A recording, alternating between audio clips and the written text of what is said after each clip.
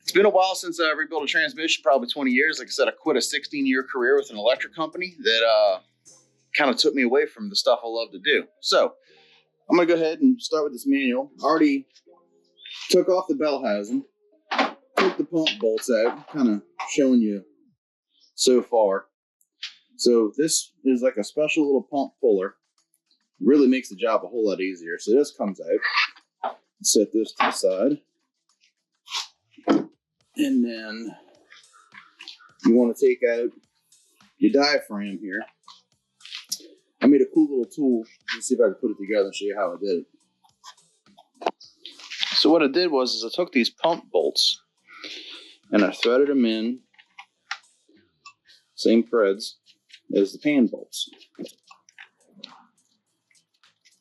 Just hand tight. I want to make sure they're bottomed out. And I took my old multi-purpose wrench here. So I had something to pry against. And I have this oil filter wrench. And I was able to hook the short end behind the wrench there and go in by this diaphragm and depress it.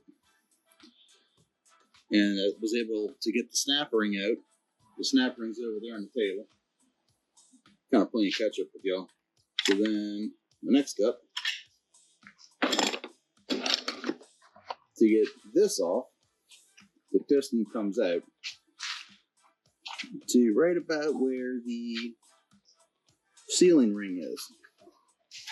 So the trick I figured out to get to the sealing ring was to pull this out so you can get to that O-ring right there. Get your little pick. And get up in this O-ring, because it's in there tight.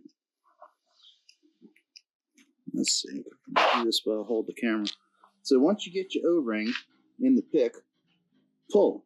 It makes the whole O-ring skinny. And then that enables you to, I only have 3 hands, let's see. Can this go here? So, once you got the O-ring pulled, you can then wiggle the piston. Wiggle the piston out.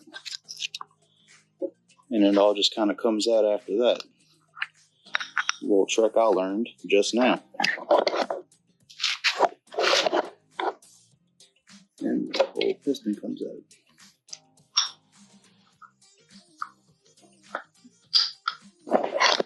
So, got the piston assembly with all the rest of this stuff. And I'm just kind of following the instructions. Wipe off the transmission fluid on the camera.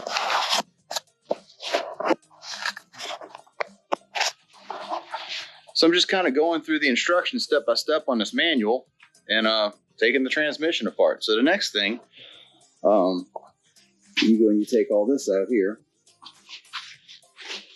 To take, Jesus.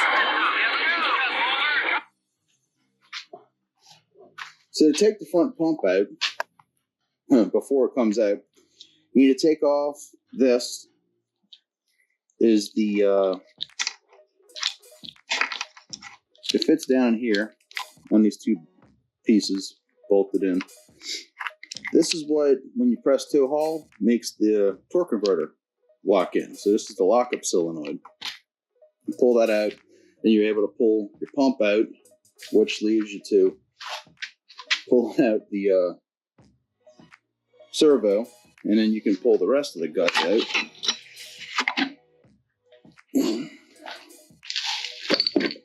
That comes out, and then the clutch brake, or the drum brake, or whatever this is. I'll tell you the exact name for it here in a second. Just kind of shrink it down from hand. It comes out. And that applies around here and stops this from spinning to give you another gear. I'm not sure which one it is, but then we're left with the sun shell. And the this is what makes it a 4 L60 4-speed overdrive. The 4L65 has 5 of these gears here on the planetary. Supposed to make it a little stronger. Not upgrading that because it's just going in the stock 4.8. The reason I went ahead and decided to rebuild this transmission is, look how black this fluid is. It's got to have so much clutch material in it. I just didn't feel comfortable putting a transmission with the fluid that dark. And that is 2 gallons of new fluid mixed in with the old stuff. When I was trying to get the front pump to quit leaking, I changed the seal, quit leaking, and discovered the bushing was all scored up. And the fluid never got red. So I'm going to dig a little deeper and see what was about to go out. So that way I know the transmission's fresh. It'll last another 300,000 miles is what's on that truck. And I don't believe this transmission was ever serviced. So let's go ahead and I pull that speedometer deal.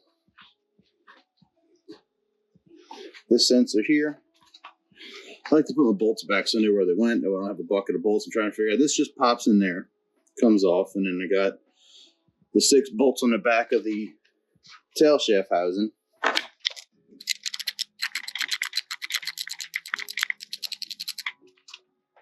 So what I noticed on this sensor, it's full of this. The metal's so fine, it makes like a. It's like a grease itself. It's like clay, you know. It's just 300,000 miles of use.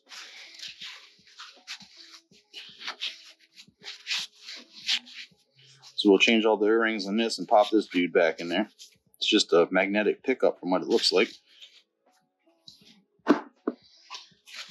Get this tail shaft off of here. There you go. Came off fairly easy. And just so I know where these went, I'll just set them all back inside of here.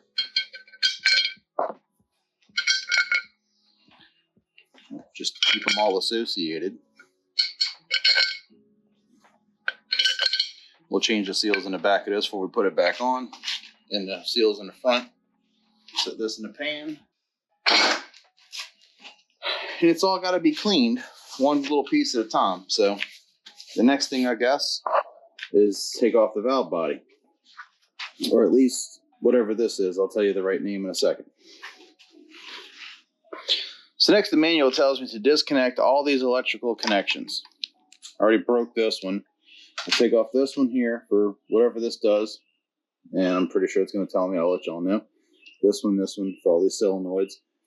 And then remove the valve body. So I don't really have a tripod or a place to put this. So I'm going to go ahead and do all that. And I'll catch up on the next one. Maybe I do. Maybe I do have a tripod. Well, here it is. All right, I'll set the camera up on this. And we'll just see what's happening. All right, 8 and 10 millimeter, 1/8. The rest 10. So let's go ahead and take these electrical connections loose like they suggested. All this old brittle plastic. Who knows how much heat it's seen, but be very, very careful. If you try to pry that up a little too much, it will snap off. I already did one. Man, this is like the cringe-worthy part right here. Oh, that come off good, all right. Sure there's a special tool, but I don't have that. And that's where it comes into the case. And then this dude here.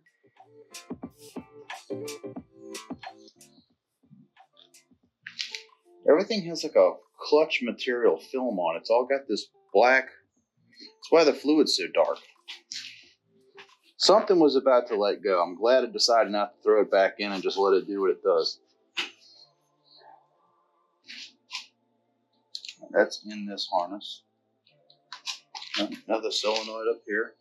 Oh, broke that one. It's real brittle, so be careful pulling the stuff apart.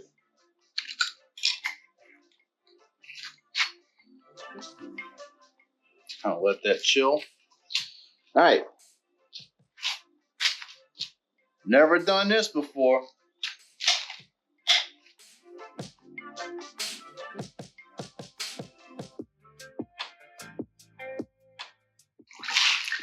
Got that perfect bucket placement. Check that out.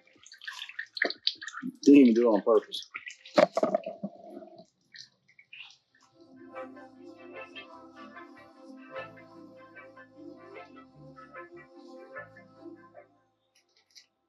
Yep, same length, so these really don't matter, but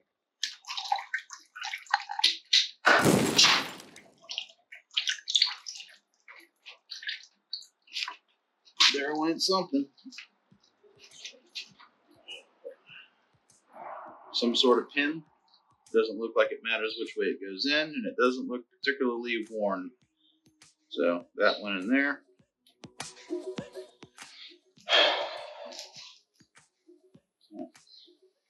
Goes in like that. I'll just kind of put this on another paper towel over here.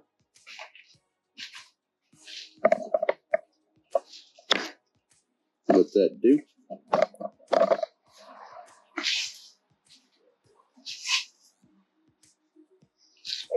Keep breaking this down. I don't know what any of this does. I don't know really what it's called, but if you do it enough, you'll learn it. So that's what I'm doing. I'm learning. And just so I don't have to remember where the bolts went, when I lay it out, I'm going to leave the bolts in the same position.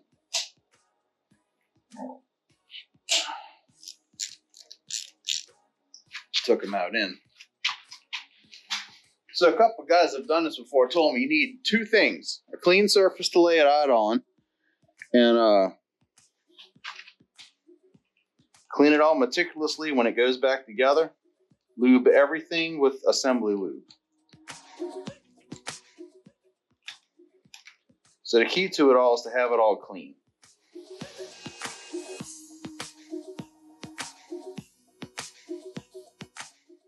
So I can see, you know, it's kind of the order I'm taking them off in. I'm going to line them up kind of like that. This might be a no-brainer because it's in a taller spot. Yeah, it's longer. So number 3. All right.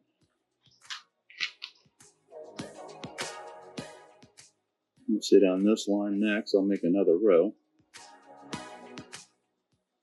So take this dude and turn him sideways. I'm going to make rows of bolts. And I'll be able to refer to my own video as to how the hell it goes back all together. So that's the first one in that row. Second one. Oh, the same length.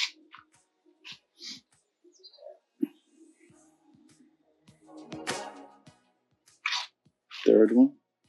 Same length. I need some 8s I didn't take off yet. Put y'all back right here so I can work hands free. I need to pull the spring off of here. It's a 13. Oh shit, I'm losing all kind of stuff.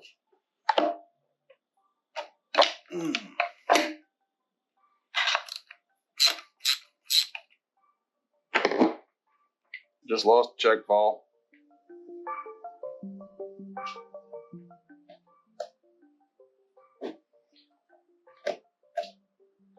But I'm relying on this manual to tell me where they go. So this is the shift lever spring. It's a leaf spring. It rides in these teeth. That's how you can feel it, what gear it goes in. So leave that together. A little paper there. And pull this off. So now, more electrical connector stuff. Looks like you pull the center out, I guess.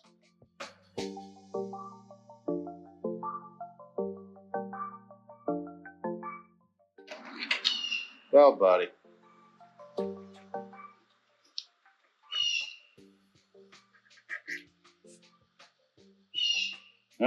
There's a couple check balls. Yeah, this thing is cool. It's cool. I don't know what the hell it does, but it's cool. Alright. Place this on the bucket temporarily. Since I'm making a YouTube video about it, I can go back and review my own footage and see what I'm doing here. So there's the brains of the operation.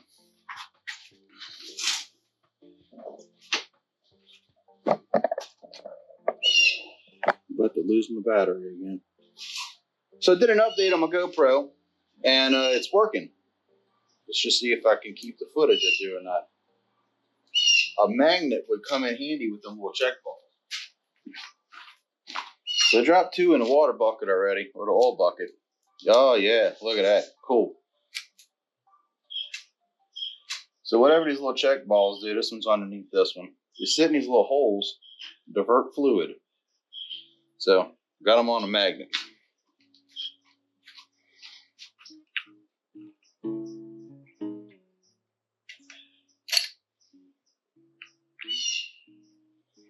Got a couple bolts here, and then this thing will come off. More 8s.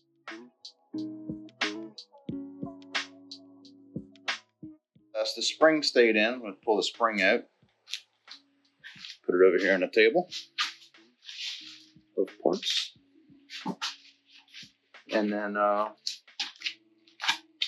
rotate it again. Get some of this fluid out of it.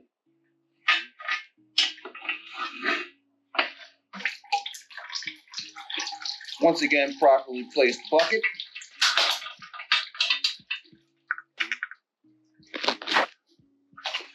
All right, next it says to remove the pin band anchor. That's this dude.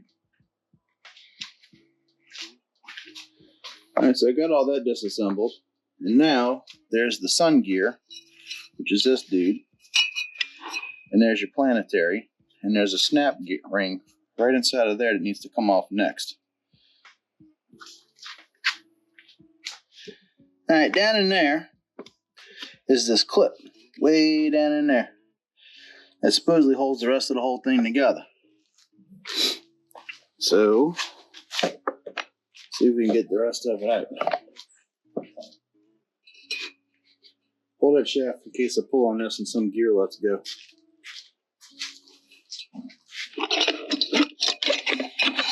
Sun shell with planetaries. Just still like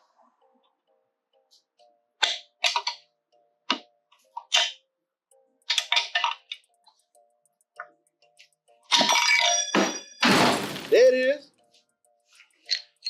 Shift the shaft. I didn't go in the oil bucket. Shaft. Damn right. So that goes on that. That goes on that. And all this shift linkage I'm going to put in one spot.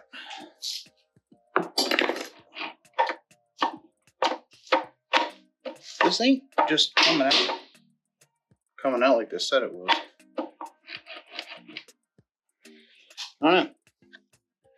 Alright, so I've been trying to figure out what ring holds this back shaft in.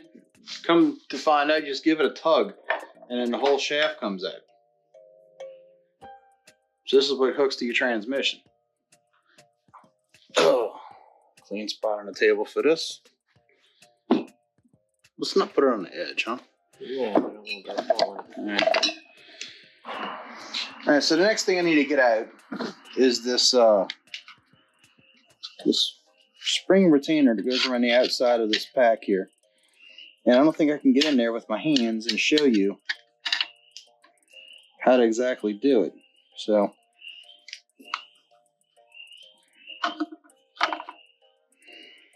it's my pick, I guess. And get it out the way. Get the pick behind it. And start working it out. Yeah, it goes blank like that. Yeah, it is. Yeah. Alright, so yeah, just kind of work this around. Tooth by tooth. And eventually it'll come out of there. right, so watching YouTube, go figure. I'm trying to figure out how to get this out of here, and there's this anti-clunk spring on the top, and I thought that's what was holding me, but apparently that's not it.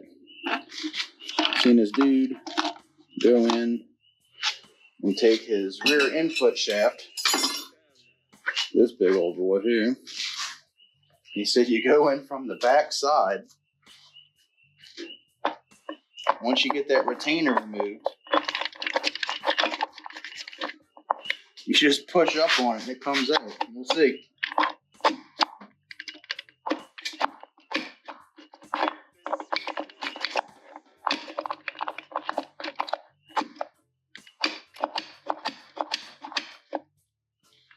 Did it come out? Yeah, look at that, it's loose.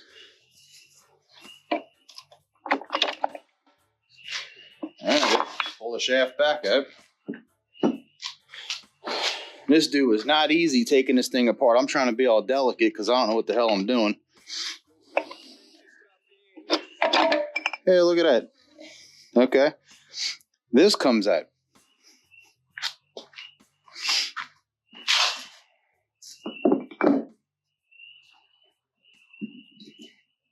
That's your one-way bearing. It turns one way, but not the other.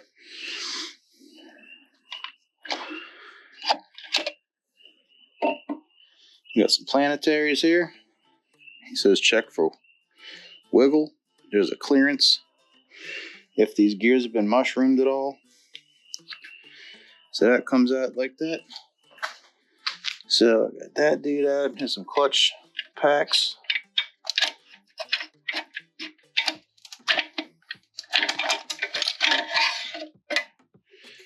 Yeah. Man, this transmission don't look. I don't know. I gotta check the clearances because there's a number there, but still trying to figure out why the fluid was so black in this thing.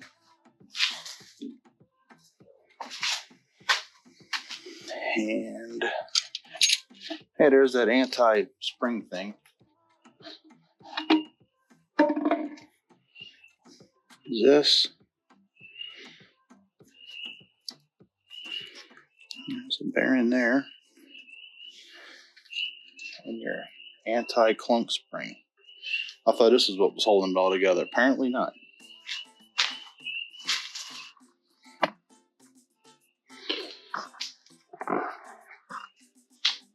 Well, here's all the parts. I gotta take this apart and a bunch of clutch packs. But this is pretty much all the bolts in order, how they came out.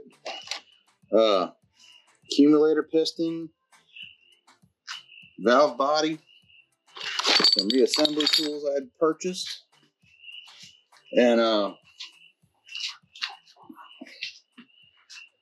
just disassembled a 4L60E. All right, so let's see what we got. We got two Remco automatic transmission rebuild kits.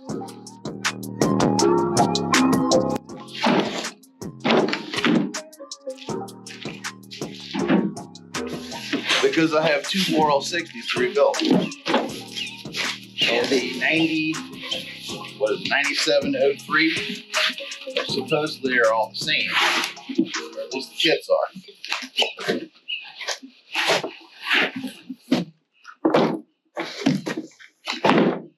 So, this is the kit I'll be using to rebuild these transmissions. And in this kit,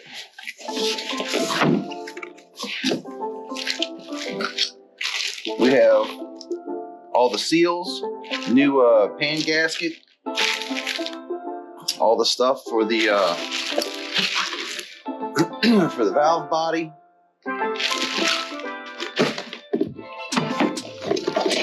We got a new band. Man, it's a whole lot better than the other band. It's not the wide band, but this is just going behind a stock 4.8, so it's not really a performance application. New filter, even though I just put a new filter. And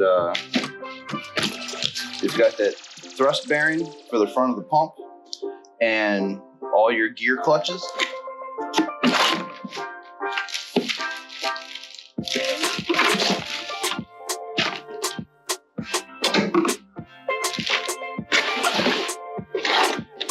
And in this box,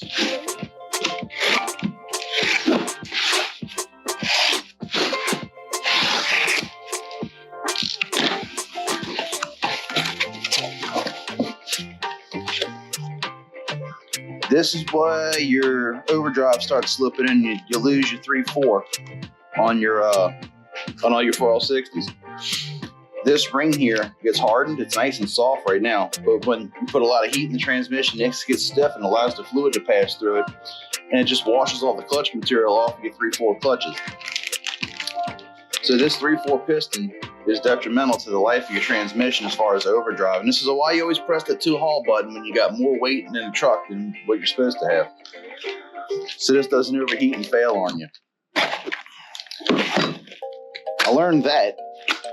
And then here's another piston. I'm not sure what gear this is for.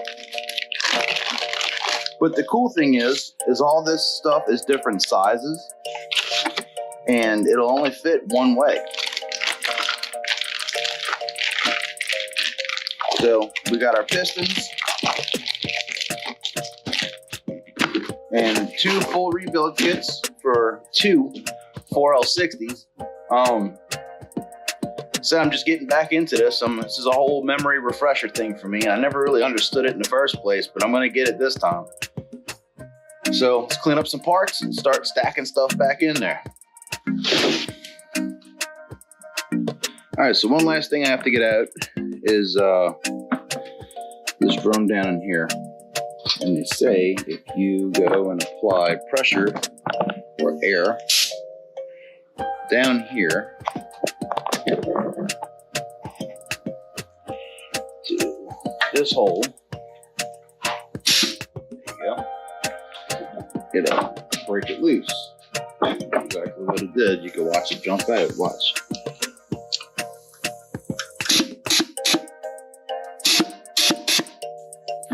We can pull that last piece out.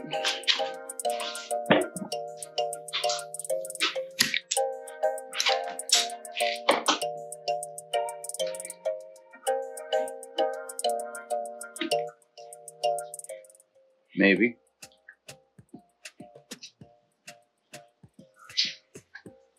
Maybe you have to put air and pull it out at the same time.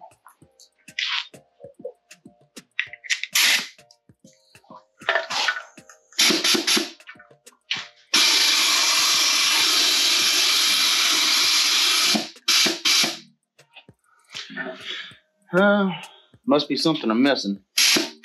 It's moving, but it's not coming out.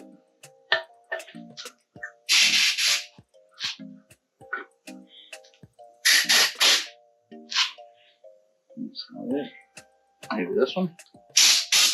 Nope.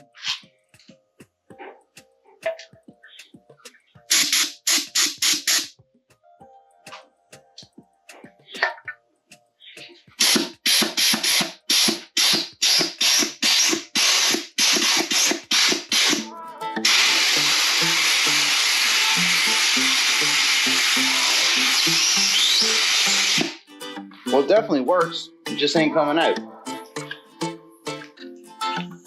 let's read in the book and see what I'm missing here.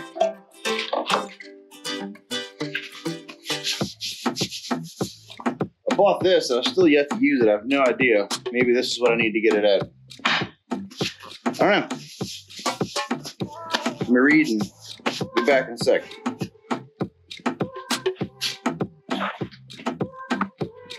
All right. So I figured out how to get this in here. You got to get it in between these grooves. And then there is a retaining ring that I have the round part positioned around. And it says to turn. I need 2 hands. So I'm going to turn this where I can get my tool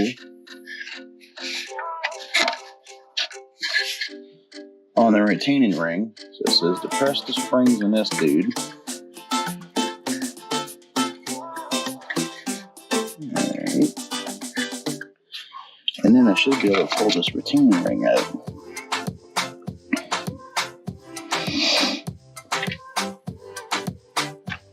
Try to pick.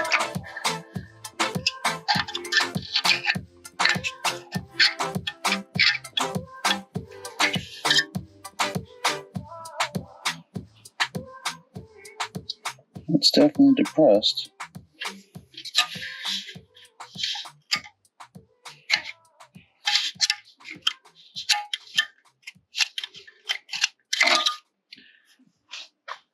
And as soon as that's unsnapped, I should be able to pull this last little piece out.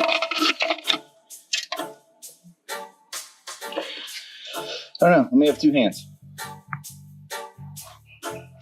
That's pretty much where I'm stuck at.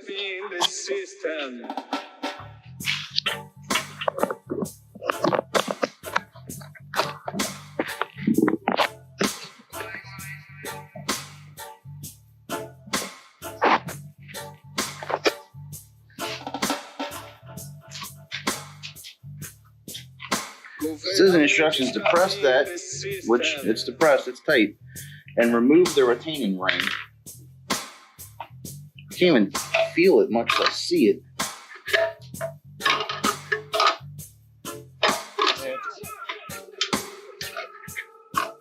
Hard to see because they're both black. It's dark in here.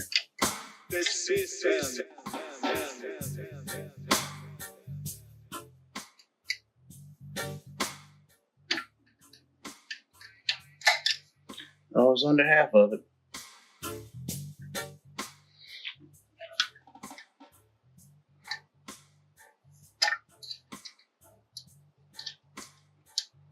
I can feel it with the pick, but I can't see it.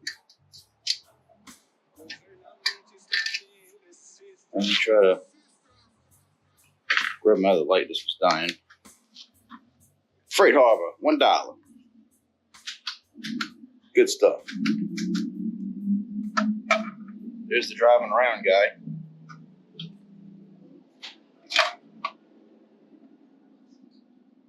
Oh, silver Chevy. Oh, just drive around. When I was a kid, I did that too.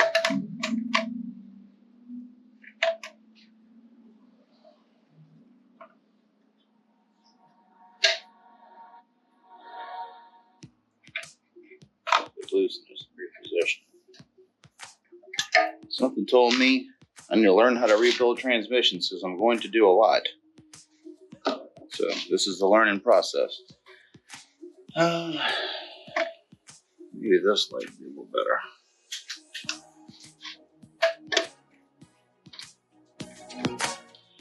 Oh, it's halfway off. That's why I couldn't see it or couldn't feel it. Yeah. Oh, yeah. Okay. Working with grease. Let's see. It's a black ring down inside all these black parts. It's hard to see it. I did pop it up with my little pick. Man, look, this dude here. All right.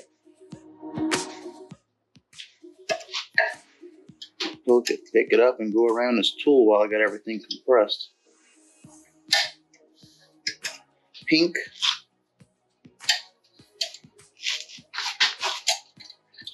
Ah, there it is. That's the culprit right there. All right. Now I should have to let this decompression deal come out. Let's see, I'll grab y'all. Best I can here. Alright, so unscrew this dude. It's 1 in the afternoon. It's bright out here, but it's still dark underneath my little cover. And you can see that coming out of there. And then this twists back out of the way. It just barely fits in his little ears. Here comes driving guy again.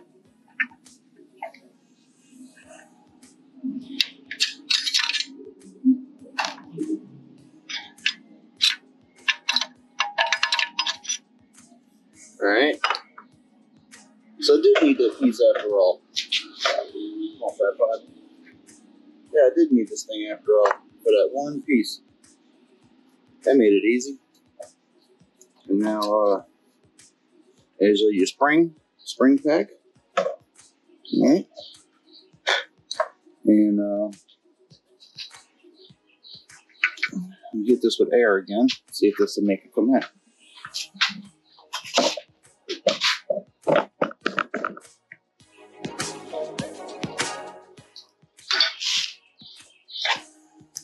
That took 10 minutes to figure out how to get that clip out. Never done it before. Oh yeah, it's loose now. Come on. Finger on the bottom. There we go. That was it. This is the last piece of the transmission. I change all these O-rings back in here. And all this stuff is clean. I don't get it. That oil was just like super black. It must be all the clutch material from the outer band. And yeah, that is the end of that. I can clean it all up and put it all back together.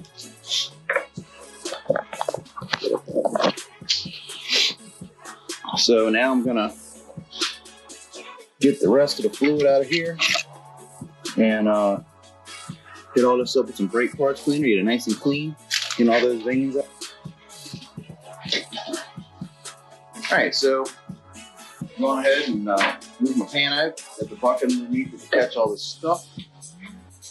It's left over anyway. See if I can rotate this down.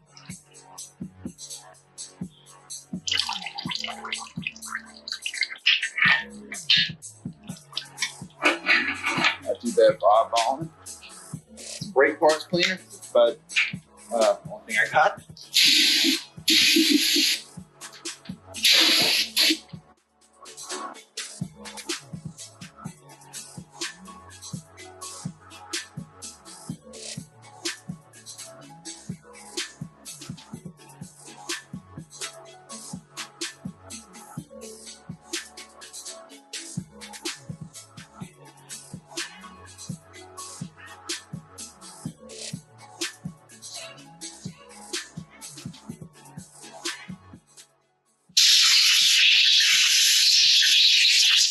A little bit more residue I can get out of there.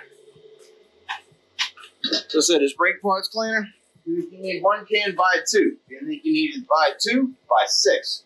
Bought 6. No! This is engine degreaser. No!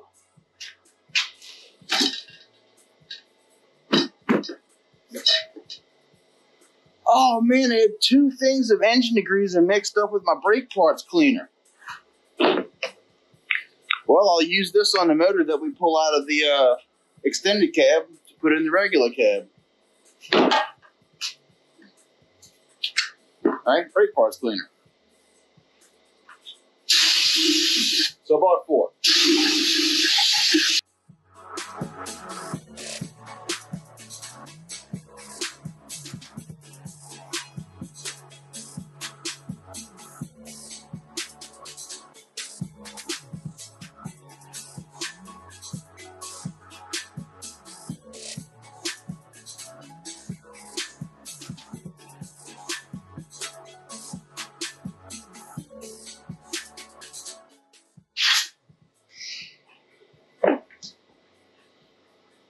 That's a wrap. I think that case is clean. Alright, so I bought a Remco kit full of all the bushings and seals and oh Lord. Sketch to the max. Alright, we're good.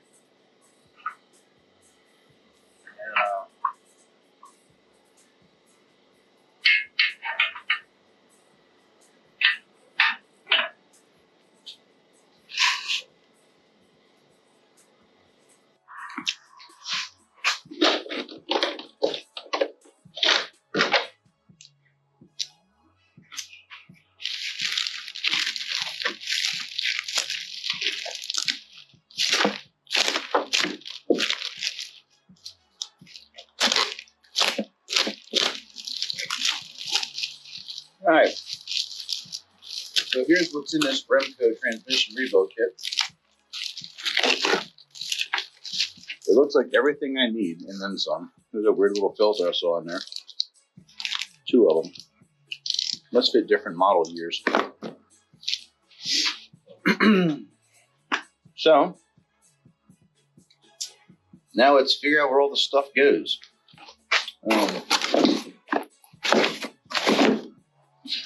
I will say I'm amount of clutch material on this band here is slightly more than what I have left in the other one. And I'm not sure if I'm supposed to soak these in fluid before I put them in or put them in dry. I don't know. I'll have to look.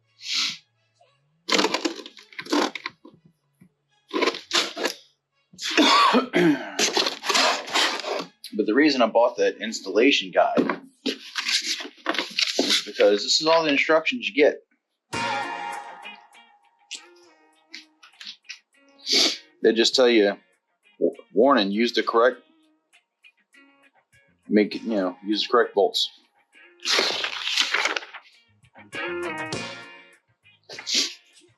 It does show you the check ball location, so that's cool. And guess what O-rings to put on what solenoid, and what the slight differentiations are in them. And valve body gaskets. 93 to 2000, 01 and up. So this transmission's a 2000, so I guess I'll be using these. When I rebuild the other transmission that came out of the red truck, it's an 02, so I'll be using these.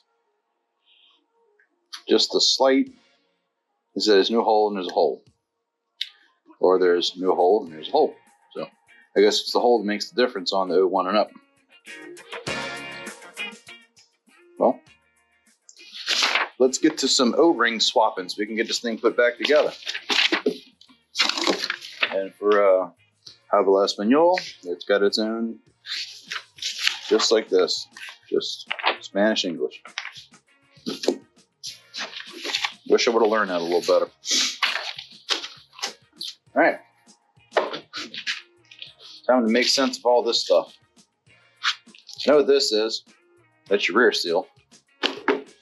There's what was leaking on the pump in the truck in the first place. So now I'm in 3 of these.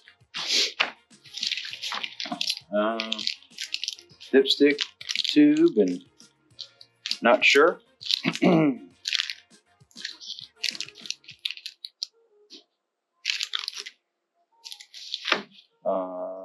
Probably the pump O-ring with a little yellow deal in it.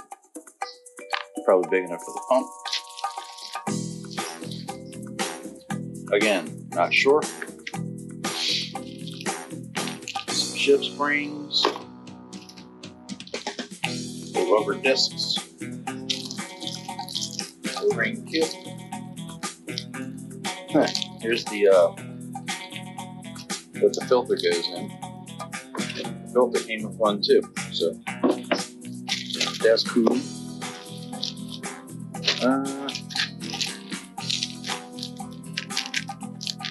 Nylon retainers instead of steel.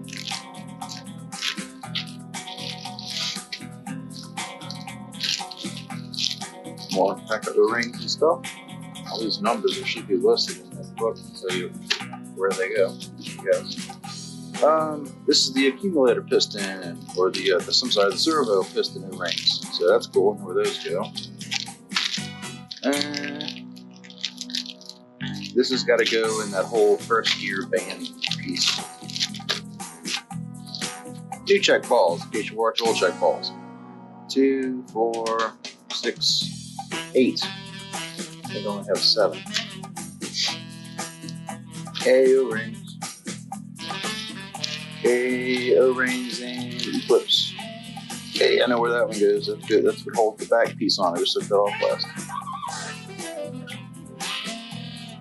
At least it says O-rings for what they go for. Another squared type of O-ring. This spring here, it goes in your 2/4 servo.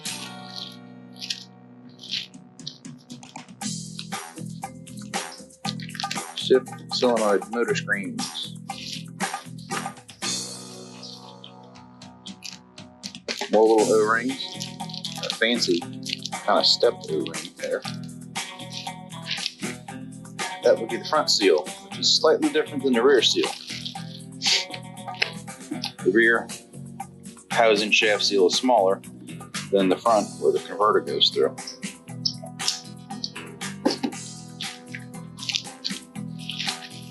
New pan gasket and the voodoo of the black valve body frame wheels.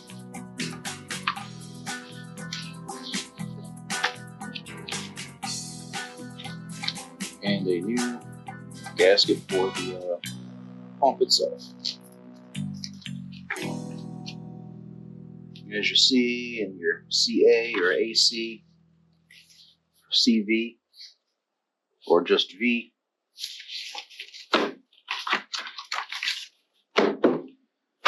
All right, let's figure out where this crap goes and stick it together.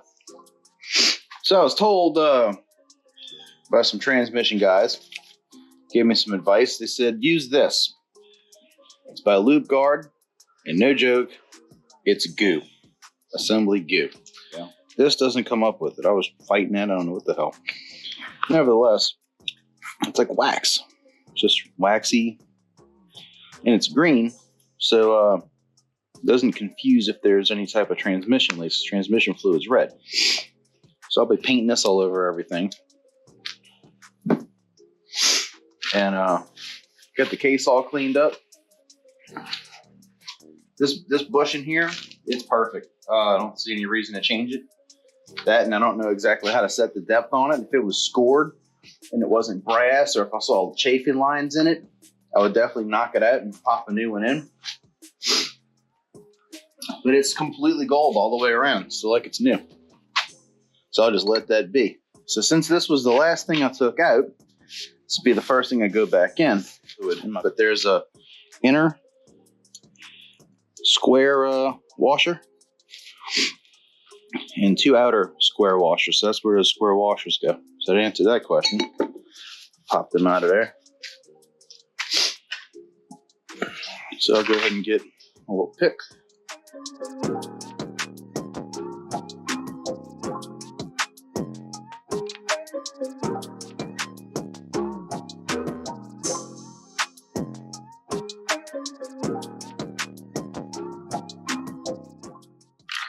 So I got those lined out on my table here, and I'll go find the three in my box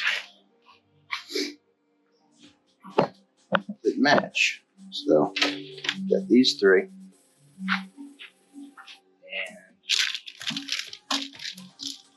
this looks like it. SUB K3311 22278.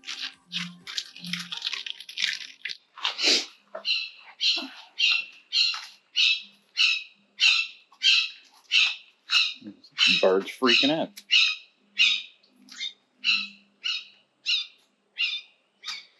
All right.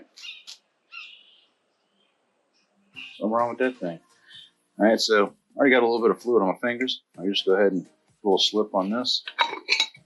This went and dropped down inside of this cup.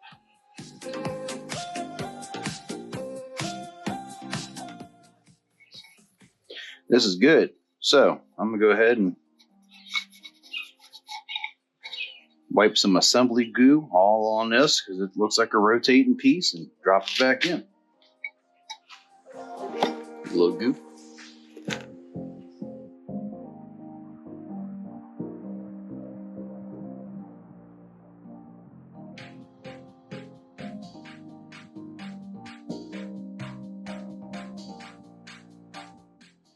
All right.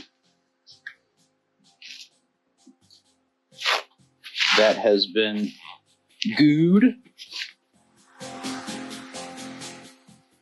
Put some goo on the bush, right? Can't hurt nothing. It's goo.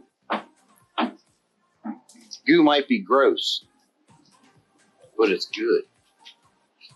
All right. Flip this back in upright position so I can start Loading it up. It's about as close as I can get my tripod. I'm not a professional anyway. They got better YouTube channels for that. So this has been cleaned and lightly gooed. It's got this chamfer right here. And it looks like that's what your parking brake goes through. So I'll see how easily I can drop this down in here. In my super clean case. There we go.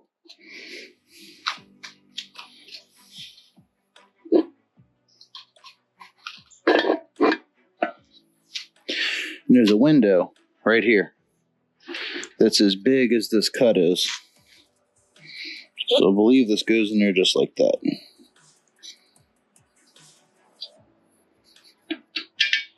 I think it's in the right spot. Like when you look in here, you got your parking brake. When you put it in park, that little dude comes in there and lines up on that next gear. So that's got to be in the right spot where that window sits. Now to reinstall the spring assembly that goes in next. So here's all these springs. These go down next. All right, so I got my compression tool. Can lock that back down in there with this. So I basically just took that out to change out the O-rings on the outside of it. So fit this back in here like this. Get some pressure off of it. Run this one down. I was trying to go too low.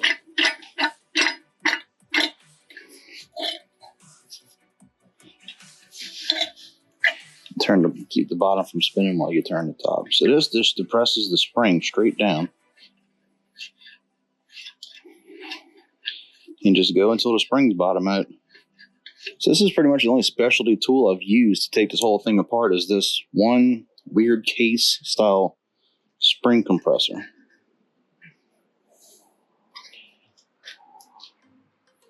I'll put my snap ring back in it. So I'm trying to get, you see my finger there? Get the snap ring on this little groove right here, and they give you a little half a circle to get it in there with.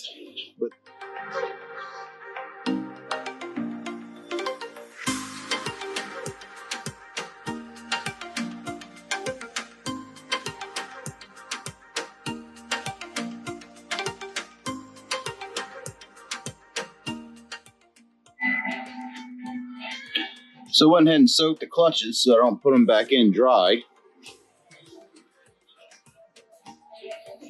That's the next step. See if we can put the low reverse back together and keep going from there.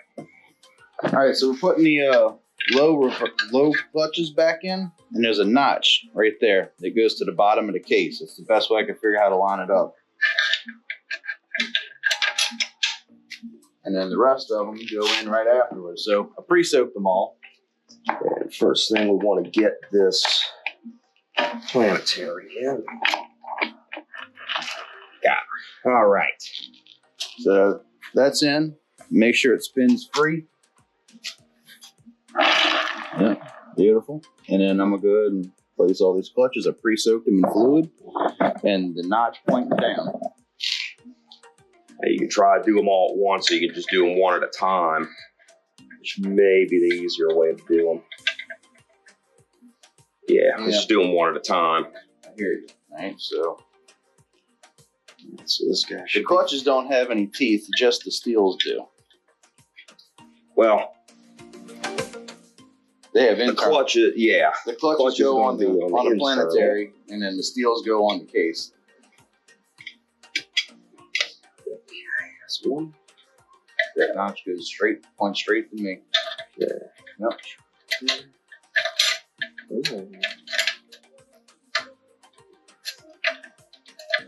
Yep, just like that. Flip it up, it's upside down. Yeah. That was it. It was upside down.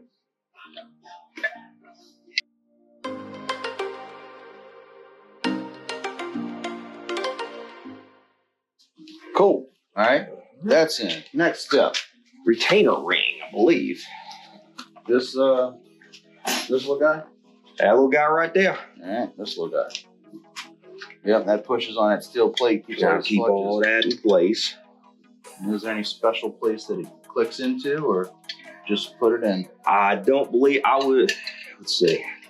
Let's see the shape. It should be like a piston ring, or it's.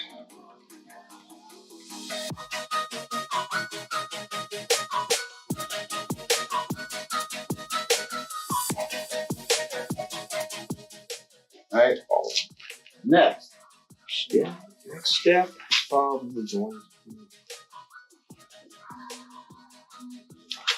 We're sitting here fighting this motherfucker, and look.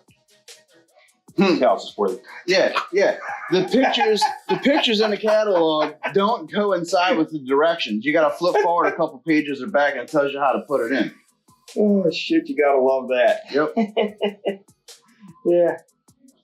Well, let's just make sure. I mean, I don't think it'll go the wrong way. Right. But all right, so the groove's right there, and yeah. Okay, groove. so we got it right. Groove in the bottom.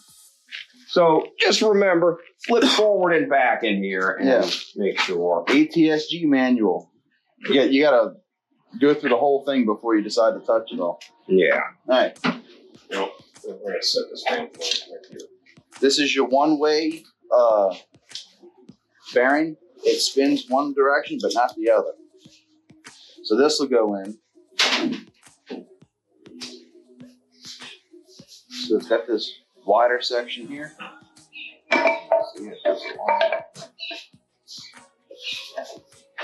There you go. So in the case, so I'm just figuring this out how I go. This is the first transmission I've done in 20 years, and I really don't remember any of it. So in the case, there's a flat spot right in here, and this whole piece lines up with that flat spot right there in the end. So that's in there. So back to this, then the snap ring. In case it missed it. Taking all the stuff back out. So you got this kind of copper-faced steel and this plastic. This plastic sits down inside of the bearing, and it kind of keeps the gear, or I'll pull the gear out too, just in case the GoPro screwed up again. So this goes on the back of your sun gear. Your sun gear rides on this. This snap ring sits in a groove. It's all ready to go. And then this will find its home, just kind of spin it, and it locks in. Then this goes with the teeth up on the back of your sun gear. And to help keep everybody in place. And we'll throw some goo on it, get some training goo. In case it wasn't mentioned earlier, this is just an assembly grease that basically, as soon as this thing warms up, this is going to dissolve and go away. Turns into trans fluid. Yeah. Or gets caught in a filter or whatever. No, it won't get caught in a filter. Right, it just flies through the filter. Right. So that doesn't stay. And don't be afraid to use it. All right. Especially once you get to the valve body, you're really going to love that stuff. So sun gear back in. This is what happens when you go from reverse to drive. You break this thing.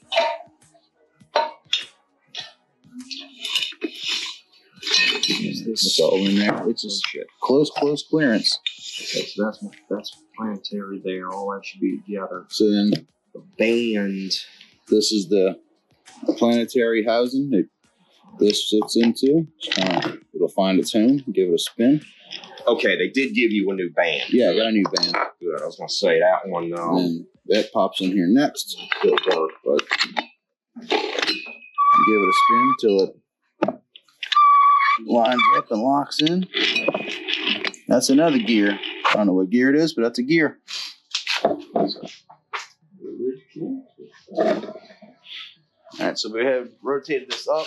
My hole doesn't line up right, but here's the rear shaft. This is where your drive shaft goes in. I'm gonna slide this in next. I'm gonna hit all these holes with some air first before I put this in here, just to be sure. Yeah.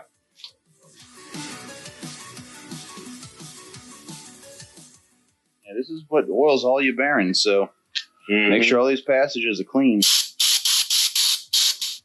Or maybe it's a different type, because I know they used to have the little spline shaft pressed into this the sun gear right here, and that was the Achilles heel of these transmissions. That was pop, and you're not going nowhere. There we go. Okay, she's in. That's it, all the way in. Yep. All right. Now we just got to put our retainer ring on there, keep it from sliding out. All right. That should be like a regular snap ring? It is. If I remember correctly. Snap rings. Personally, I feel that. Oh, we didn't put the freaking anti-clunk spring in. Oh, Anti-clunk spring. Don't forget about this guy. because clunking in the transmissions not good. All right, so take the shaft back out.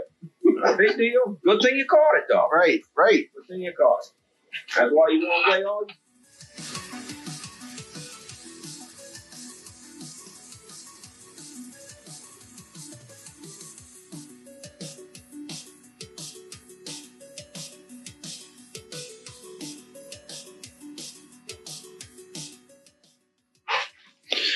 All right, this here is your anti-clunk spring. So I can see where you could. There you go. That thing. This flat piece drops in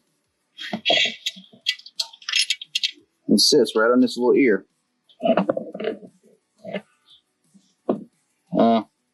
Yeah, right there. That's a little better. And then your next piece sits on top of that.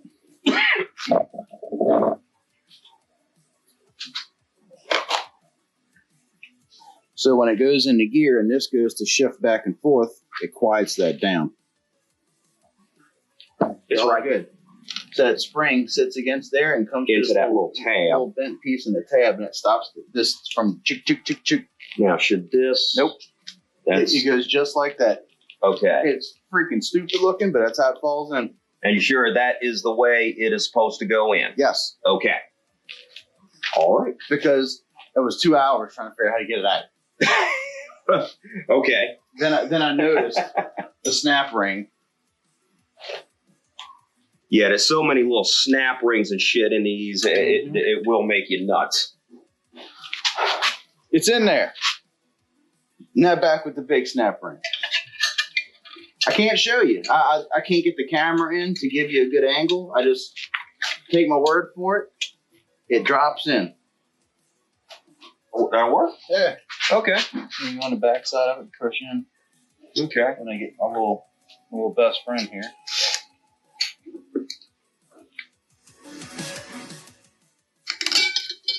So, like, we're just going to do this one pack at a time so we don't get nothing confused.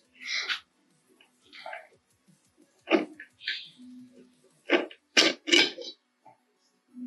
that went in this way. Just like it. That's the one. Yeah.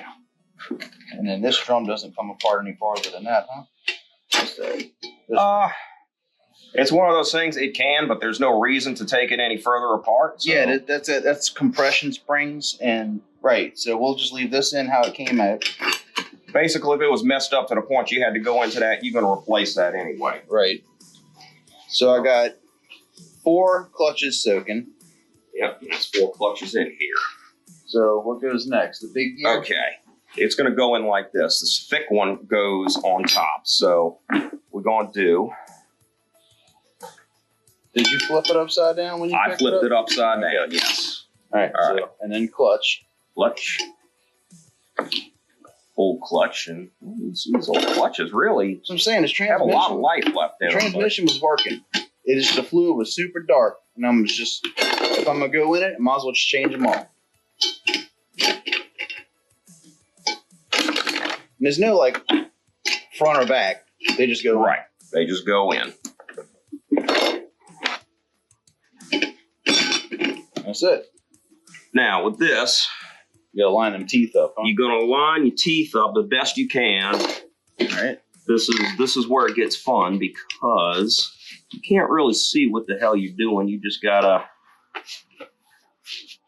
kind of index everything. Almost feel like you're cracking a safe, you know? You gotta play with it, move it just a little bit here and there. Get them all lined up and then put the snap ring on, huh?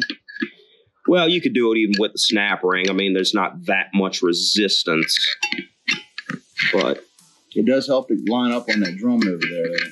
Yeah.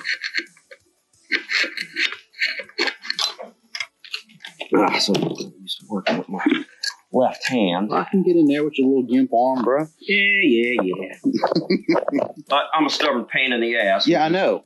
One of the reasons why I've got this thing on my arm because, you know, I put up with pain and store it up pretty good.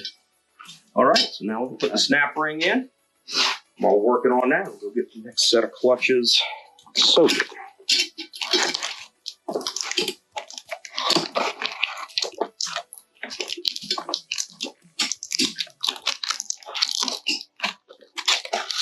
Yeah, once you get the snap ring started, it pretty much just lines itself back up. And for a good measure, just kind of go around and push in with your screwdriver. Yeah, give it a little tap, make sure it's in. All right. Get that set going there. Yeah, put your clutches in wet so you ain't got no dryness. All right, check this out. This is all clean and everything. And we need something to hold that while we take it apart. So I was looking at this. Since I don't have anything I can slide this through, I'll just stick this in here. And that'll hold it for me while I undo this snap ring. Actually, can we turn this thing totally upright? No, because there's no hole. Oh, the hole doesn't line up. Gotcha. Next time I put that bracket on that engine stand, I will do a better job of making sure the transmission will go completely upside down. Okay. It hangs straight, like it's on upside down. Yeah. If I would flip that 180, this would be level, and that hole would line up. Right now, it hangs flat with the hole up. Okay. Well, this is better than nothing. Right. So I figured, hey, we got a hole to stick this in. Wait, did I put the right set of clutches? Yeah. It's the one with the big teeth. The bigger teeth. Okay. Yeah. Actually, I think the smaller set's last. I think they both go in here. They both go in there. Okay. Well, you know what? We're not going to mix them up because the size. Right. So. The size is way different, so you can't really mix those up. Yeah. The end of the spring is right here. So I just barely stick the tip of my screwdriver in here.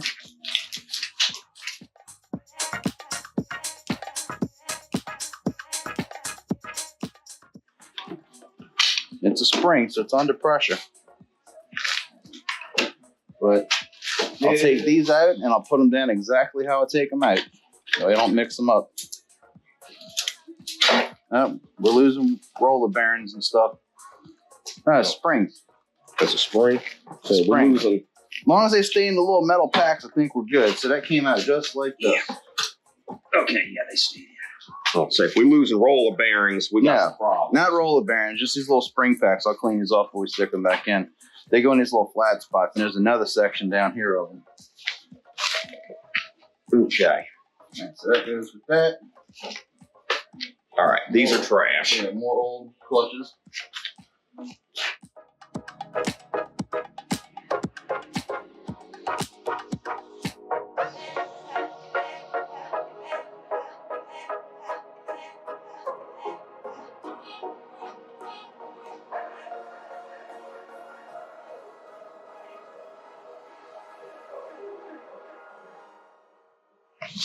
All right, so we unprofessionally got this spring pack out.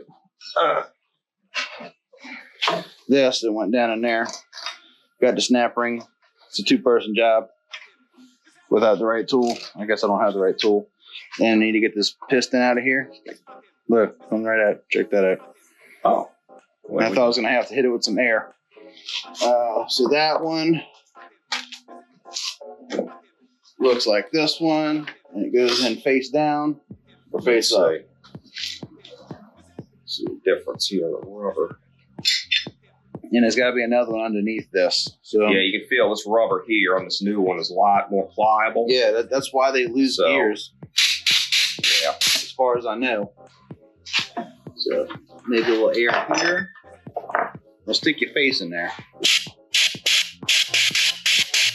What's it doing? And there's another one here, which is this one. So both of them rubber deals go in here. One goes right on top of the other one. Okay. So we'll put that in. And then we got one more. Wait, is this a new one or the old one? The old one's still in here. That's the new one. Oh, okay. All right. Here's the little one.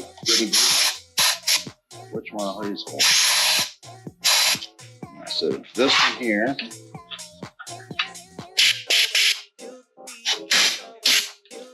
So it's not that one. Maybe it's this one. Boom shakalaka. It worked. Yeah, it worked. Unfortunately, it hit the concrete, but I think it'll be all right. Okay.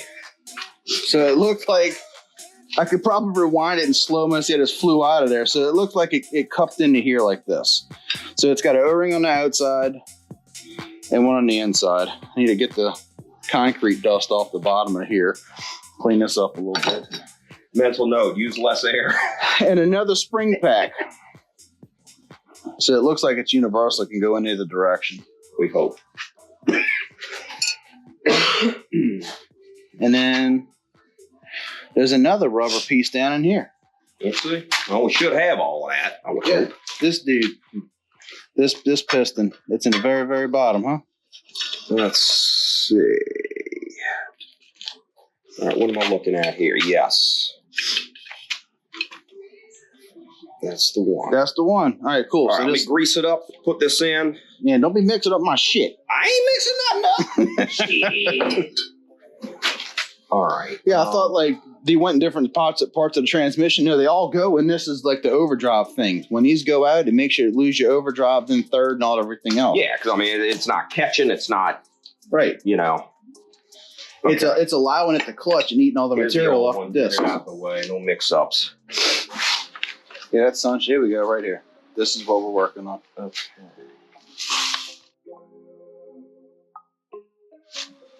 All right, 623 piston in your 3/4 clutch. All right. So okay. Yeah, that. Then the thin spring. It doesn't say which way it goes. It looks like it's universal. 627 ball capsule. That should be that inside. Clicks right in. Looks good. Yes. Okay. Looks good. I like it. Okay. That's lubed up. Yeah. Okay. This is going to go here. Nothing goes in between those? According to that. No, I don't think so. Make sure I don't have that bastard upside down. I don't think I do. Could throw the air on it again.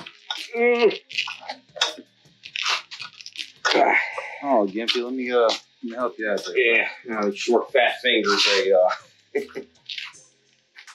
Trying to say. I got short fat fingers. Oh, okay.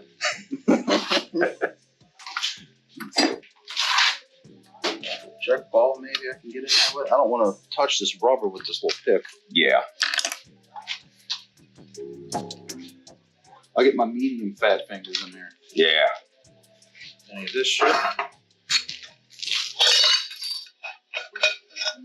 Well, yeah, that's certainly one way of doing it. Put it back in my little patented holder there. Yeah. So we'll put the 5-spoke back in. Let's see that there. That's in. That fits too damn loose for that. And then, Something. And then the spring pack.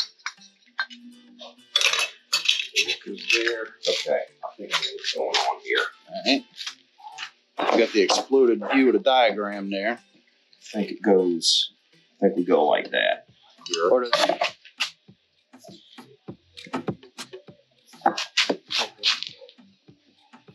That's what we're working with. Yeah. Okay. Making it a little confusing because it's showing everything separate. I thought we were missing a piece, but we're not. And what's crazy is we build motors like nothing, but the transmission's so simple to some people, it's like voodoo to me. And I'm scared to death of it. You put your goo on that shit, that sits down in there. That's why it blew out like that. Yep. Oh, I could squish that. Well, you don't want that, this thing to, stupid. Goo's your best friend. Mm-hmm. Sounds like, we ought to have a friend with a nickname like Goo or something, Yeah.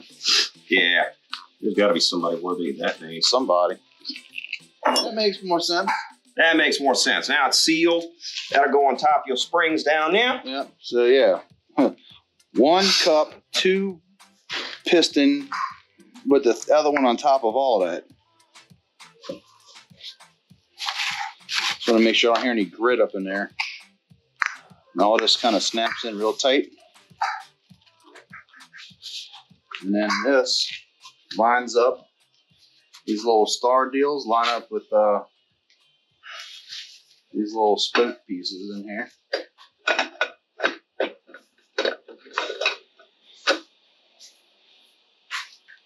You put goo on the inside of these two? On, what's that there? Yeah. Okay. I mean, you can goop it up more if you want. They help. And now we're on to spring packs, right? Yeah, we got to get this bad boy in. No. Do we?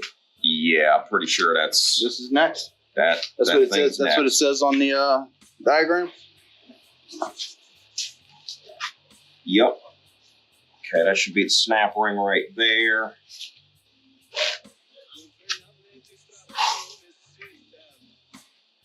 All right.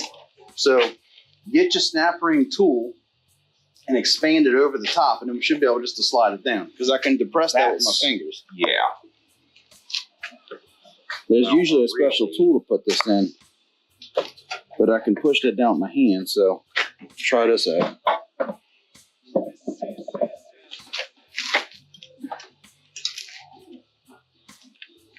You got it, Gimp. Be a bitch now.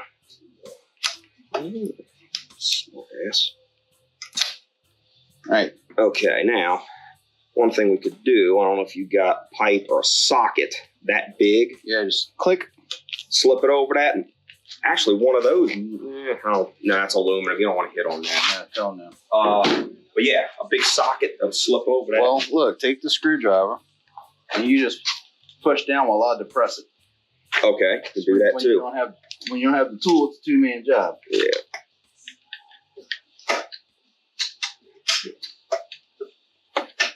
See? Boom shakalaka. Oh, that's right here. Look at this. This bad boy shift. It says boop. Boop. Look at that. And that's how it works. All right, so that's exactly how it came out. I'm not going to flip it. I'm just going to hand you a clutch and you hand me a clutch. All right. These all should be in your order. Right. I think they're upside down. Just looking for, yeah. These go in box spoke. No. In the middle. All right. Yeah, it goes in the middle. So, man, these clutches look good too. Mm-hmm. Just look at the lines on them. But this was a working transmission, so it slides you a clutch. Stand right in front of you. Oops. All right. Metal.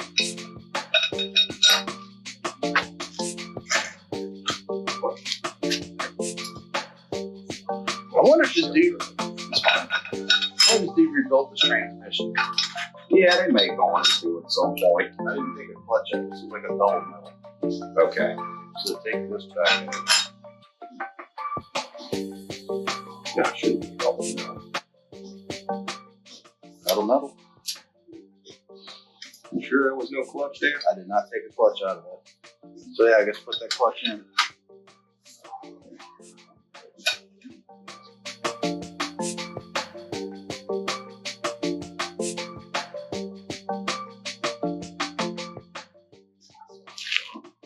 That one's kind of flat. There's no grooves in this one. Yeah. Yeah, and there's some wear on this disc. Going out all the way down. It's Right. not too bad.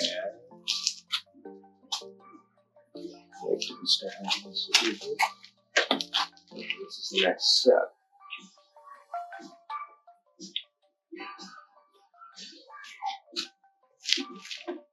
Did they put an extra clutch in it? You read one of these? No, they're different size, dude. The first two are small, the rest of them are big. Well, let me look here and see. Maybe it was supposed to be. Tell you, that middle one was metal on metal. Because we ran out of clutch. Mhm.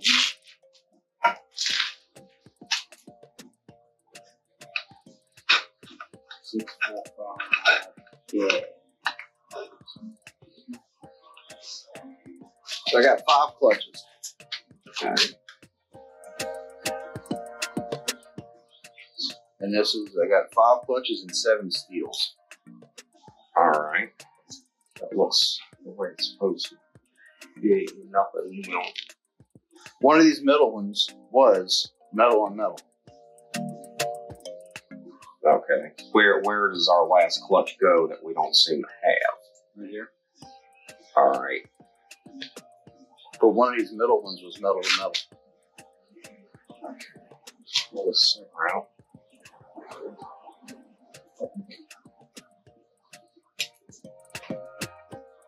So it's Yes, I can't tell anything from this here as far as, you know, it'll tell you numbers and order. You're supposed to just pay attention.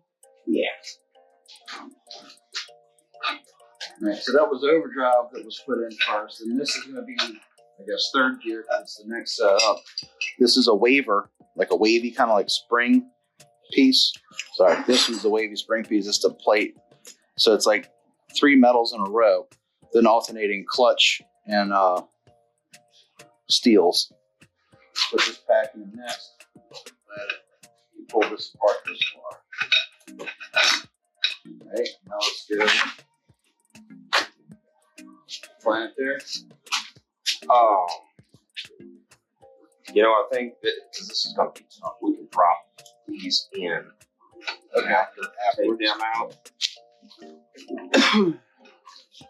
Line that up in there. With the overdrive. Am I down all the way? Can't tell.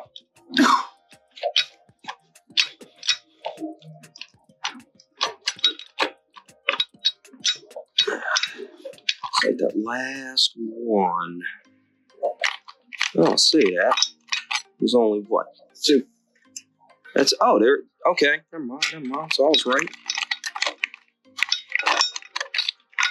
Oh, you had it, you dork. Okay. Yeah, now it's resting on the springs. All right. Okay, now we can drop that in a piece at a time. You think one at a time, or can we One at a time.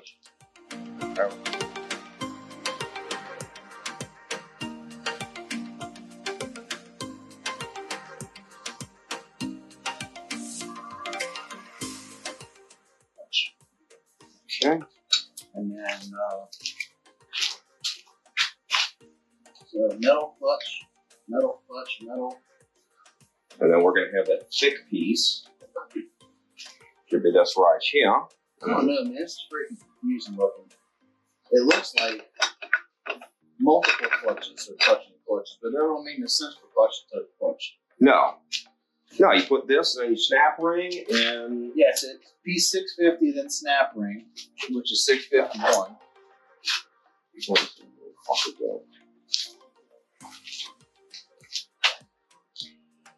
New bearing. Yeah. Okay, so like way back in the clutches, there's 637. Of course, that was the rubber piece, then the snap ring, and all that. 641. This goes. This is what. It's all got to come back out again. This planetary rides on this. Think you can stab it? No. Okay. Yes. So look, check this out. This guy, don't forget this little guy.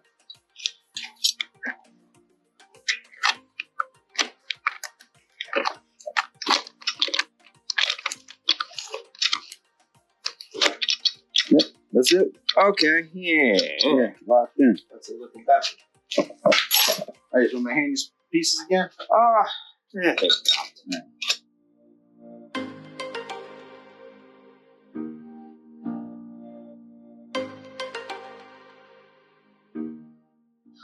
Snap ring. Retainer. Yeah, retainer.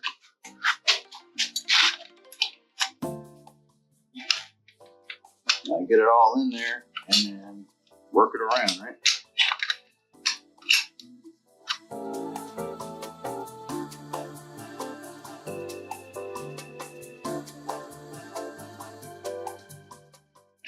This is why they charge you $1,000 to rebuild and labor at the place. That was the dude, bro. And another piston, huh? Yeah, well, we already changed out those clutches, but we got to do the piston. We got to do the piston, so it's got to come out. That's it. This is the set of clutches that's going to go on top of that, which we can either do that now or we can do that. Yeah, we'll do that now.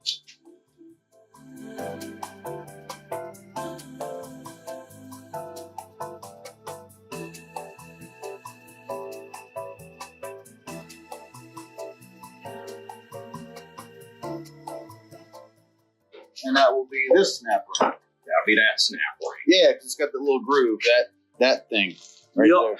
That makes all the difference.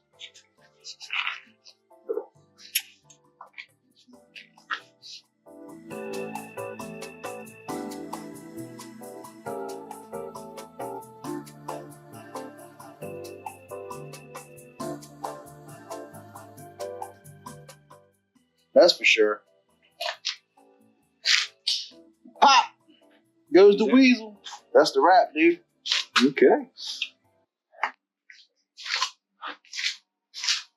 All right, so my buddy Jake, he used to work for a Chevy dealership. He came over to hold my hand until I got the hard part done. I think I could have done it myself, but it was cool just to have him over here and hang out for a little bit. He's done, I don't know, 5 or 6, 8 of these things, and this is first one I've done in 20-something years. So we got all the, I guess this is overdrive, third and second clutch packs put back in. First gear is down in there, or low reverse is down in there, and I've changed the O-rings on this shaft to change the battery in the GoPro, but it takes a while to come back on for some reason. So everything in this unit here has been changed. It's clean. It's ready to go. I'm gonna try to drop this in.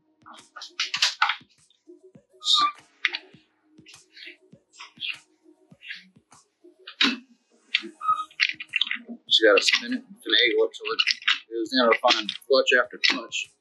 And bottom out. There you go. That's in there. I'm gonna put some goo on here. And all these clutches have been done. I'm out of clutches. I soaked them in all brand new fluid, so they're ready to go.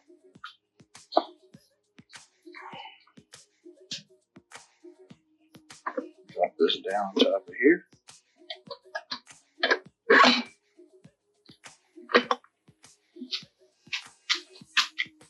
And this should kind of just do like the last one and spin to line up.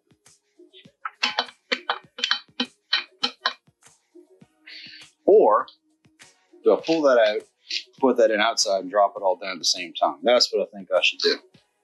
So this is all kind of lined up already. This just twists out. There's a washer, like a bearing race that goes down over here. Then this bearing goes down over here. That sits inside of there. That's what I forgot. Then this whole thing flips over. Fight this in here again. So I did like this last time. They all started to go. like a, as I spin it.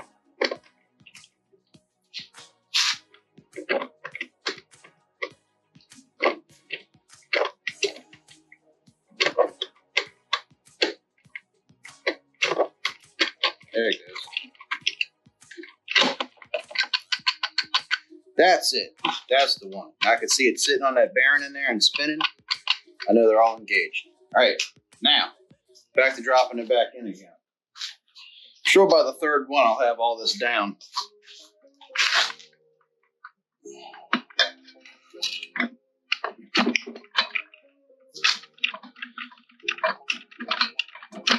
Same thing, like kind of once you feel it slide down on that, the thing with all the gears. Kind of twist it. Everyone will line up counterclockwise in this weird circular pattern. You got one more to go. Yep, that's it.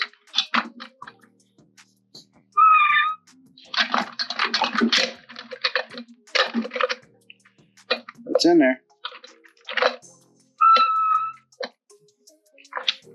Locks.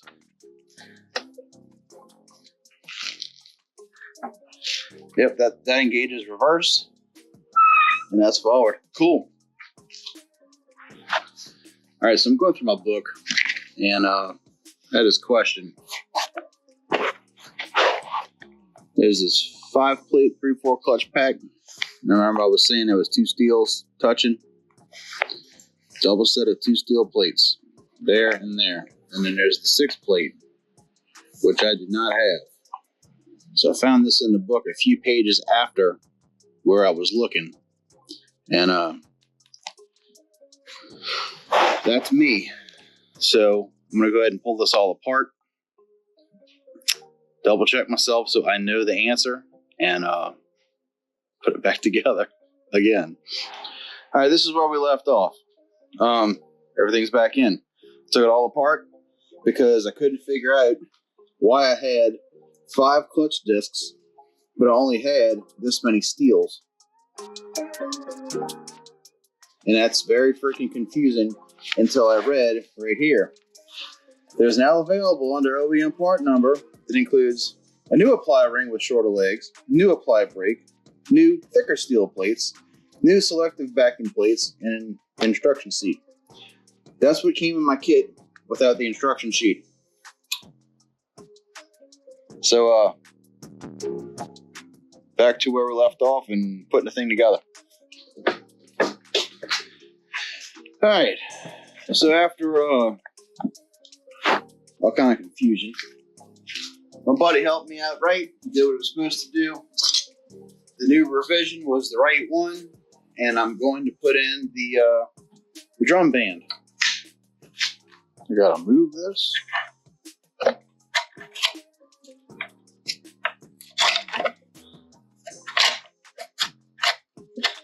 Yeah, okay.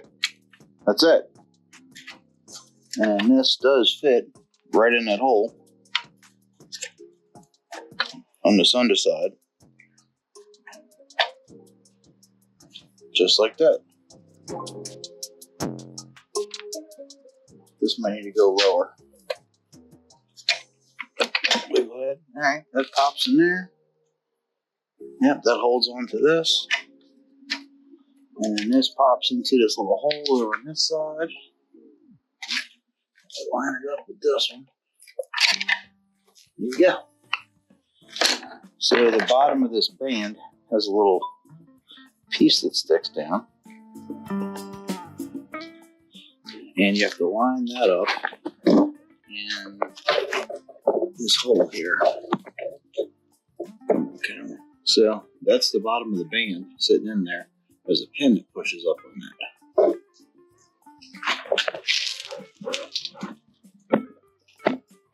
All right, got the band back in it. What's next? Got the pin in. I lined it up through the bottom of the case with a screwdriver, held it in, and then stuck this pin in the keeper hole on this band. Get the old one, I'll show you. So I believe one of the bolts for the pump anchors this through here, and this hole sits like this. And that little pin I put in fits in that hole. And now I'm going to do the pump. So these specialized pliers I got here. Loosen up this pump puller. It doesn't go on super tight.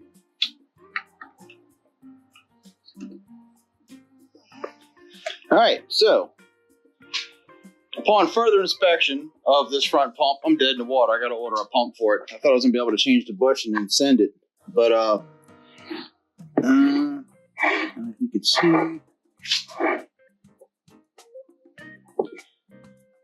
where this front bushing went in. Where's the old bushing? That's the new bushing. Thought I was gonna be able to put a bushing in it. There you go. Here's the old bushing.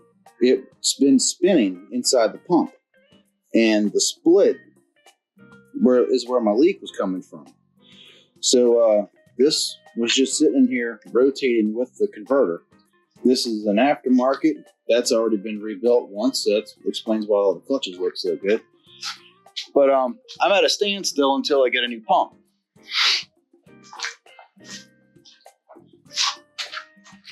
Hey, look, we're still putting this thing back together. It's the next day. Cold front came through. It's overcast and raining, and I'm kind of nervous because all this metal is just open. So I poured a bunch of transmission fluid on it to kind of save it. And now I'm figuring out what these extra tools are that I got in my toolkit. So I got this aluminum tube with a beveled edge. It's just got like a little bevel there. Well, what this does is this actually shrinks the Teflon rings back down on the stator shaft here. So you just kind of push, and there's 4 of them. And just wiggle back and forth, and it'll get all 4 back down to the size that they need to be. And now these are nice and tight down on that shaft there. Can you dig it? So, I got 2 more on this pump. Funny story. I couldn't rebuild my other pump because, here's the other. So this puts the Teflon rings back on your pump. It's beveled, and put a little goo on it and slide it over there. So I couldn't rebuild my old pump because there was a crack in the front. I put a picture up. I'll do it again. And the front plate was cracked. So got a new one, went down to pick it up. And the new one, or the reman that I had gotten, was missing. I got these 5 bolts here. It was missing 3 of them. It had like this one and this one in or something. So I had to go drive another hour and a half from my house. I'm like, if it's missing those 3 bolts, what else is it missing, right? So went from Abita Springs to Harahan, and went to go swap it out. The next one in the box also there are only 2 bolts in it. So I had to get my old one, pull the 3 bolts out of my core that I gave to the dudes, and put them back in here, torque them down. But now it's time to put the Teflon rings on the pump here and here. So I know how to do that now. Get you some goop. And Teflon rings. Green them up. And you got to stretch them on, but then you squeeze them back down. So this is not like an O-ring where it's like stretching and it'll stick. This is Teflon. Once you stretch it out, it's screwed until you squeeze it back. I tried doing this with gloves. I can't do it with gloves. I'm not that good yet. So yeah, it doesn't want to go down. I took my little pick. Going through a whole roll of paper towels, just wiping my hands in between grabbing tools. So I just take my pick, and this one's got kind of like a little round angle on it, right angle. So I'm gonna kind of just work it around until it gets in the groove. I don't want to stretch it out too much, but I gotta stretch it out enough to make it slide in. So this deep Teflon seal is now in its home.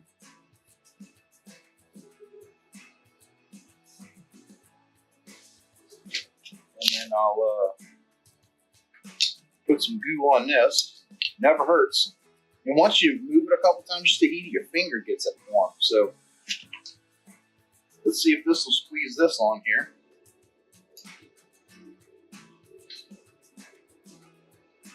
My buddy Jake, he helped me put this thing back together. He used to work for a Chevy dealership. He did this a bunch, but that was also like 15 years ago for him.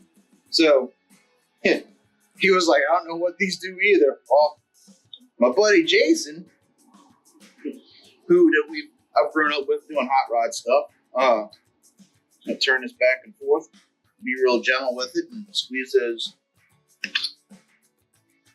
Yeah, be careful you don't ruin them like this. Make sure it's all in the hole. Yeah, my buddy Jason, and we built that S10 back in high school in the late 90s. He ended up working for a transmission parts store. So I call him every now and then. He's like, I never built the transmission, but I know all the parts to it. Well, that's a big help. This is a larger ring. It might take a little hammer. I'm just doing it a little bit at a time to make sure it shrinks on evenly. This would be your O-ring shrinker.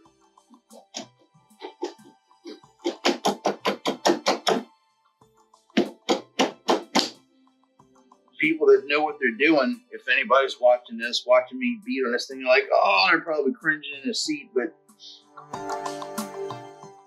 I don't know. All I do know is they say use plenty of the goo, so I'm gooing it. Sideways.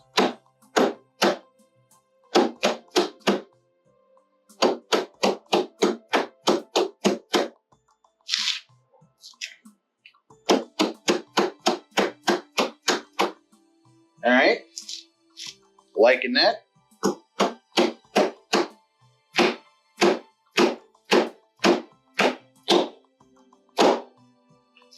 I'm down. So like when you pry, just want to go in and like twist. You don't really want to pull up. It just kind of bends the screwdriver.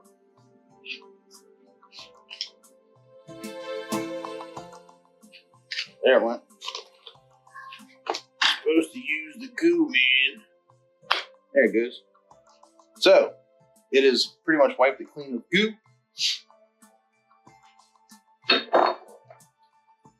I'll take some more goo and I'll put it on this bushing on the inside here.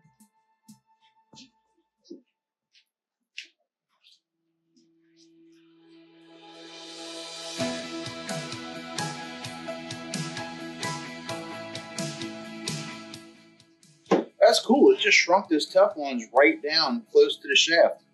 How it's supposed to go. I've got some goo in there. Put some goo on this one because once it comes through, you're not going to be able to get your finger in it. And a lube bushing is a good thing.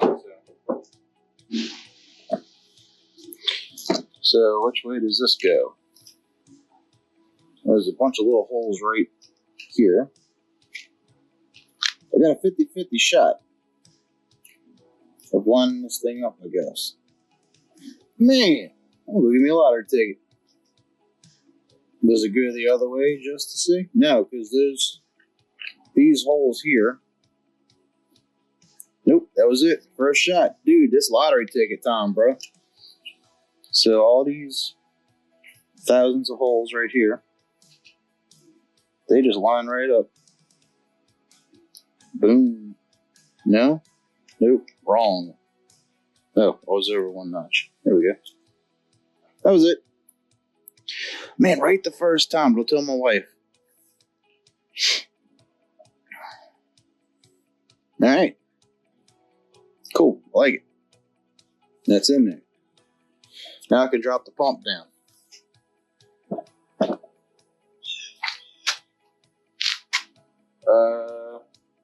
Goo or no goo? How about I put it on and then goo? Okay. Slipped in its own little groove. Doing my best not to stretch any of this stuff because I want it to go in right. This one's rubber. This is a regular O-ring. Sure, they just want that yellow. It says twisted. You want that yellow to be right square. It can go in twisted. I had a transmission rebuilt by a shop in Mississippi that this must have twisted when it went back on because the fastest I could pour a fluid in, it was coming out. So I had to pull that trans back out. That's the truck. That's my pre-runner truck right now. Had to pull that trans back out. The dude changed the seal. Gave me $100 for the fluid that was all lost. So that was cool. And then, yeah, colors that all the way.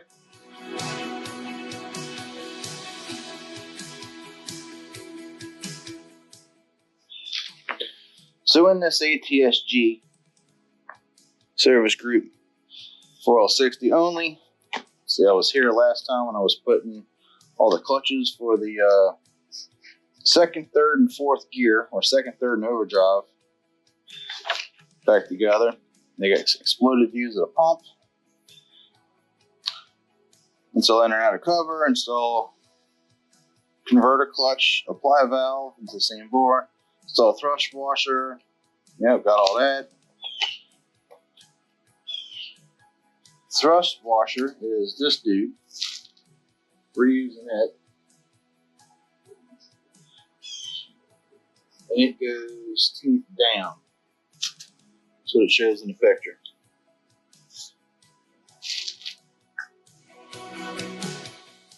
Thought it went teeth up. So it was when I took it apart.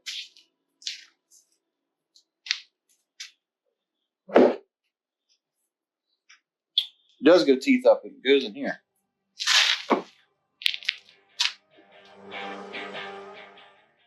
Alright, so take and install this. Got these two little deals that stick up. Y'all know what I want to say, but you know, being politically correct nowadays, you can't say what it used to be. So these pop in those little prongs that stick up, go in these two holes here.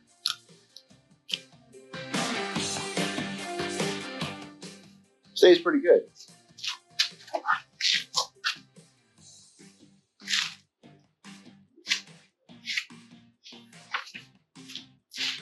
Just to let you know, you can't stick this up here and just expect it to fit in right. It's got to go on the bottom of the pump.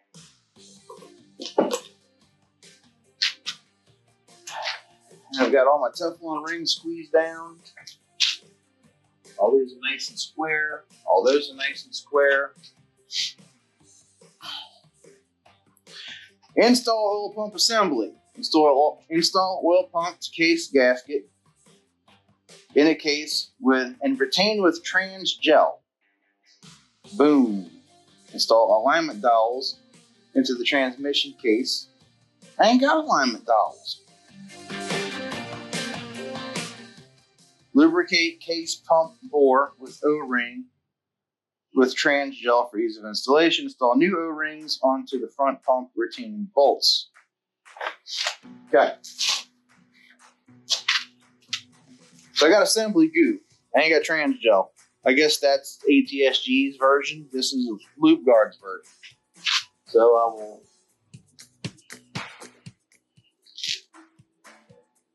put this where the gasket sits.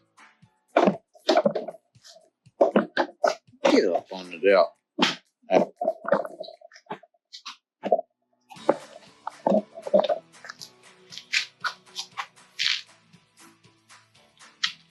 So I guess in a crack, put a bunch of this stuff so it sticks.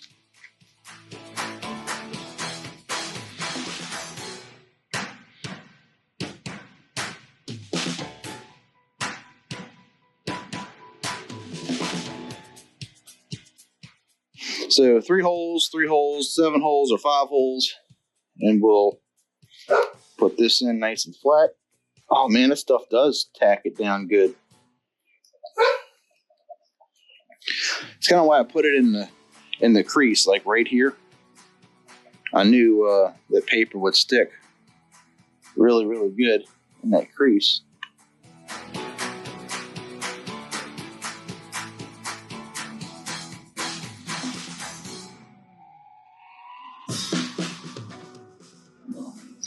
All right, so here's the old bolts. I'll clean them up in a second, but they do have O-rings on the backside. I'm gonna dig all those out, put fresh ones, because they do get squished pretty good. I don't think that's gonna seal.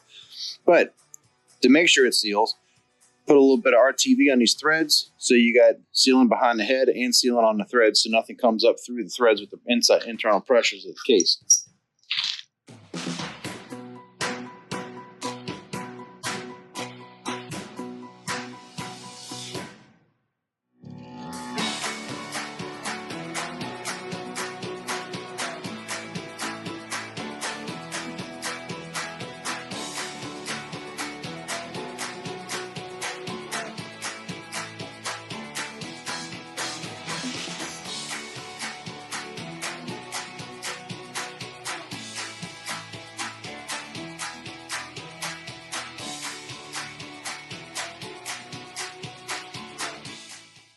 So, lubricate the pump bore where the O-ring rides. Install new O-rings onto the front pump retaining bolts.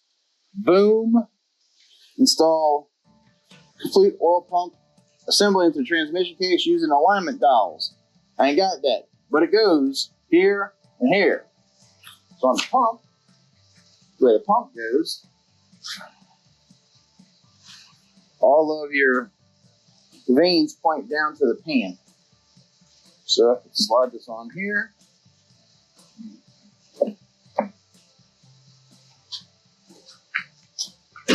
because your lockup solenoid goes right here, and there's something else that goes right here.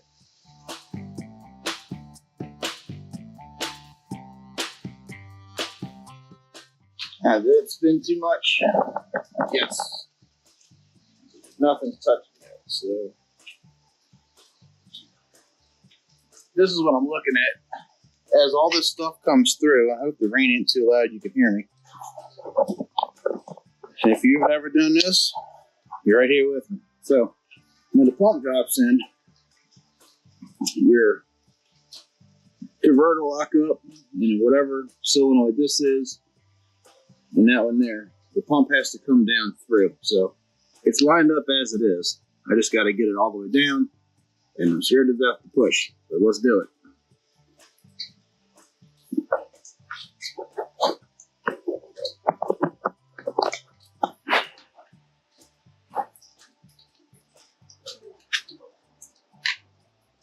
I can see the holes are straight down, so it's lined up. Before I push, is there anything it says to do? Install the bolts, remove the dowels, install the remaining bolts. There should be clearance between the reverse light in-hop pushing, blah, blah, blah, blah. Okay, cool. Let's do it. And then don't forget your O-ring on this turbine shaft that goes right here. That will actually hold the whole pump from coming off of the transmission. So, man, here's the sketchy part.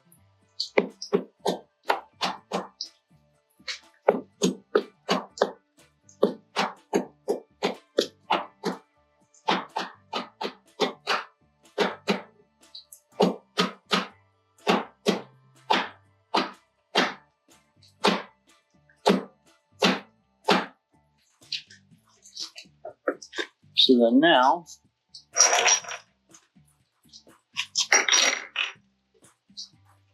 put some RTV, like your boy says.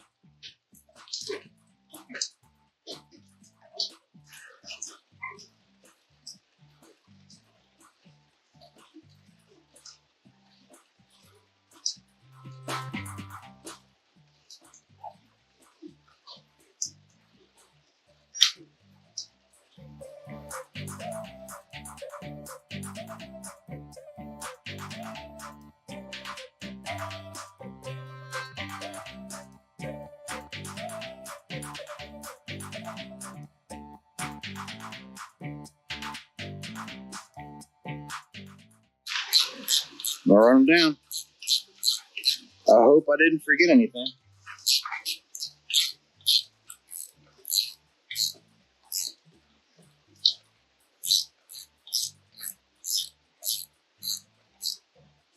But at least I know how to take it apart, if I did.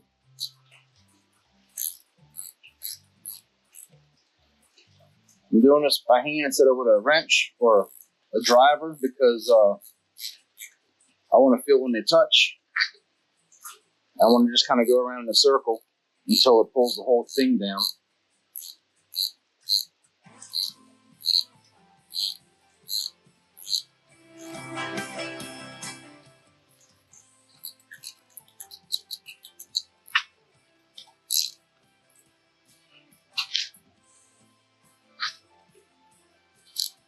I'm just kind of watching the gasket go half a turn at a time until it pulls it in.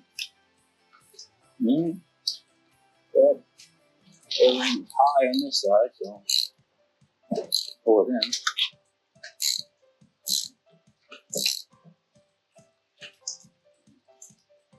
But it doesn't look like it's riding up.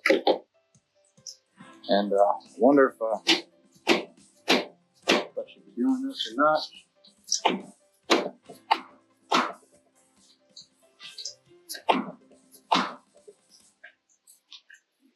It's going in kind of cocked.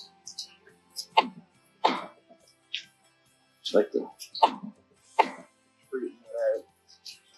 I said, I don't know if I'm doing wrong by doing this or not, but it says to install it. So definitely put a little gap over here. Just want it to go in straight.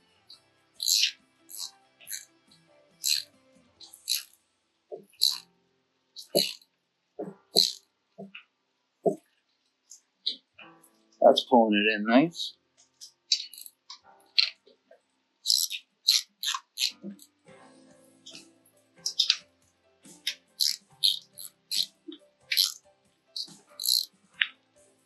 Yeah, I'm just gonna take my time with it.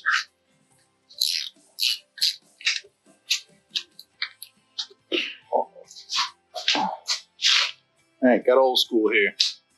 Half the 3/8 adapter. I don't think that's gonna mess with 18 foot-pounds a whole lot.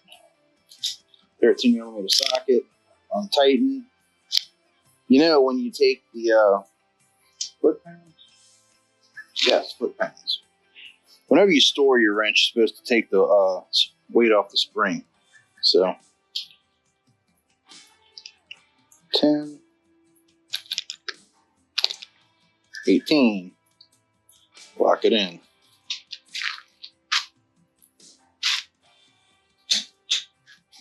Which ain't nothing.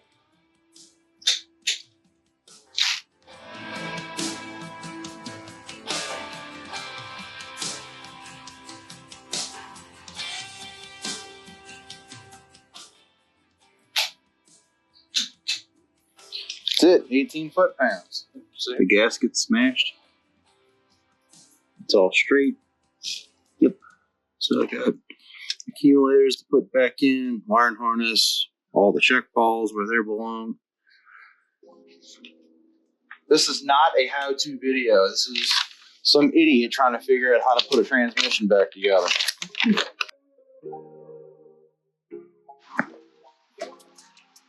So I got it flipped up. Next into the instructions. Put the turbine shaft O-ring on. So grab some goo. Goo up my O-ring here. And where it goes.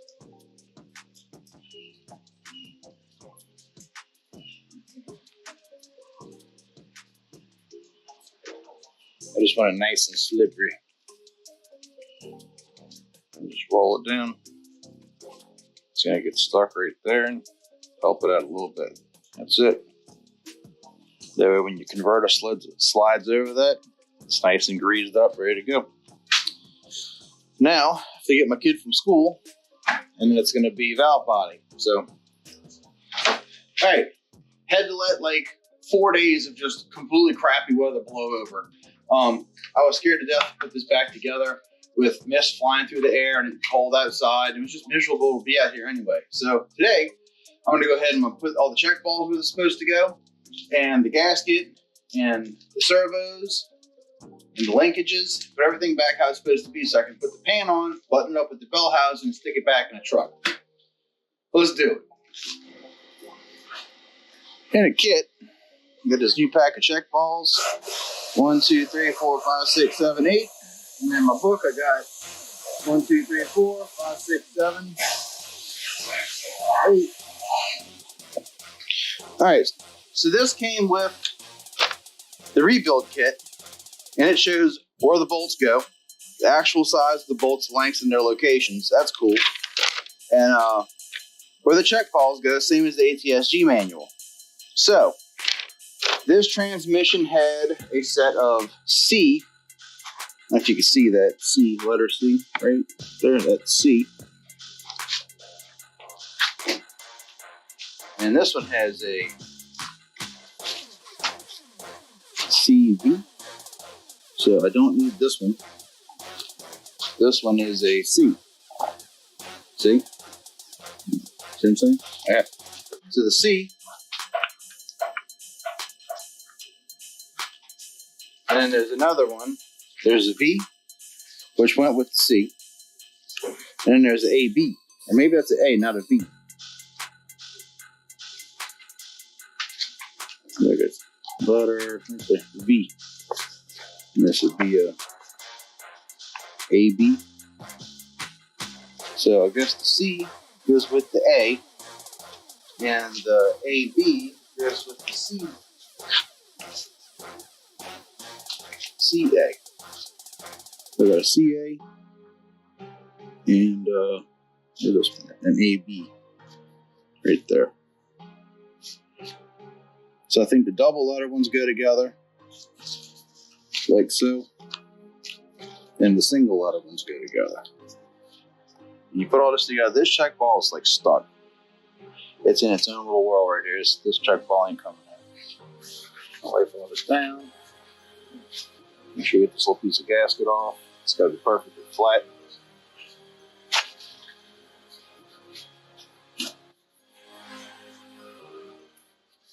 Might slime this whole thing with some of that assembly goo. So hold it all. So this is TC on the plate.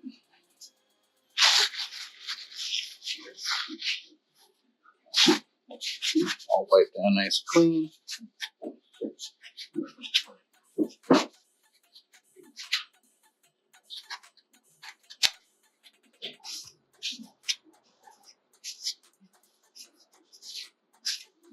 Right. So it was sitting this way, and this was under here. Filter comes through this pot. Everything matched up. And this one went right here.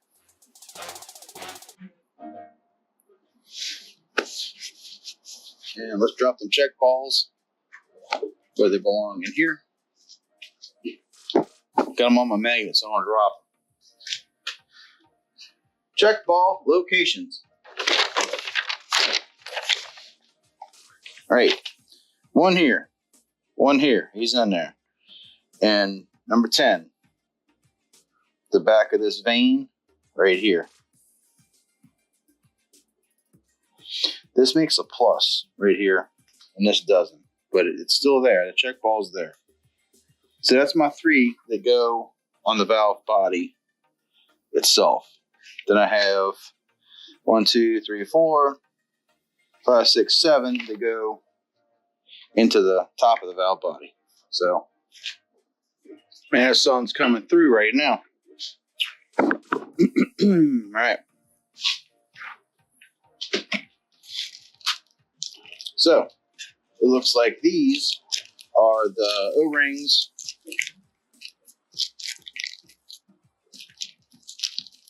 They're not really an O-ring. They're kind of like flat ring.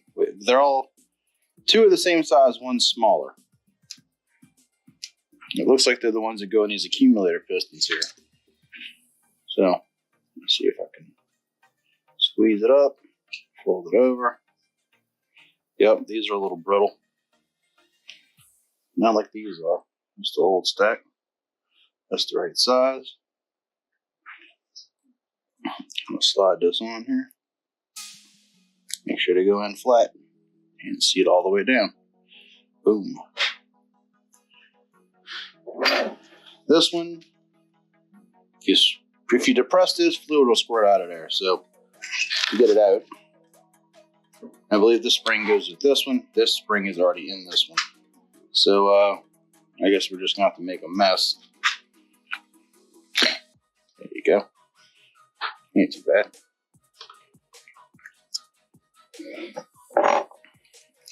Ooh, that's a double spring. I don't know what it means, but it's a double spring. Make sure you don't lose the pin. Spray this out with a little cleaner here.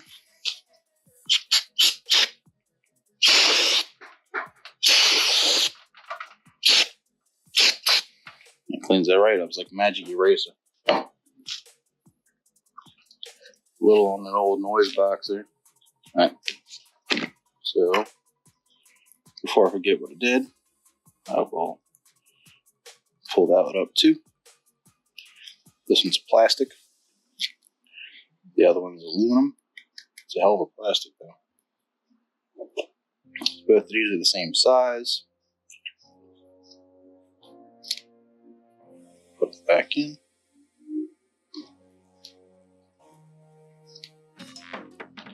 Gladly missing the parades today. Agreed. If you're from out of town, enjoy. When you kind of grow up with it.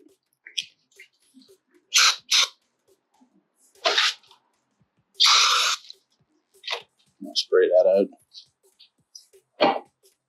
And this was the double springs. Just the little one sits in the bottom. Big one sits in the top. I'm gonna go ahead and put a little goo on that, huh? How's it coming? We're going pretty good. Got most of the heat shield painted.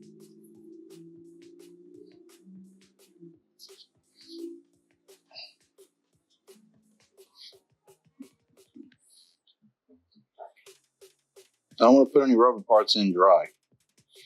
Let's say this stuff melts away anyway, so.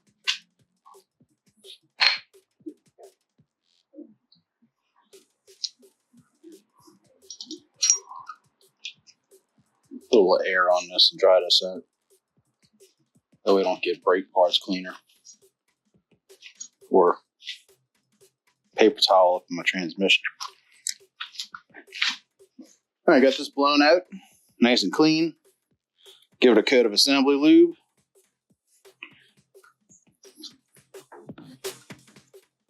Drop in the springs. And this piston just sat in there like this. Make sure it moves before I put it in. You want it, there you go, there it is. You want it flat. It moves nice and easy. So this just has one spring, I believe.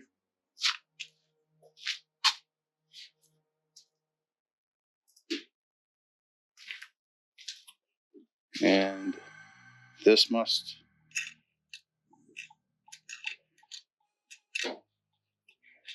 I think the piston goes in first.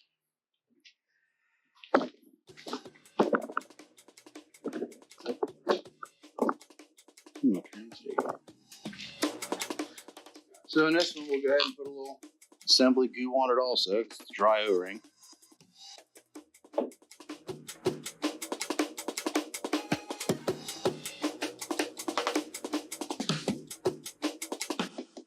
Probably should be wearing gloves, but they keep tearing on me. It's more aggravating than it is not. Put the piston in.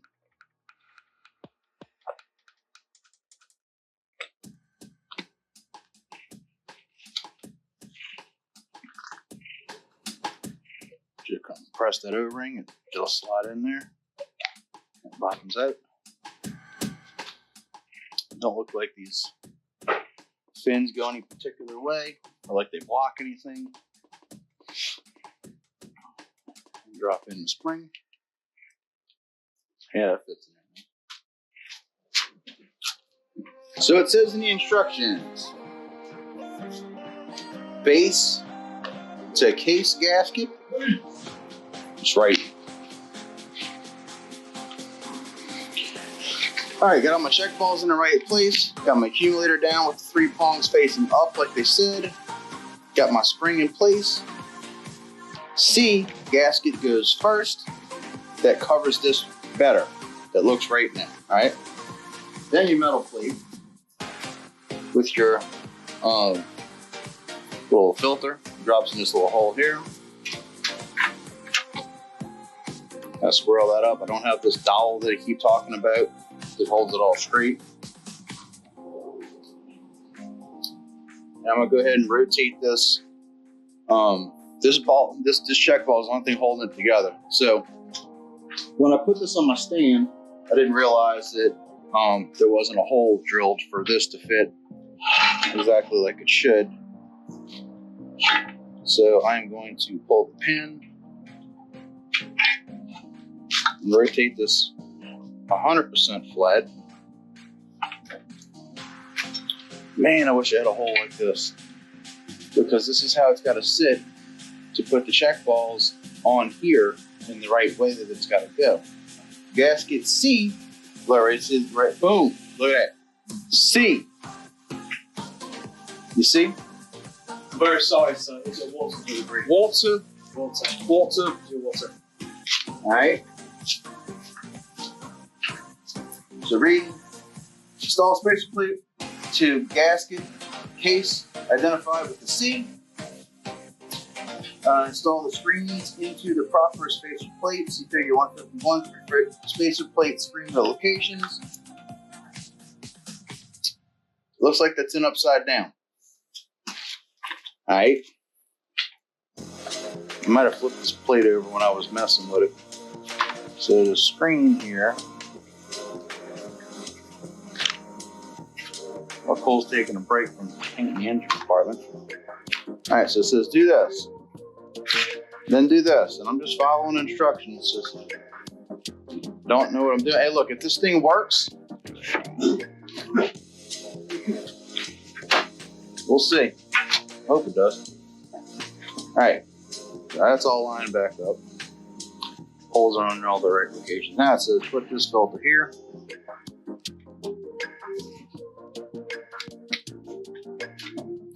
All right.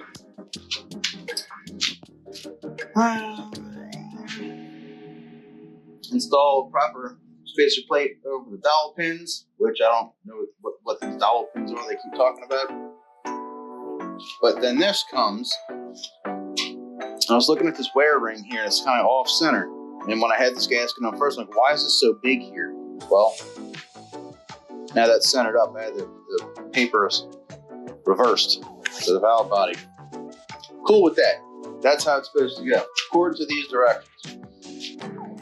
All right, time to put some check balls in. Excuse the wind. It was very windy out here today. I have stuff flying all over the place. So, looking in my book, it's going to take 7 check balls. I have 6 on my magnet. Means I got 1 more flying around here somewhere. Both the instructions for the rebuild kit and my ATSG manual say the balls go in the same place. I'm pretty confident in that. Then I just gotta find my other 1 check ball. This has taken me about 2 weeks to put this thing back together since I took it apart because of the weather conditions and my open carport. There was a rock up inside of that transmission. Don't know how that got there. I didn't do it. Oh, in the other box. So the wind doesn't blow all this away. Yeah. 3/4 piston. Grab another check ball.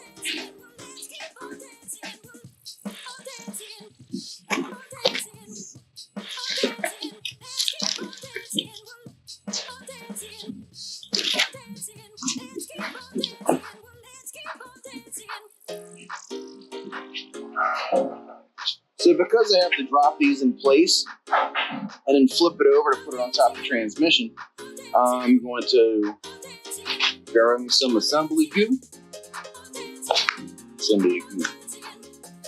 And then just kind of map out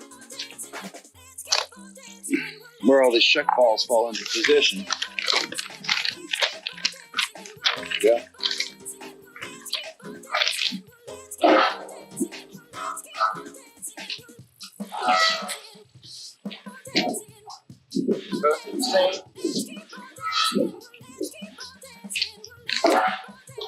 I don't know if I can do this out here like this today. So yeah, this schematic and this schematic both point to the same spots. It'd be nice if it was big enough to just like lay it over the transmission and poke them through. That'd be a cool idea. So check balls.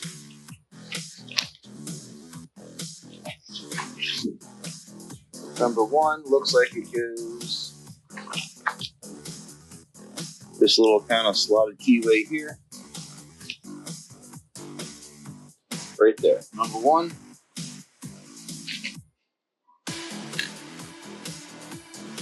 Number two goes in the back of this kind of long vein. Sticks in there. Three. There's this curved looking deal. Looks like there's two that go in that one. 3 and 4, yep, falling right in place. 5. In that little spot. There's a spot for every one of these check balls to fall into. So that's cool. 6, right there. 7, right there. So, if you were to look at this long enough, you could have figured it out, I guess, where they go, because you can see there is a little area.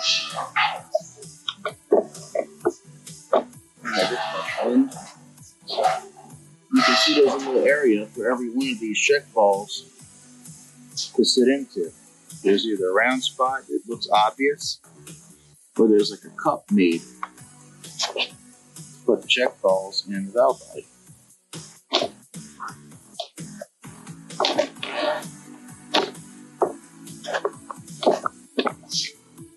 So to make sure they stay in place, we get some goo and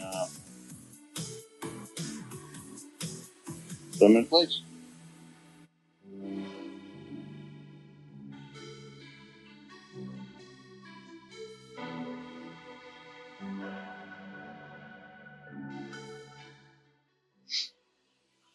All right, I'm gonna go with if it ain't broke, don't fix it.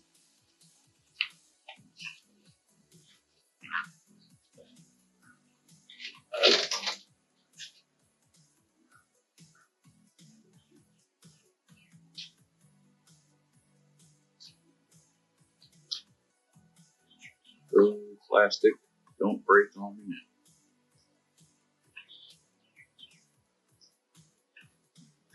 Wiggle, put some goop on it, pop it in.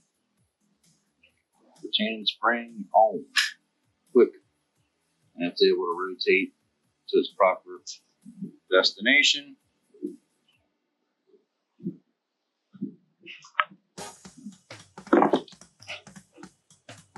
I just really want to get this valve body put back on before it rains, because I got more rain coming. That's what all this wind's about. So not to get these two confused with the other two, even though they look the same, I'm still going to match them up. So I already changed that one and that one. Looks like we're going to go with another green. Yep. And another black. Yep. All right. Get rid of them two.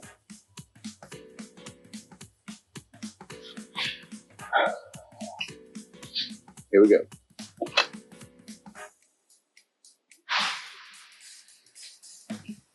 All right, check balls, stay where you're supposed to. Wind, do not blow while I do this. Only want to do it once. I don't want this flap. Look, flapping already.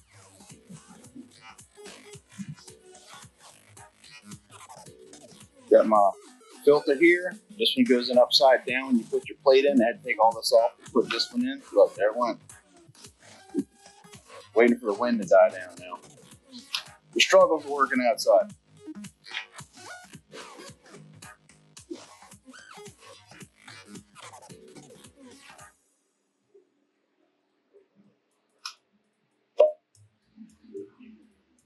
It's that.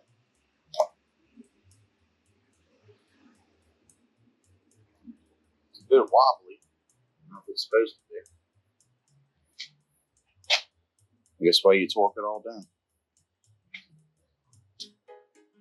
Man, I just want to check them check balls just one more time. Oh shit. Yeah, all still in there. Does not move. Good.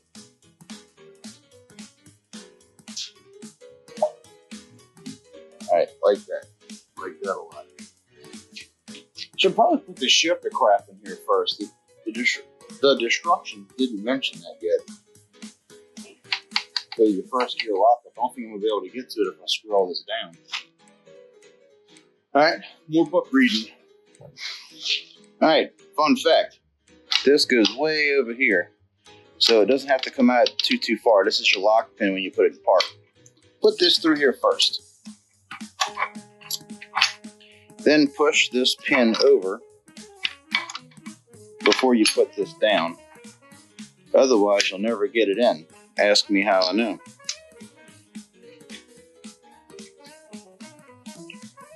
That's right. So confident with that. This just drops down here.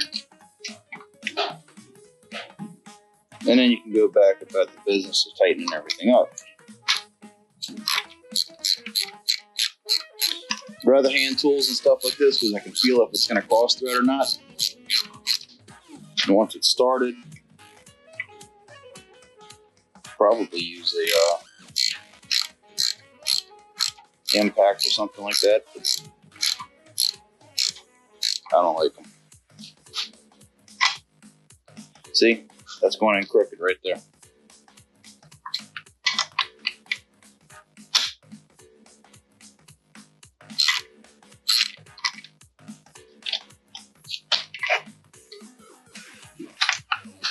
Can't really start this with your finger, maybe.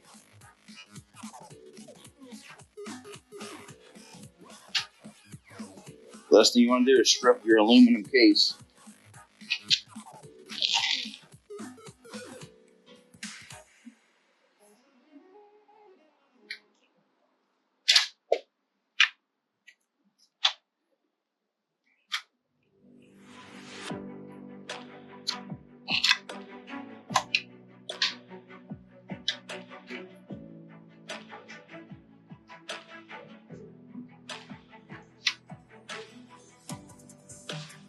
So, we'll rip the little black paper. Can I get this in here where it won't come back? Yes.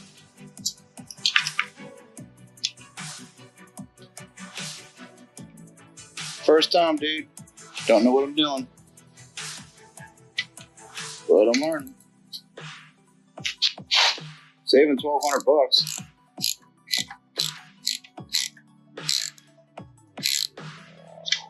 That's going in straight. Okay.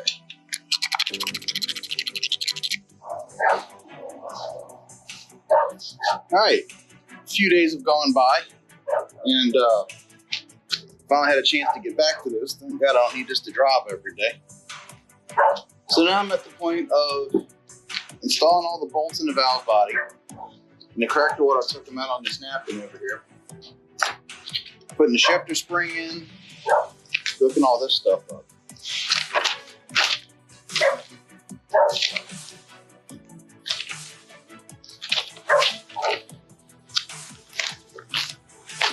And way back here in the back of the book, the wind has turned the pages for me.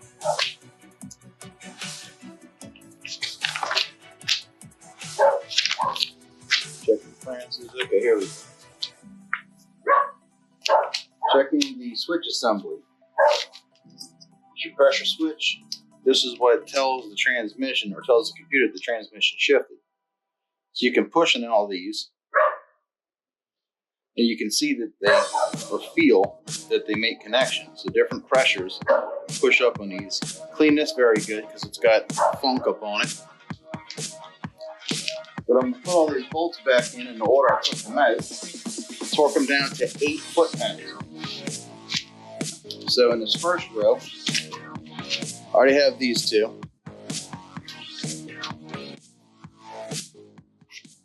This one. And then in the instructions, it tells you what bolts go where and how long they should be in case you get all these mixed up.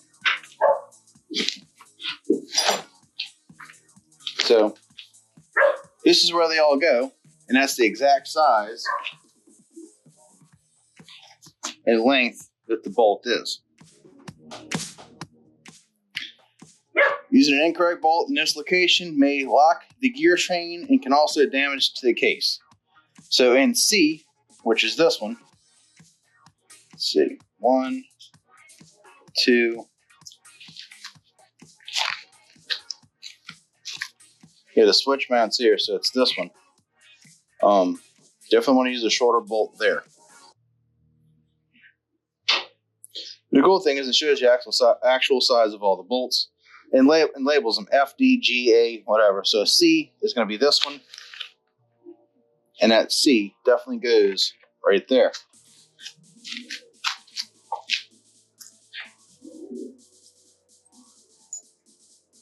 So in case you drop your bolts or you get them mixed up or you throw them all in a pile, so that one's a hair longer. That would go where a B goes, and it is a smaller head, an 8mm. So this would be B. This would be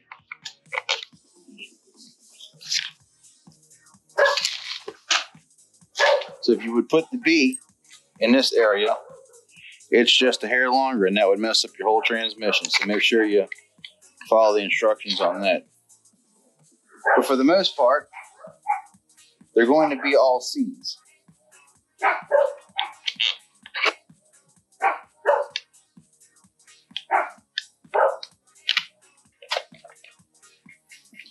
Kind of give it a little wiggle so they can find their home. Like everything, I like to thread them with my finger first so I know before I put a wrench on, the threads are all lined up correctly.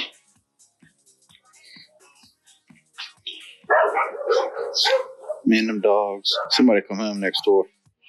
All right, so it's 0. That would be 10. We want 8 foot-pounds. Lock it in. All right, big 8. I'll be damned if I'm going to put this whole thing back together and it's going to leak out of the shifter hole. So let's get this out of here. And then pop this new one in. And I can go ahead and slip the shifter in. It's been pre-lubed.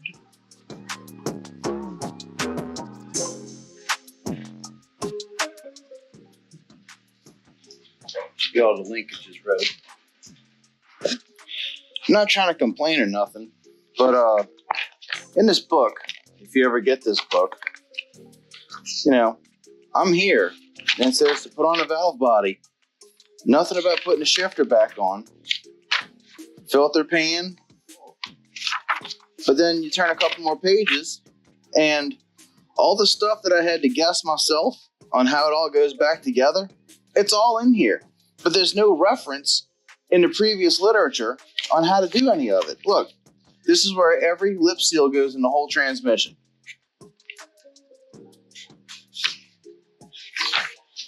Here's an exploded view of the whole transmission. Luckily, I noticed this. I saw an extra pin I had laying out. Had to take the metal off the bottom again and slip this pin into this accumulator on the upside of the metal sheet. Because this one had a pin, but this pin's thicker. It just didn't occur to me because I haven't done this before on how to do it. So as you go through, It's got all the exploded views of everything. Just, this would be helpful up in the front when you're trying to do it. More pictures of this than you know what to do with. And then on the pump rebuilding, so all those extra O-rings that I have and sealing rings and the double step O-rings, they all go in there. Here's where all your bearings go.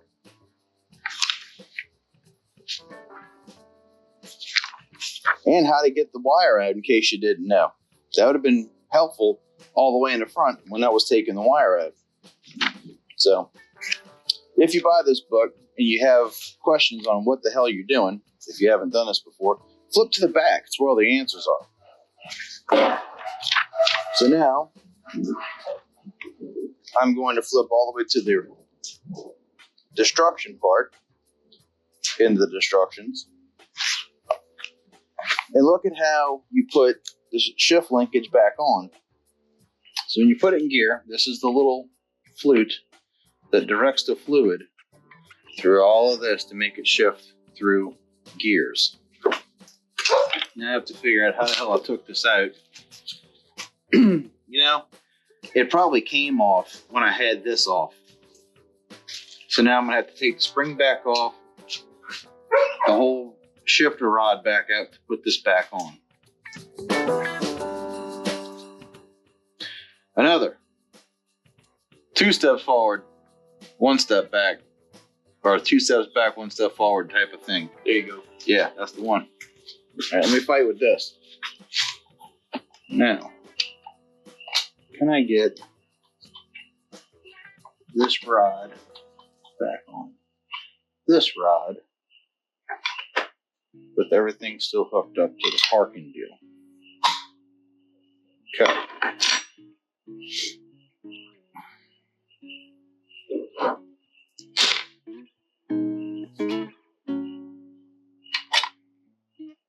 Drop that in, hook it in, take this out, or up. Don't let this come out of there. This is why this isn't in the manual. What, is this frustrating? It's a freaking pain in the ass. Yeah, the manual would say a bunch of curse words. Right. That'd be funny.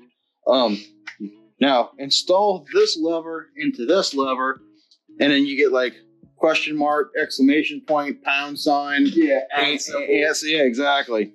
Hashtag $sign. Uh-huh. And you want to know why? This is why. Well, I can't make this twist like it needs to twist to get in here. So maybe I can try putting this in here first, and then, while keeping that in there, twist this to, hey, buddy, can't see what the hell you're doing. However,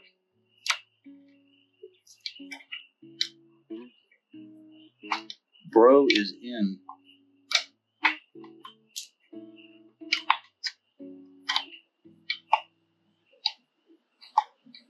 Right. Now, can't get that in.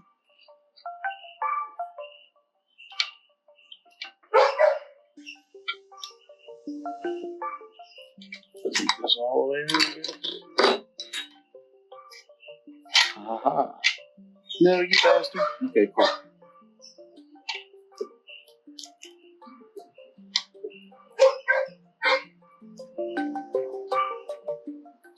Man, that first gear lock pin just it's just right there. Almost there. You're so close but so far. No, it's in. This is all together how it's supposed to be. Now I just have to shove it all this way. Okay, let's see how this goes. But this is now hooked around the front of the case. So the whole thing is just a puzzle. Yeah. A giant jigsaw puzzle. Right. I ain't trying to be jigging, you know what I'm saying? Can't be jigging.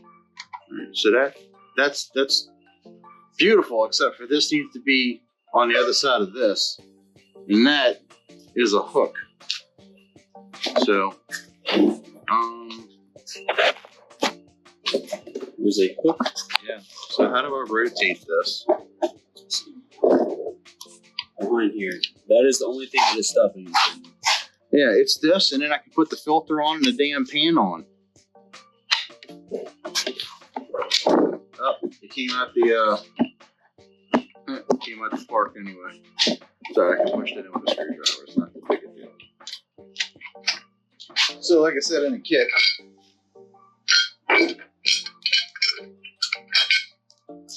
tail shaft bolts are all the same. There's one O-ring. I said this one looks fresh, but got another one in the kit, so I'm gonna put it on. And this one is a little stiff. Yeah, this one's nice and soft. So yeah, this is definitely a lot softer than that. The soft will seal. This also has a little bit of oil on it. So put it onto the orange on the outside, just how the other one was. Grab your little buddy, Mr. Pick here, and try to slide this on.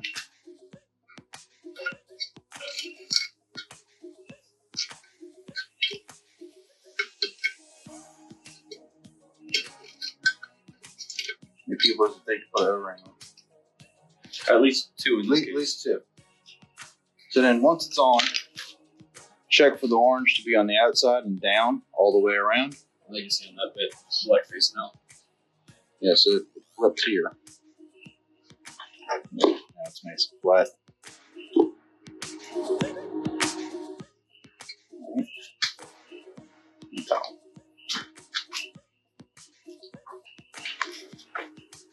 I've done a thing. Yeah, at least he's done that. Done a thing.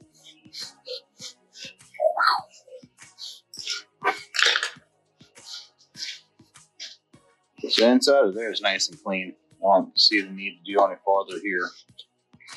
However, where the speed sensor goes in,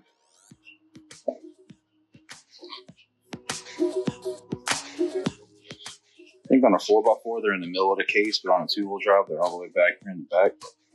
You can make a 2-wheel drive case, 4-wheel drive vice versa, but you got to change out the tail shaft. So I don't see a seal back here. It must be an O-ring on the sensor itself. Yeah, nevertheless, it's nice and clean, and I'll just put it back on a little dirty. Look at the brown. I just look at that. That looks like motor oil.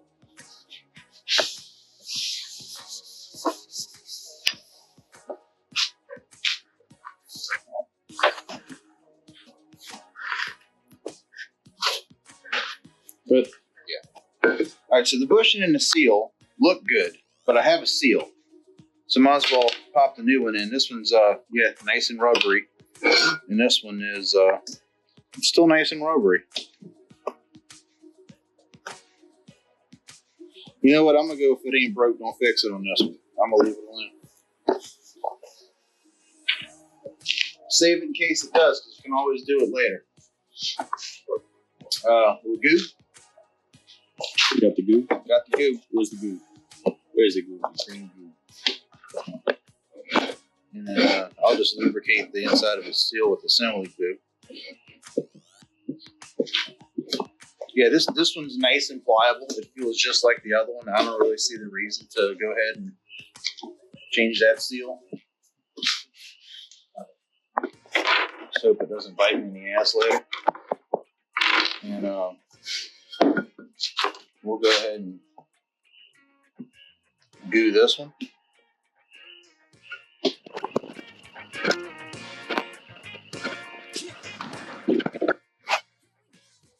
But yeah, it's all over it.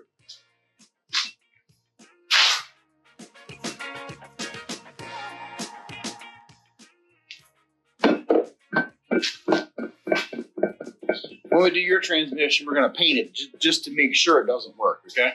All right. That's like bringing a banana on a boat is cleaning and painting the transmission. It's like, oh, it's all pretty. No one will ever see it. And you stick it in, and the damn thing don't work. Yep. This can go on 6 different ways, but you always put the mount up or down. But it's upside down, so it's going up.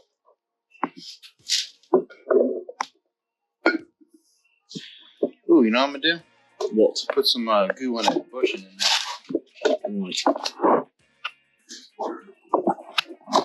Put some on the seal, but didn't grab the bushing.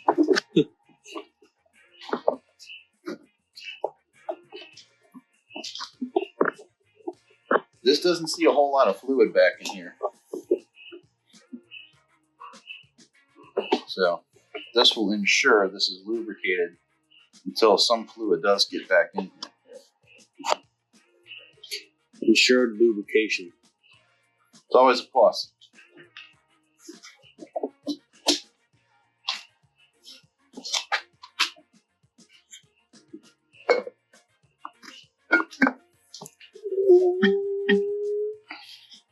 The bolts. And that is that. We got the bolts. All the bolts. Got all the bolts.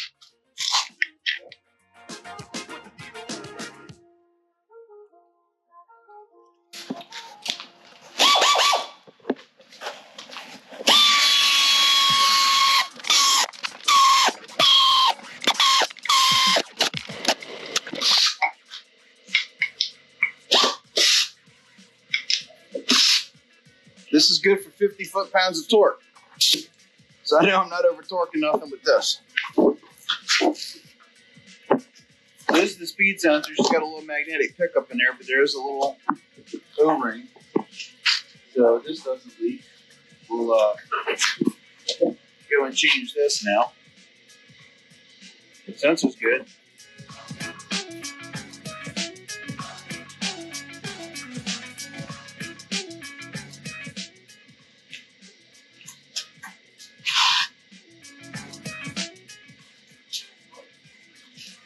Looks like that one. Okay. There's the explosion. Yep. So that one looks to be like this one. One of the only ones left. Of course, when it hits the ground, it gets sand all over it.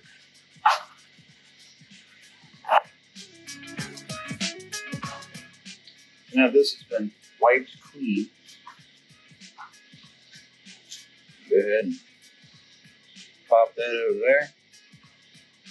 Way better fit.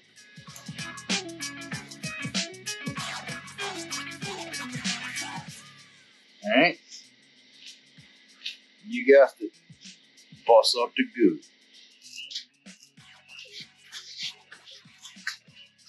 Speed sensor.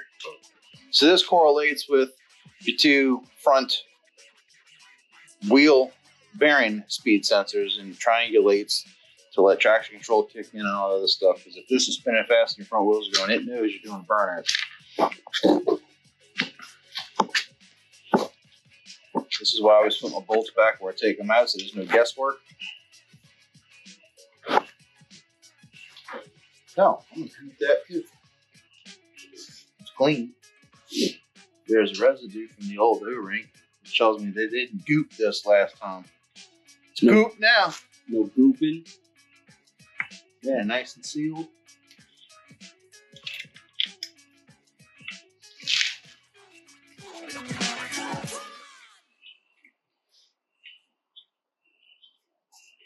Nice and sealed. Boom shakalaka. Back end is buttoned up.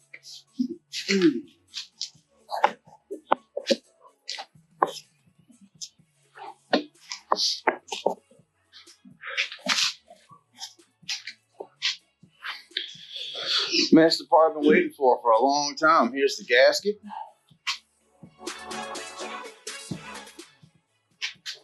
I can pull up on a tail shaft now because I'm not yanking on the output shaft. Put a little something in this hole so it won't want to rotate the rest of the way. There. That's straight. I've never had to use any RTV or anything like that to make these seal. I got a rubber one down here. Probably reuse it. It was on for a whole 2 hours.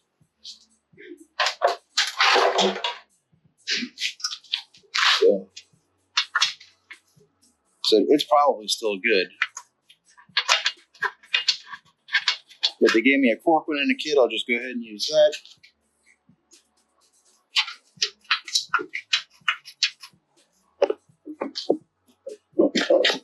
Filter's full of black stuff. Good. I'm gonna go ahead and spray this out in the bucket.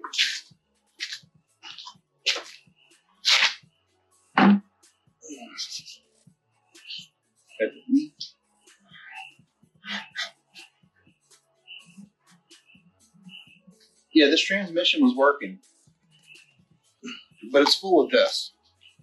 And I don't like it. So Not very trusting. we'll clean that out. At least I know now that if it works, it'll work for a long time. Brake parts cleaner. Ow.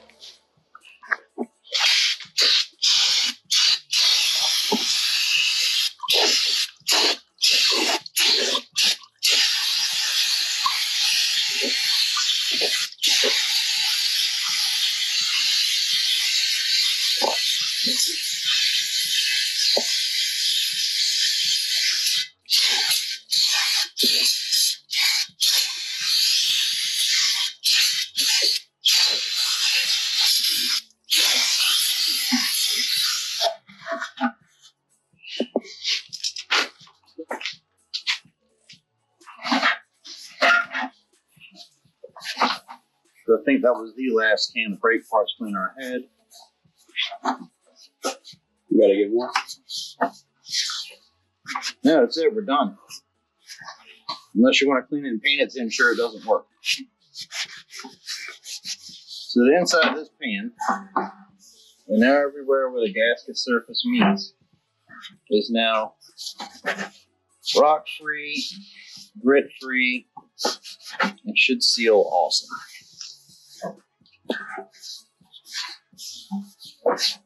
So, there's a square right here in this pan.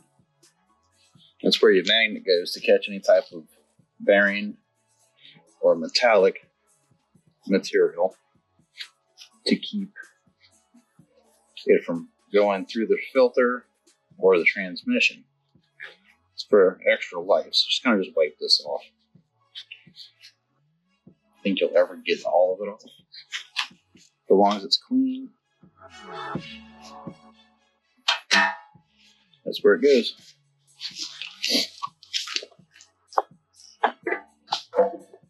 It's all dirty from being on the Pan, yeah. On the bucket, yeah. So normally I'll go and I'll tap all these holes the reverse direction from this side to flatten them out, but I did that already when I put this on. And I don't really torque the crap out of them because you're not supposed to.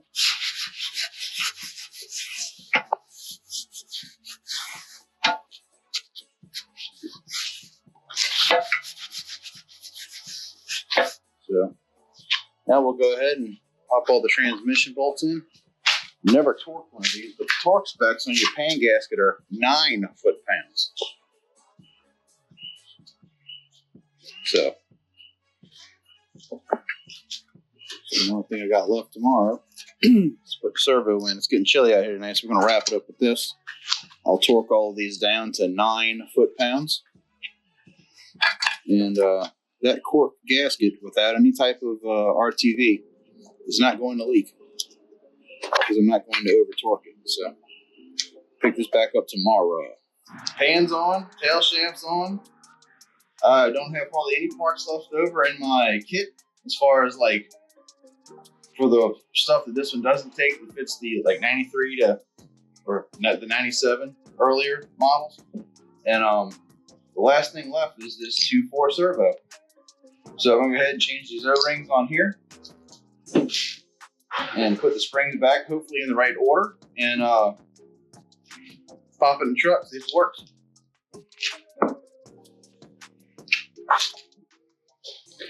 All right, so we got the servo exploded out. We're going to clean this up, take it all apart, put it back in after I kick the tripod. All right, so I got my schematic on how to take it all apart. It's like 3 pieces or 4 pieces in one. I have another E-clip here to pry off and a spring back here to change. And I don't know what's in this, maybe nothing. Not sure. So we'll clean this up, take it all apart, change all these O-rings. This one has a little bit of residue of blue left. So this was the blue ring in my pack. So put that on before I forget, or have to rewind my footage to see where this went. Wipe this down. And then I'll go ahead and put it all together and give it a good coat of goo. All this blue paint out of this groove. Wipe the inside out.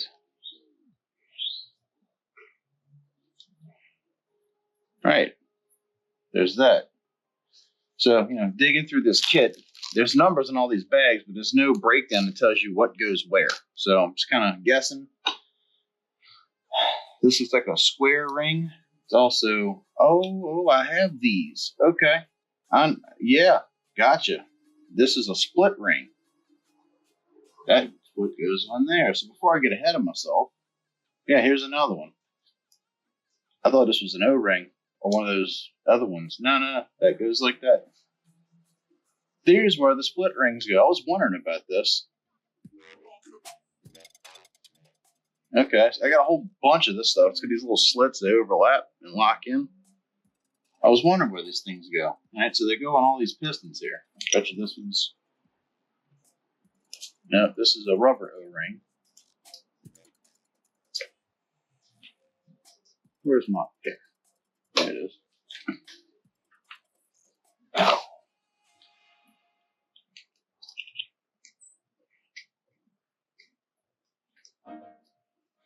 Willing to bet this is the green one. I don't see any green residue on this, but I don't have any more thick, dark O-rings in the kit, so...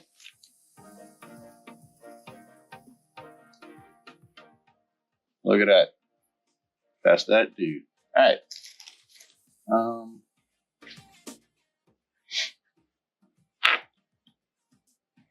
No, that's cleared up. Wipe this clean. This is a clean rag, by the way. Yeah, that's the one. It's just painted O-rings. The paint wipes off if you wipe them too hard, so. Get my little bag of these little snap deals. They got you a bunch. Accidentally just dumped the bag out in here. But, yeah, here you go. A bunch of different sizes of these brand new nylon hardened rings. So, just find the right size. Put it on.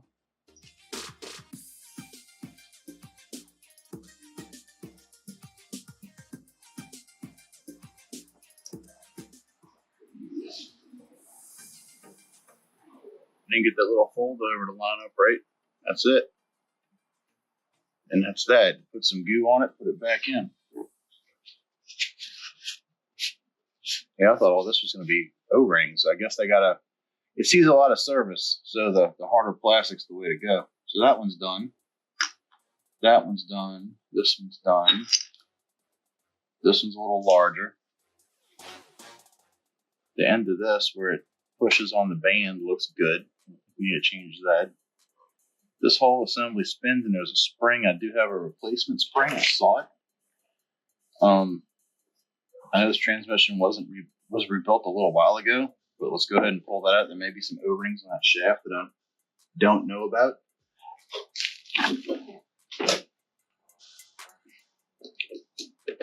I never thought I'd be doing this, but I'm kind of, there's one way to know is to kind of do it. I have snap ring pliers and all that stuff, but these little E-clips, there's multiple different ways of getting those out. washer, spring. Yeah, this looks like it's all just, oh, there's a snap ring in there. There's no O-rings on this. And watch me do something like totally screw this up, but is this even depressed? Well, the snap ring looks like it's halfway out.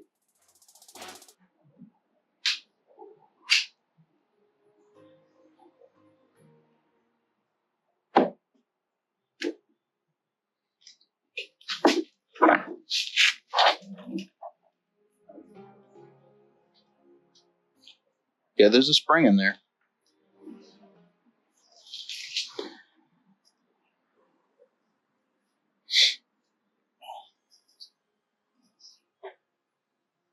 Just not sure. Ooh, got an idea. Cool. So I found this bolt. It came with my engine lift, or not my engine lift, my car lift for the packaging. It's metric, happens to fit right inside of there. Couple washers. It's a nylock, but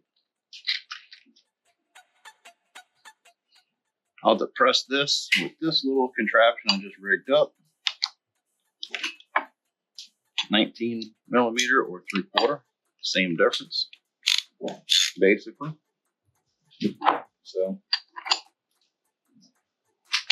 So figuring this out as I go. Never really done it before, but that definitely pulls that spring right in, gets the pressure off that retaining clip, and then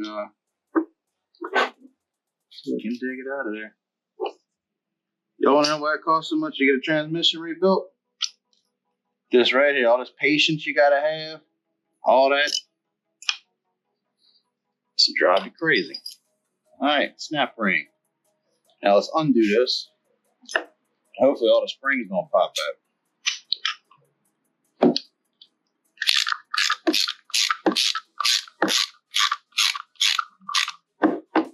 Probably took this apart for nothing, but I want to know what's in there.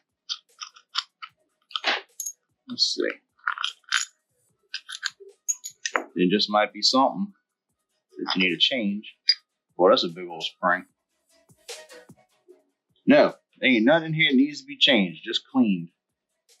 It's got that grit up in it. So I'm gonna go ahead and wipe it out.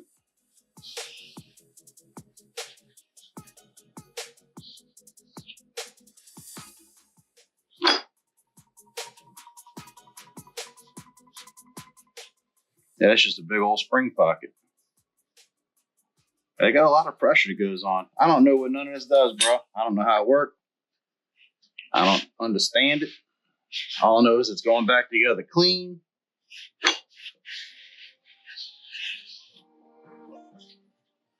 Maybe on my second one I will.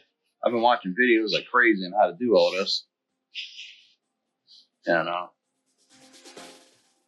everybody don't explain everything. So,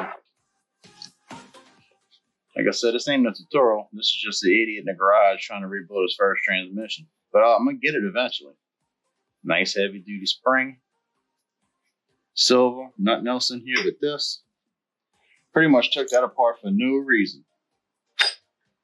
But I didn't know. I didn't know there wasn't nothing to change up in there. So hopefully this bolt is long enough now. Like me some washers, distributes the load. That's on that. That's on that. Alright, cool. Ain't nothing up in here. Center it up before you start tightening it down. The spring ain't a joke, bro. That thing's on it. Just lose tools in plain sight, you know? So the backside started to spin a little bit. Put the tighten down on that.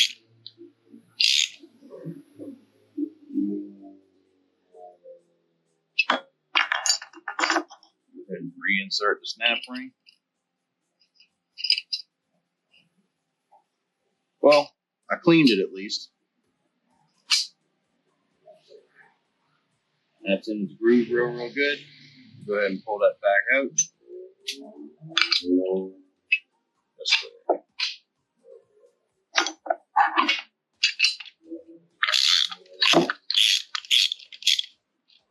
I mean, I got some mechanical sense. I just never done this part before. This the voodoo that everybody's scared of. Well, that's how you take that apart and put it back together.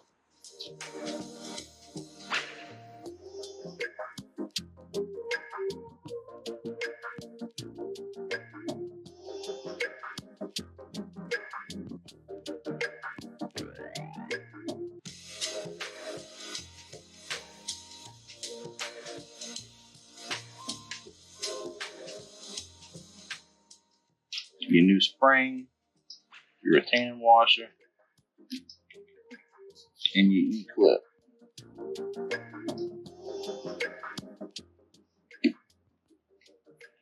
And yeah, you can push it down with your fingers.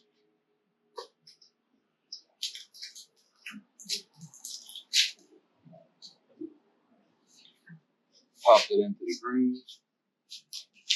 It's a spring under pressure, so don't let go of it too much.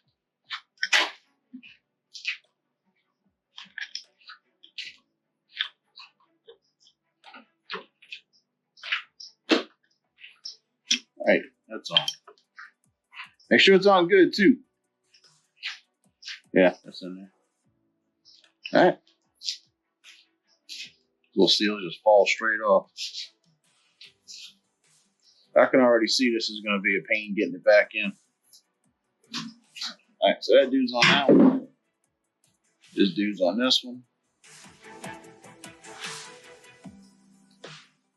Now, I don't know.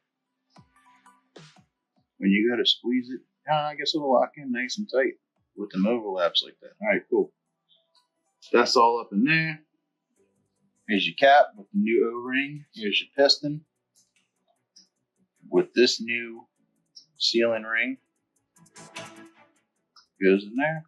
Which maybe this will help it all stay together.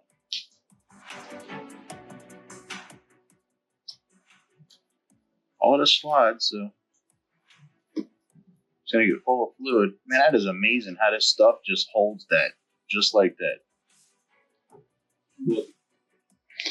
All right, finally found a picture of exactly how everything's supposed to go. Like I said, this manual's good, but looking at this is kind of confusing versus the steps of taking it apart. This is not putting it together. This is the taking it apart section. However, when it says put it back together, they don't say refer to page 30. So here, this is how it goes. There's all these springs that just loosely fit. Apparently this one goes here. This is retained. This slides on this shaft here. And it goes together a little something like that. So now I'll put it back in there. This is where it applies to the band to tighten it around that drum.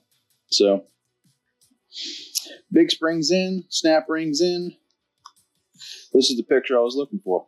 So let's stick it in the case.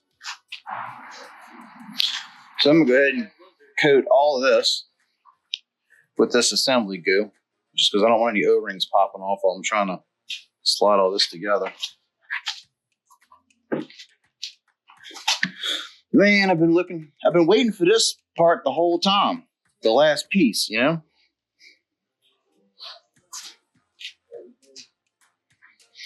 A lot of times they'll put a Corvette servo in this, and some people say they're great for trucks, some people don't like them. So this is where that snap ring sits. I'm going to get the goo out of there.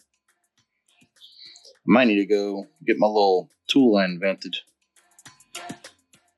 Pull out my torqued to 9 foot-pounds bolts on the pan there.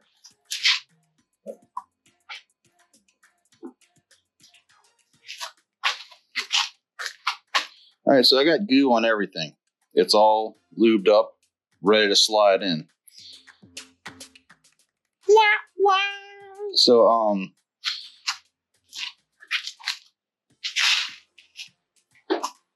it shows in the picture. This is all together. The snap ring with the spring is in here. This big spring sticks on top of that.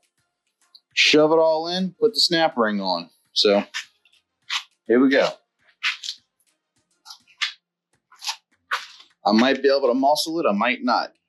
But the snap ring's there. So this, you can do this with it in the car too. That goes lined up on that.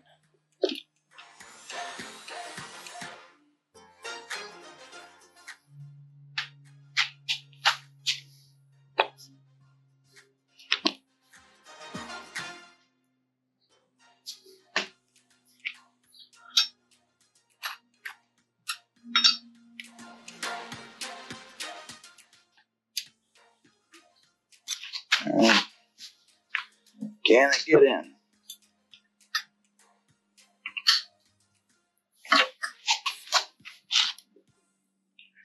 Springs in there. That's on.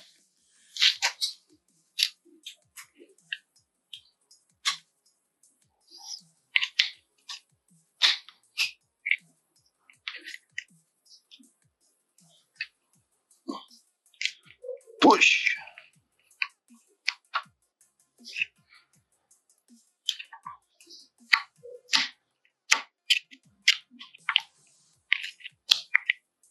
How's that? Whew. Hope it's in right. Because it's in. Yep, that's followed in the groove. That's in that groove. All the way around. Yeah, I can see it. It is sitting all where it needs to sit. Even if I push it in. Yeah, he ain't coming out. And it's all gooped. Good to go.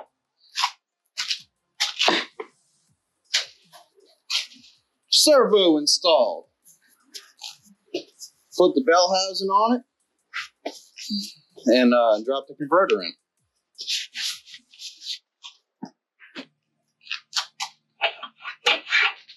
Dude, this is like the part we've been waiting for. The last part.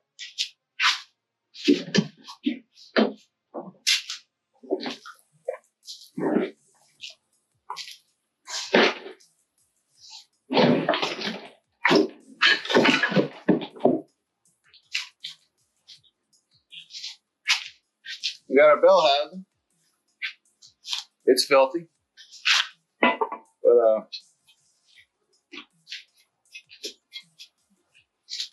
it goes a little something like this.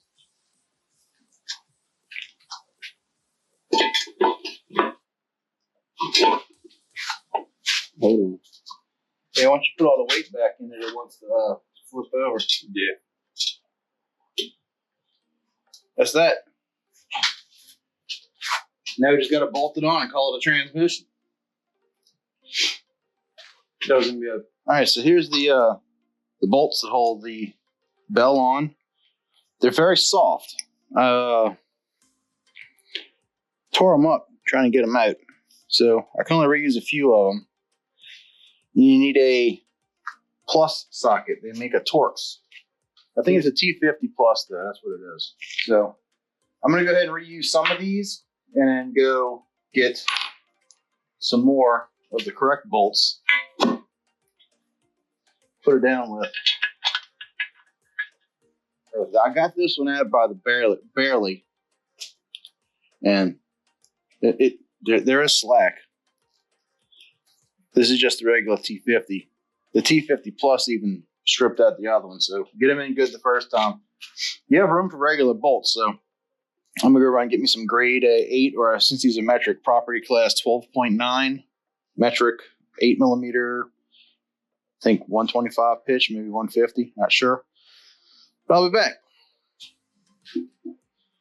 All right, so I had stripped the heads off of 2 of these bolts. Went down to local hardware store, too late on a Sunday, so I ended up getting these from Home Depot.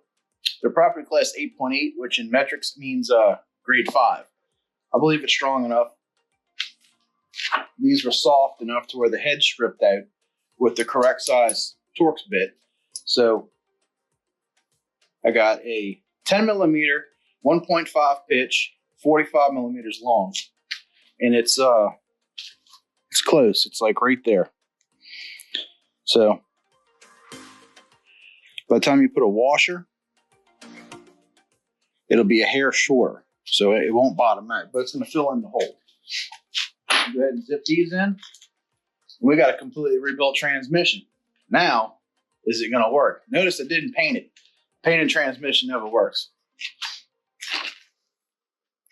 So we're bolting the bell in, and I'm just going to alternate. Yep, right thread pitch and everything. New, old. So I'm going to catch the 4 corners.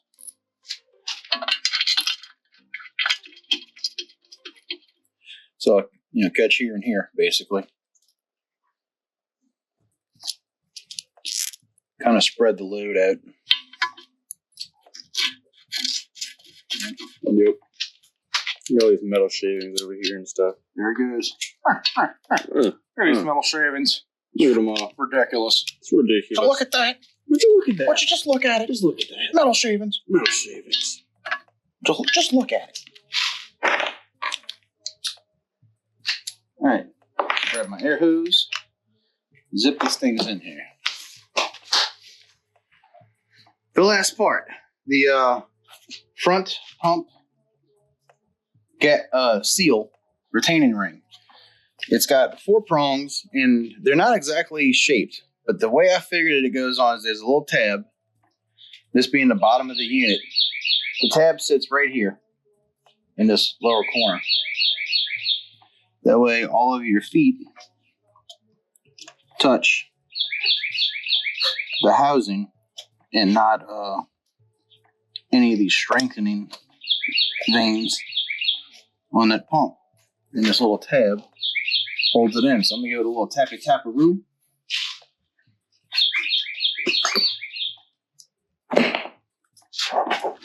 Make sure it's on. It's a handful of 3-inch.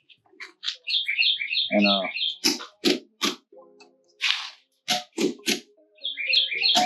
just go where the tabs are. Because that's all that really grabs.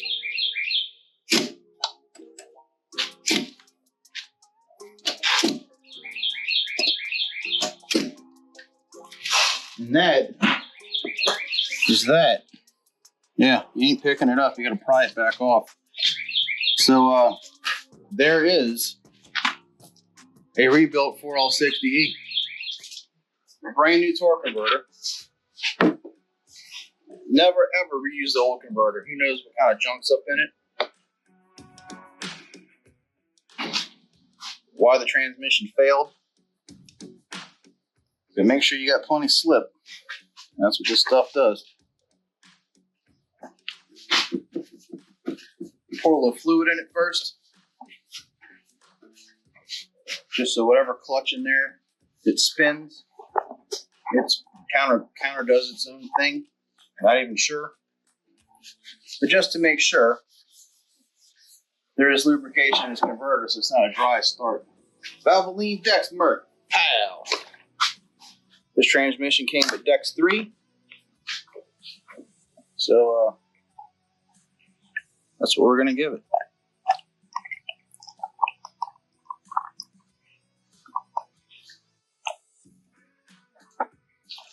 All right, so this is kind of high up for me to hold. It just had a drop in there. I don't want to score up anything. There's a quart of fluid in that converter, so I'm trying not to lose it all over the front of the pump and have to clean all this out again. So I guess I'm going to try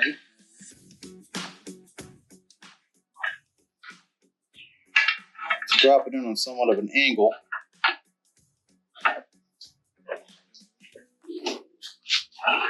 I'm guessing it'd be better to going in flat. Yeah, this ain't so bad. Converter weighs, I don't know, 80 pounds or so. Just guessing.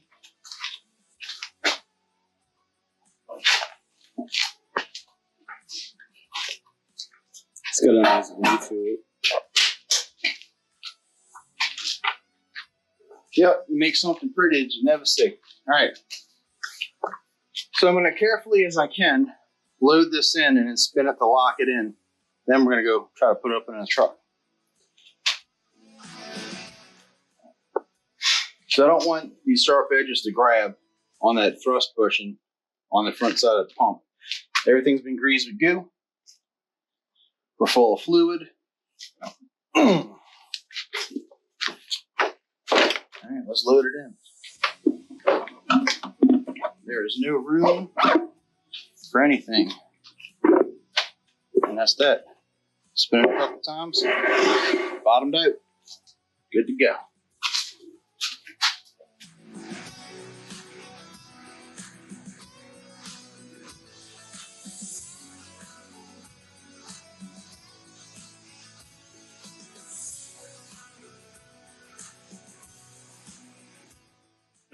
Sometimes you can smell my genius.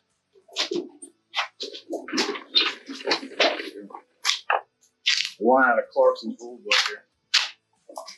So it's easy. The cart's rated for 550 pounds. The jack's rated for 450 pounds. I roll this right underneath my lift and put it up to the engine. It's perfect. I do the whole thing sitting down, actually. Okay, so we'll let this down. Just make sure it's centered on the jack. That's what I'm trying. Nevertheless, it won't fall because it's chained up.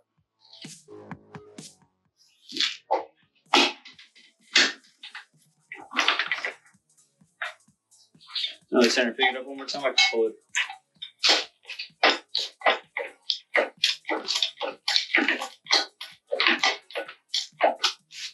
Good like that. So, straighten it out. So now it won't fall. Throw a strap over it. It's not centered anymore. Nope.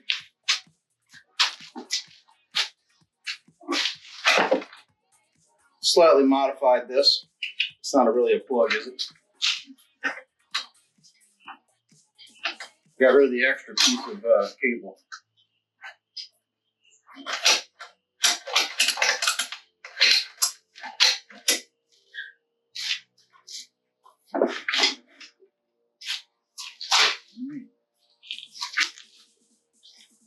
Pretty center. Strap it down. Let's strap down. I can take these up.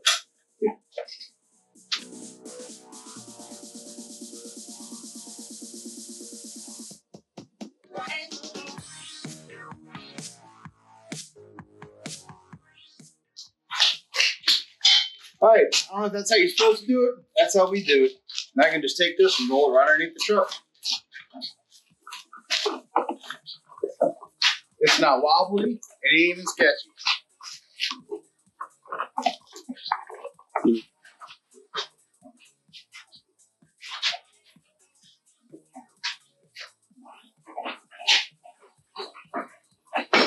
We get good at this one day.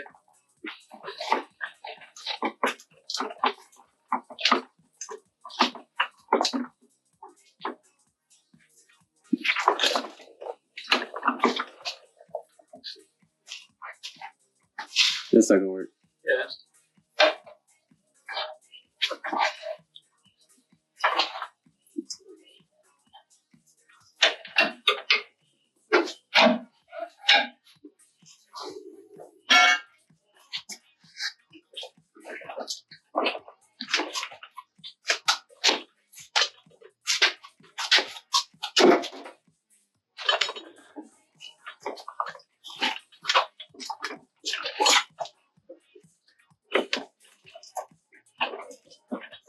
All right, I just gotta go up from there.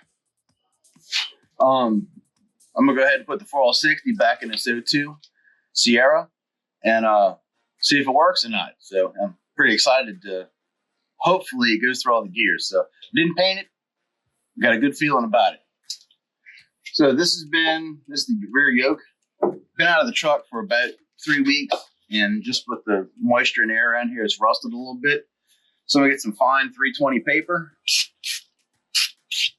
Put a little WD on it, polish this up a little bit.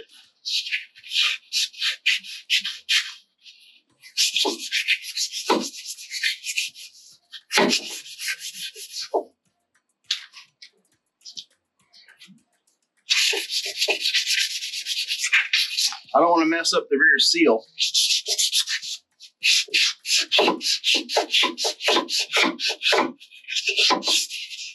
This will make it nice and smooth.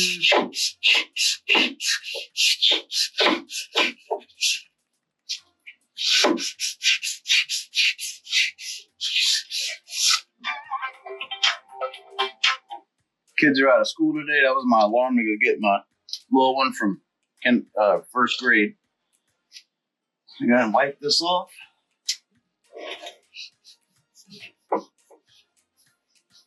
Yep, nice and silver again, just like it's supposed to be. This rag is soaked with transmission fluid, so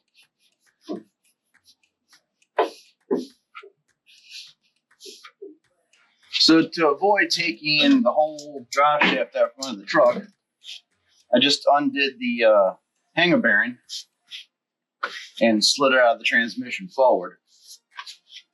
So I've learned to glove up. It keeps your hands just from getting disgusting. They're gonna get gross, but it's better than disgusting. All right. So I got my little rig up. I got my roll around cart with my transmission jack on it. Cart's rated for 550. The jack will lift up 450, and the transmission probably is about 250. So we're all good as far as safety goes. I got it on backwards. The angle adjusts here, but I think we can still make it work. So let's go ahead and get it up a little bit so I can slide the tail shaft into the yoke into the tail shaft and get it all up inside the truck.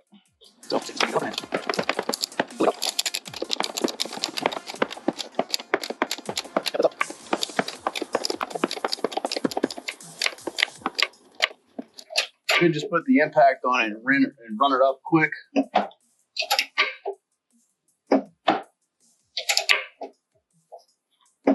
think that's what I'm going to do. Grab my air sense right behind it. Question is, do I have enough room to get this? So I'm going to get my impact, slide it up in here. Now I have a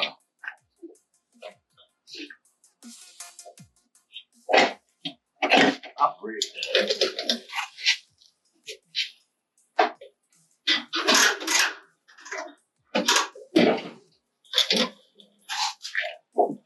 An assisted transmission.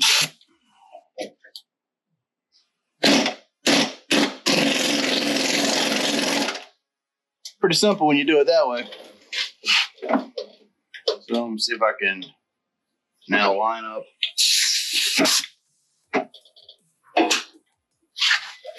Tail shaft.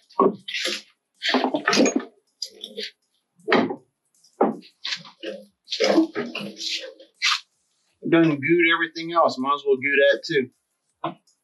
Anything to help the seals and stop this thing from leaking, or prevent it from leaking, or give it a longer life. That's what we're trying to do.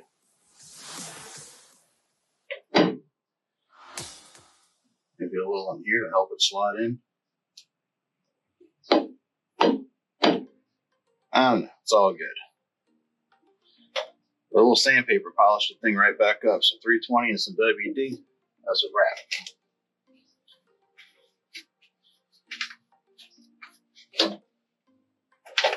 Okay. Good old transmission. I didn't use a whole lot of it, so this will be around for a little bit. It was like I think $18 off of eBay.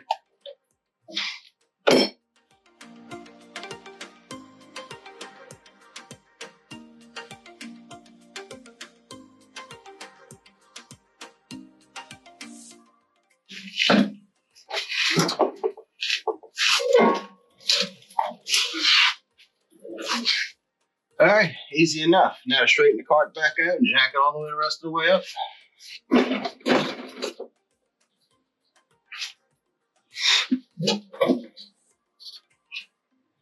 Making sure vital stuff is out of the way. All right.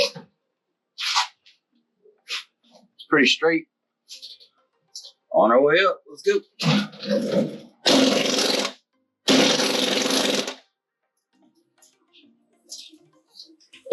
Yeah, a whole lot easier. It's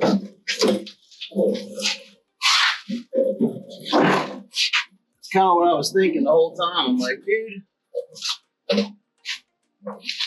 got this on sale for $100. That's the magic number.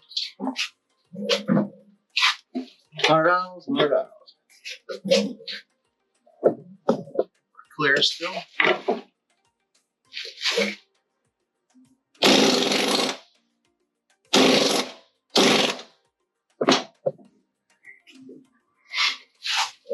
All right, so to give me the clearance I need, I'm gonna go ahead and screw the hanger bearing up to where it belongs. I always put my nuts into the frame rail so I don't have to look for where to go. This just kind of goes up here. I'm gonna loosely install it so it can slide around if it has to. I'll tighten it down at the end.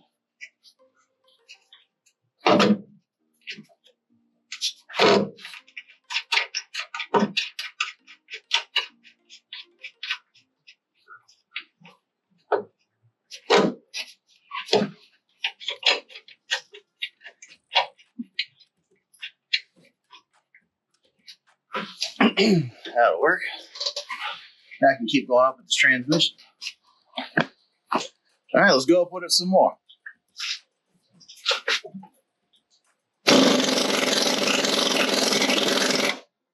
Pretty close. I need to bring it back over. There we go. That's pretty. Past all that, torque converter still bottomed out.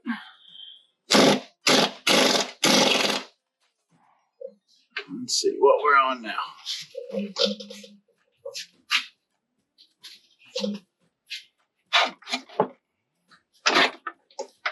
we go. Just about got it stabbed.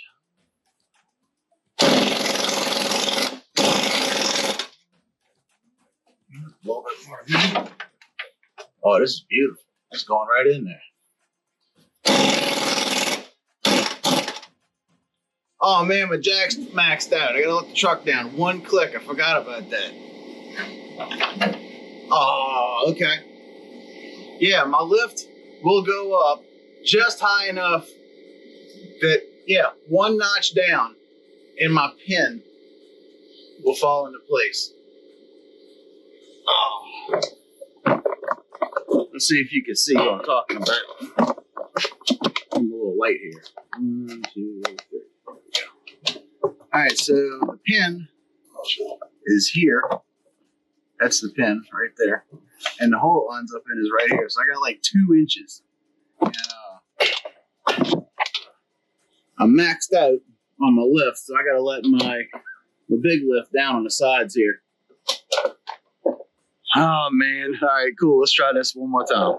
All right, so I got my screw jacks in the way, and I got plenty of clearance and room to let this thing down one notch and then try to put it back up. So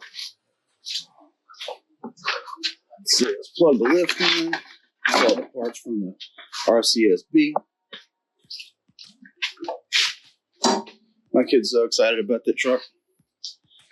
All right, just got to get rid of this one, which was the original plan, and that's the afterthought. So let's go up a little bit. All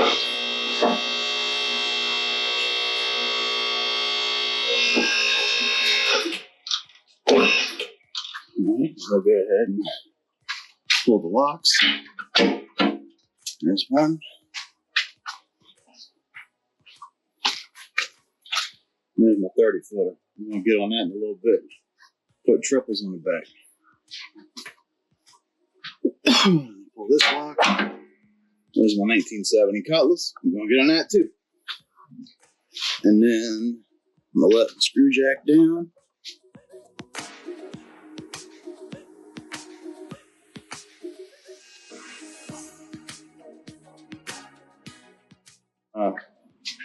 Locks are clicked. Let's go down real slow. Try to control this. There we go.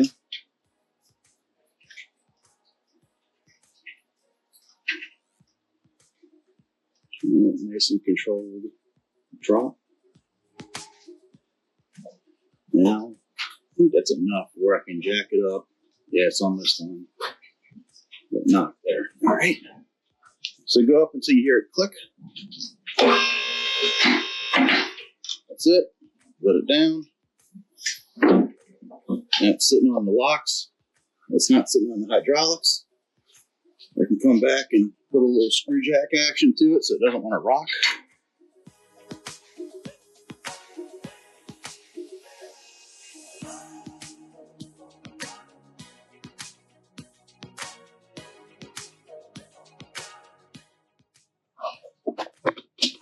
All right, let's get this thing put in place. There you go, plenty high now.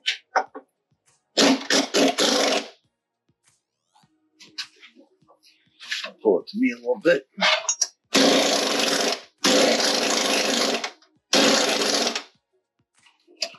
Oh yeah, we're close now.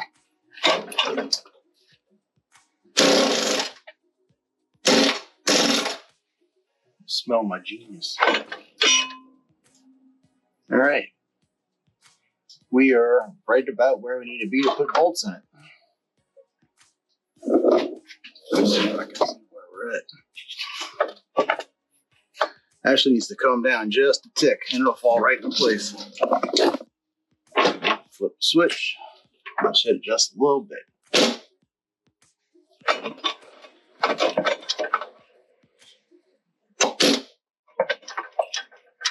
There we go.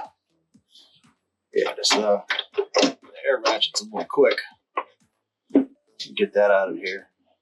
And we'll use the hand ratchet to fine tune.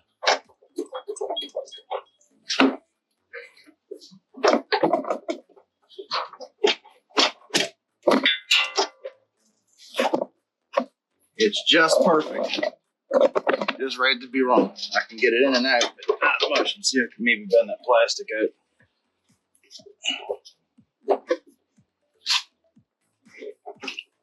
Come on. Right. There it is. All right. Down here. Grab my 1/2-inch ratchet. And this way I can slowly do what I got to do with it. Man, I don't got to do much. It looks like it's in place right now.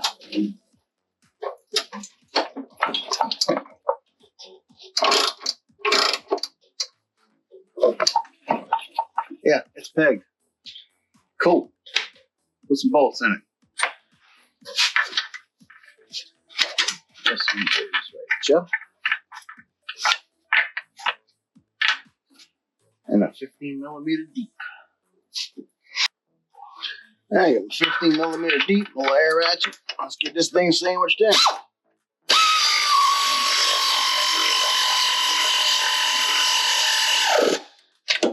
Too easy, bro. Pop this one in. Get the other side locked in. Always start them finger tight. Now we can get everything stripped. Get this clipped in. Come on, air hoops.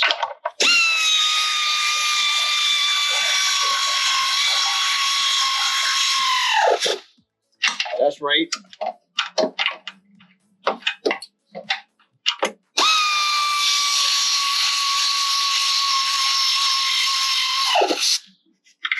All right, well, that's about as far as I wanted to get with it. All the bolts are in. That's all I really needed to show you. I'm going to go ahead and take care of the ones on the top because you really can't get a camera in there to see what the hell you're doing.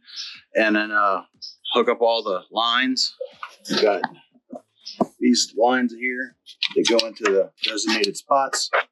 And then I got my plug. Tail shaft's already hooked up. Speed sensor. And then, of course, put the starter and all that back in this cavity. Roll over here.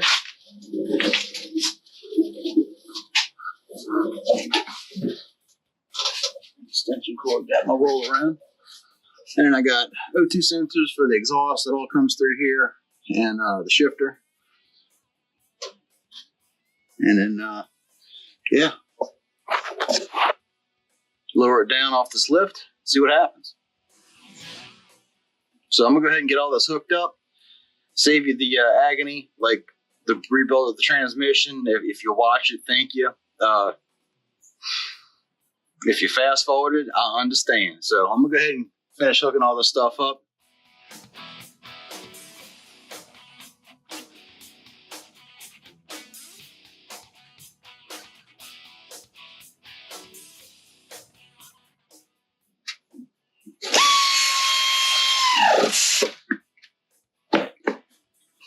That is it. All right, so we got the whole bottom end all tightened up. Everything's back in. There were 2 sensors on the exhaust, whole exhaust. Had to retap the manifold bolts, put new nuts on them. They were all stripped out. Everything's hooked back up. No drips yet. There's no fluid in it yet, but there's no drips yet. Whole drive line's ready to go. And get it down off the lift, put some fluid in it, and cross your fingers. See what happens.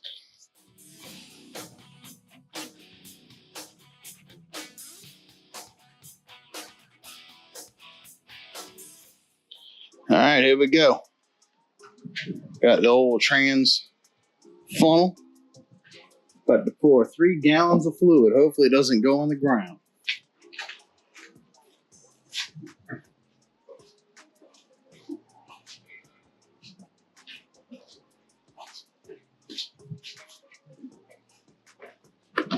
Check under the truck and watch for me.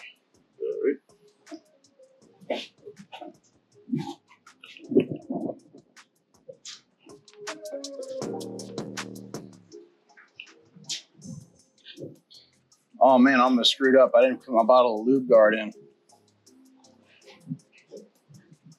That wouldn't have been good. Yeah.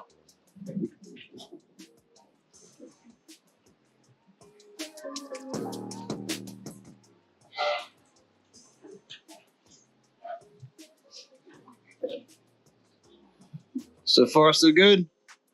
Yeah. All right, gallon 1.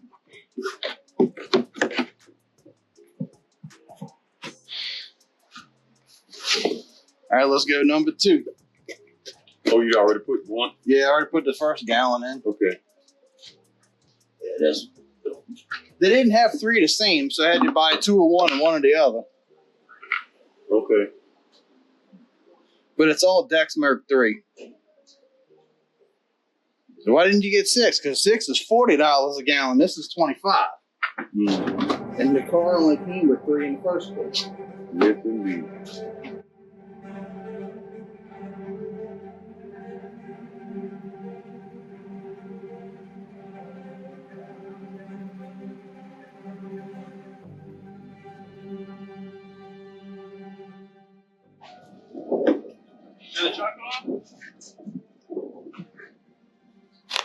Yeah, go ahead, turn it on.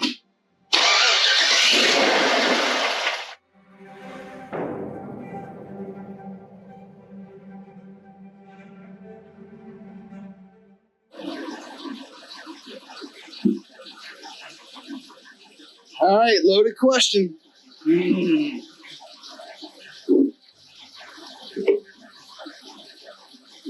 we got red under the truck?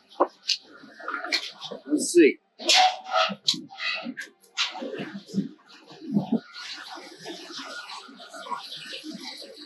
Nothing dripping. So far, so good. All right, that was the first worry. Pretty good. Was it gonna leak? All right, here goes nothing. Put your foot on the brake. Drop it all the way down 1. Let off the brake.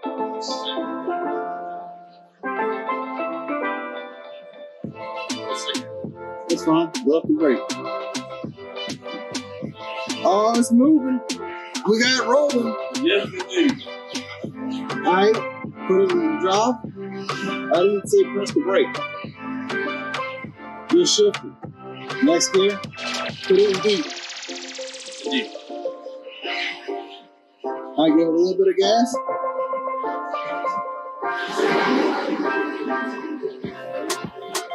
Yep, it's second gear. That's third gear. Alright, what up for this? Get off. I'll learn the overdrive. Hit the brakes. Alright, put it in park. Yeah, I think you got it, I think I freaking got it, bro.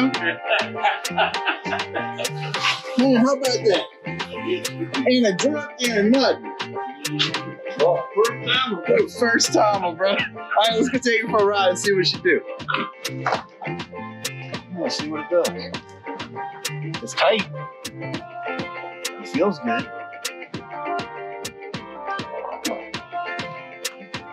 Dude, I'm like, just done.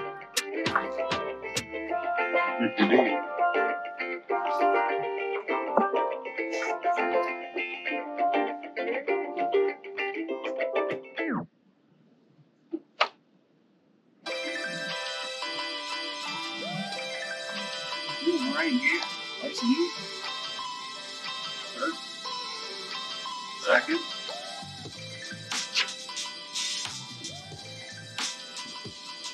Third. Yeah, that's what you don't drop on it. The brakes are lost it over and set up so for long enough on that wheel.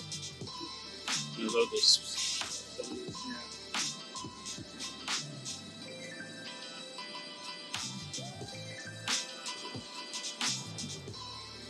Smooth old truck, you know? Mm-hmm.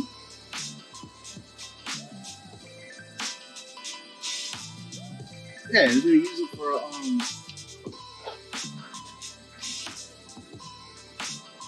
downshift, right? Second gear.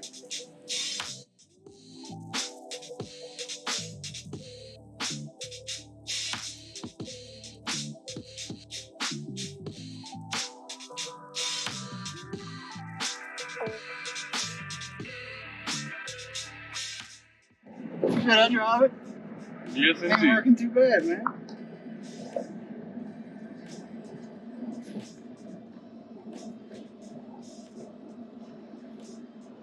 I don't know if there is a braking procedure on a transmission if you just put it in and it works. But right now it's working. Mm-hmm. I just got to get the shifter cable adjusted correctly.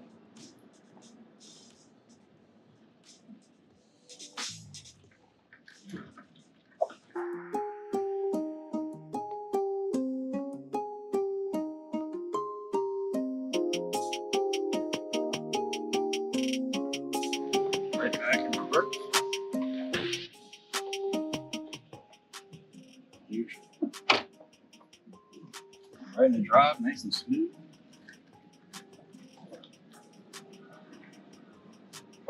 Go ahead, Dan, man. I don't know about the man. It worked out.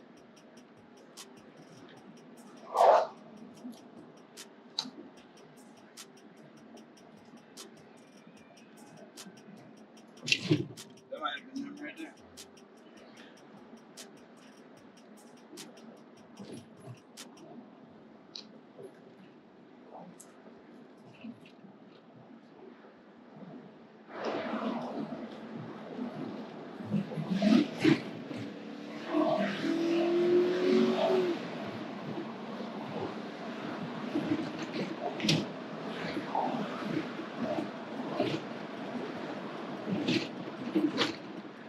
Rolls out all right. Mm-hmm. That was up to 60, yeah.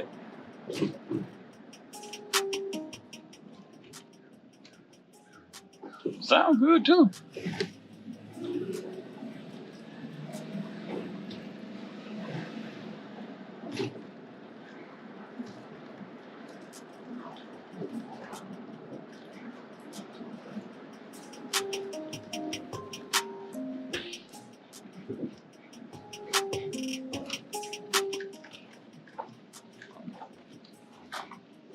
It is nice and quiet. It's 8 now. Yeah. 4.8. Pull it back on the concrete and see if there's any leaks underneath. Yes.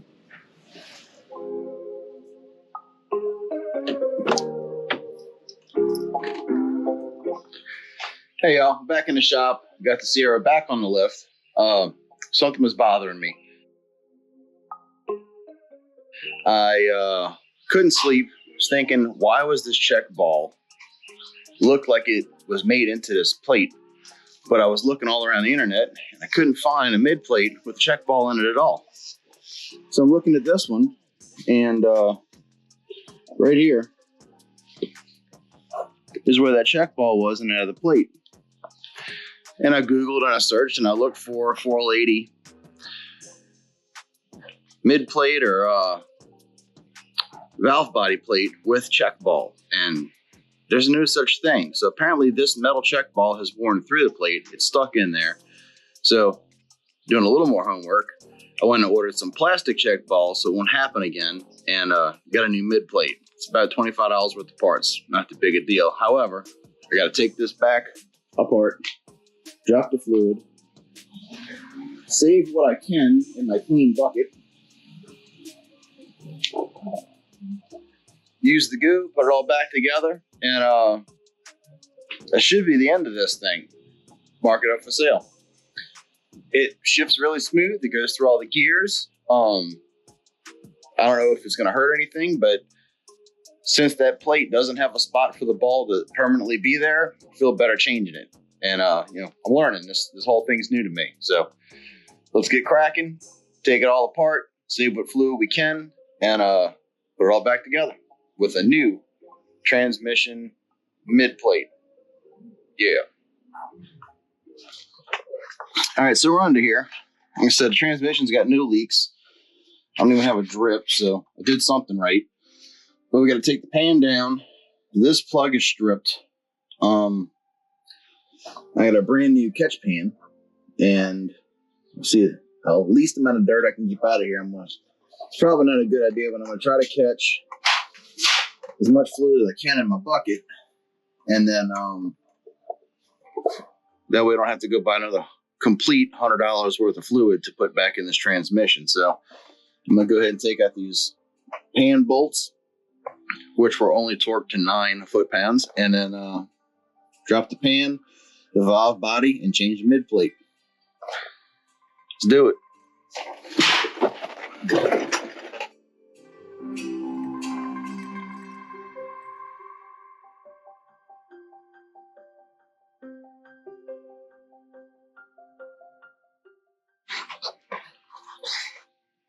All right, so have to pull down the exhaust to finish getting the pan off. The accumulator, if you can see up inside of there, is holding the pan from coming down. So break off my new nuts I put on my exhaust, let it drop down a little bit so I can pull the pan down and get it out.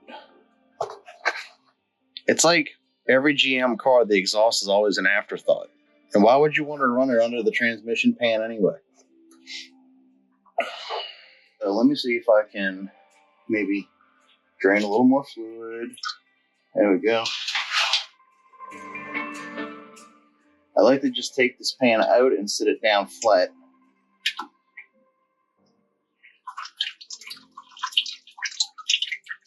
All right. I might have only got about a half a gallon out of this pan. So, pull this down a little bit. Is that enough to get it out? Yes. Loosen your Y pipe to get off your trans pan. You don't have to take it out. Just going to take it down just a little bit. All right.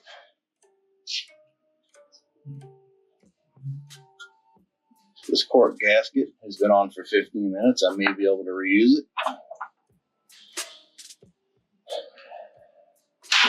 Pull off the filter. Should just pop straight down with a little wiggle.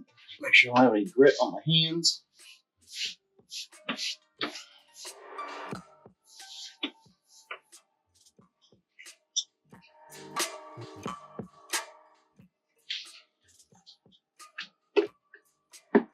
A lot of is going to come out of the pump. So have your bucket underneath the hole that the filter slides into. Nothing. That's cool. It comes out the filter.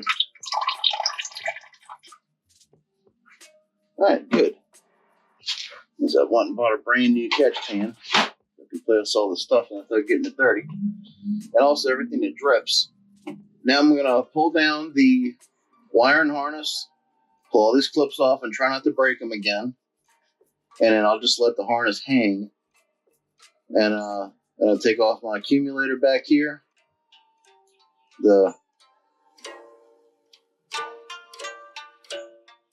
This is the pillow pad. And then drop down the valve body. Then I can get to that sheet, that valve body.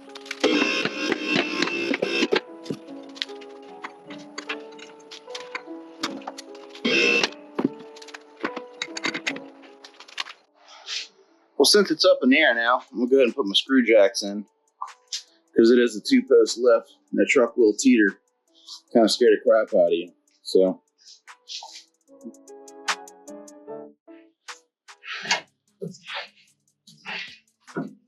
there we go. Does it wiggle? Nope. No wiggle. That's what we're looking for. All right. Back onto here. We get them a little roll around.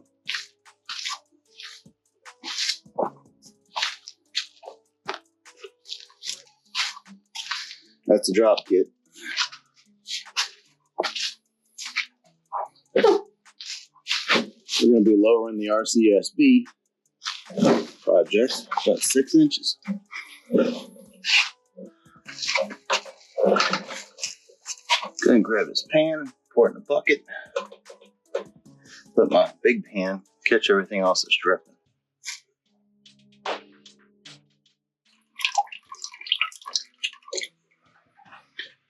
And I have no shavings or anything in this, so it looks good to me. All right, let's go take off the wiring harness.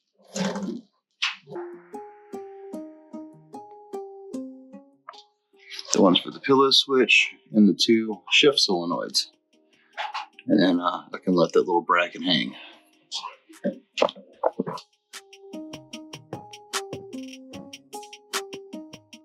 What's that? Can I get this valve body off? Nope, I gotta take off the lockup solenoid. So there's a little clip in here.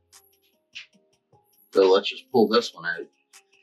And you can take your lockup solenoid down. That way it'll free this wire up. And you can drop the valve body out again. Alright, little tiny screwdriver time.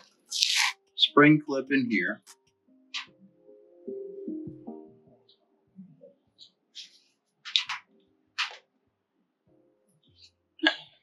That little guy. I could wiggle this out. And that's why you got your metal pan under you, because you never know. You can hang out right there. I can pull this solenoid, which locks up the converter.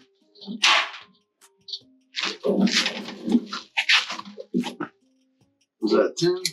That was 10.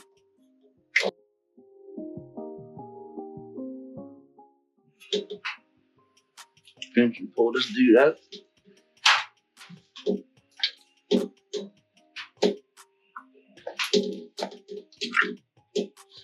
It's all got new O-rings and it was ready to go. Cool. All right, now take off this pillow switch.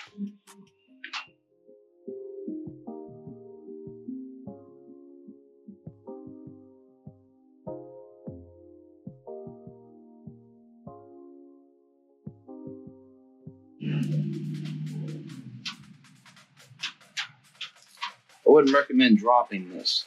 Yeah, it's all still good. I guess this is a good check for myself, you know? So, like I usually do, so I remember where everything goes. I'll go ahead and put the bolts back where they came out of, so I don't have to think about it again later. Set that to the side. Just like that. Now,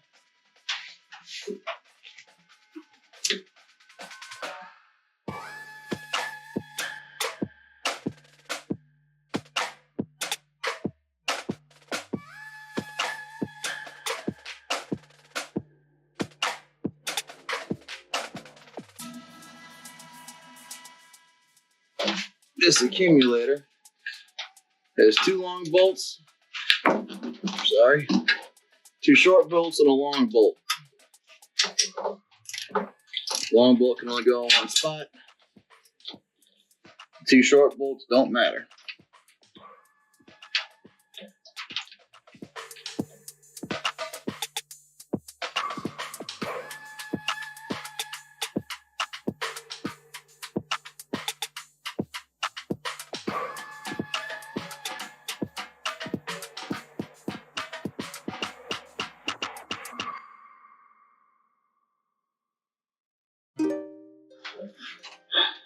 I think that's everything for the valve body except for this solenoid, which is held in with this bracket here.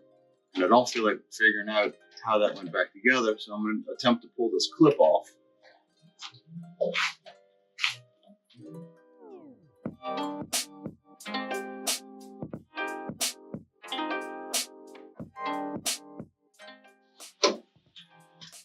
Nothing behind it, the accumulator's gone. Just let it hang. Alright, now, here's the scary part. Do the check balls come with the valve body or do they go all over the place? So let's tighten it.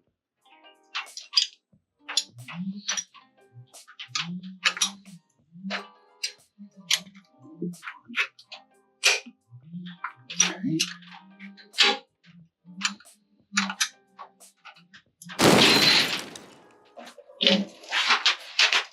Okay, slow it up. Alright, last 3. I believe they're all 8s. And one of them's long and 2 are short or something like that. So, I just know this one was all the way on the end.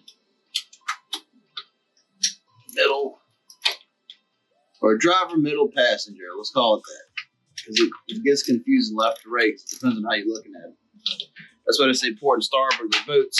Because there's no confusing port and starboard.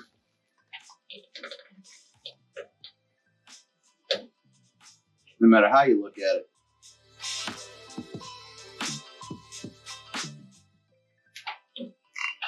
All the same length. Cool. So don't worry about that. This little dude holds your plate in. And here's what I've been working on.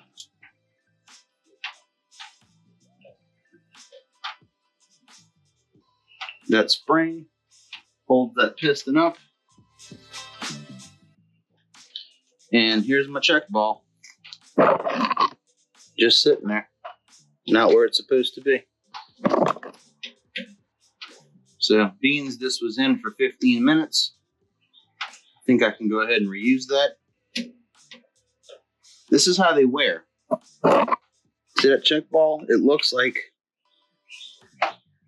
it was pushing through that plate. It was hitting it hard. And this one was hitting hard too. So I'll leave this one in this plate to remind myself to put it back up. I got some screens I got to swap over. And then we'll go back with the new plate. So here's the new plate.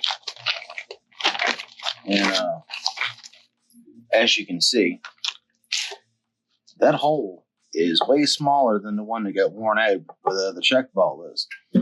So as a fix for this, they make these plastic ones now.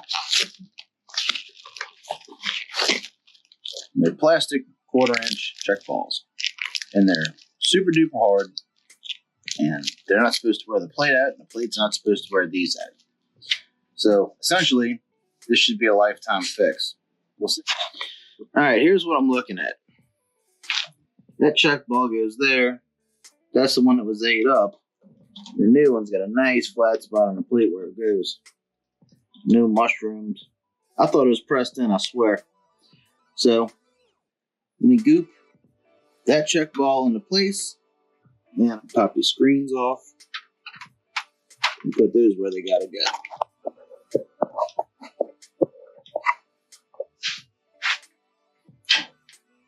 Now, let's change out the check balls with the plastic ones. So, why do I have 2 here?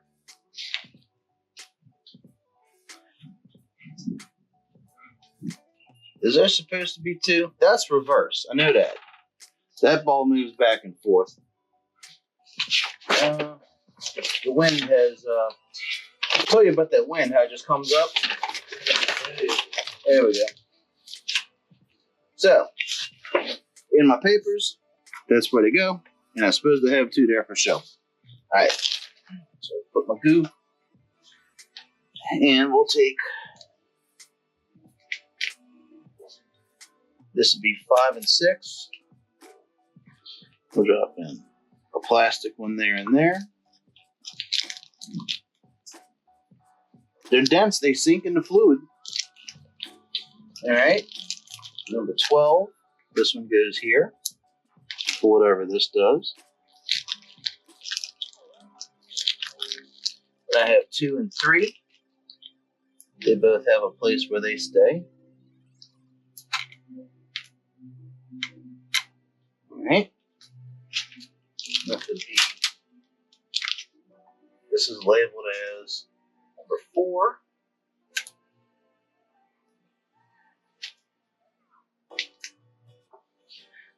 Number 8, this is the one that was punched through.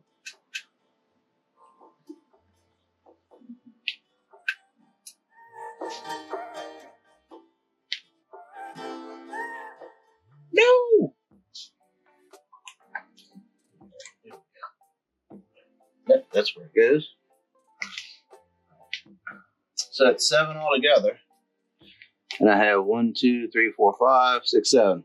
So that's the 7 to go in the valve body.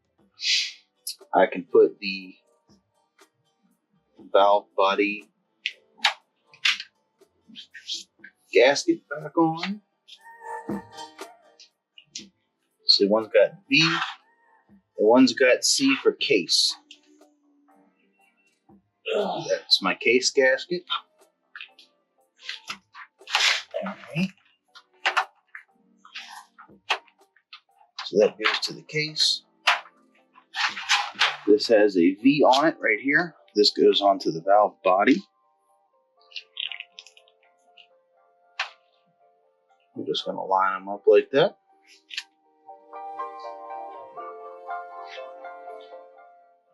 Beautiful. All the check balls come into view. It's nice and straight. I don't see any aluminum poking through.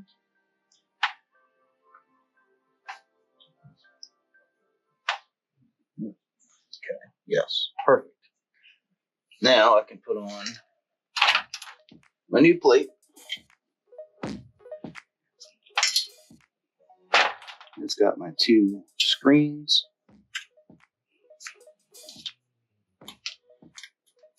This one didn't pop in all the way.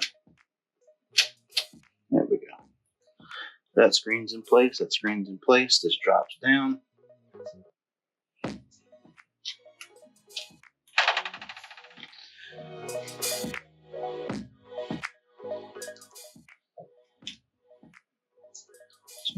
Line all the holes up.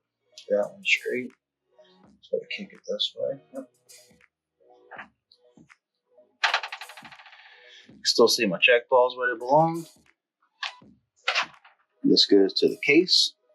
Has a, where's my C? Has a C on it right here.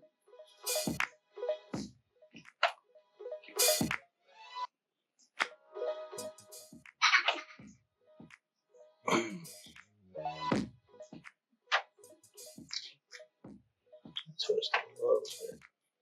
There we go. Yeah.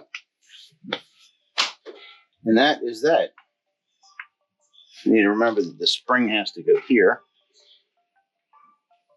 Wonder if I can glue that in place. You think I can glue that solid?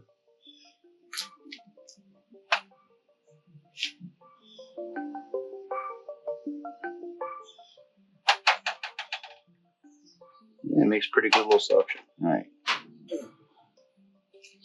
So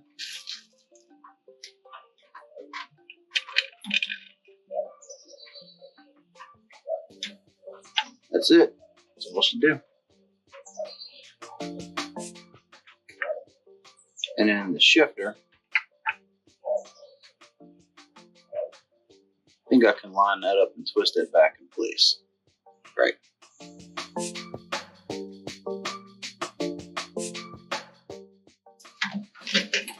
Whew, covered in blood.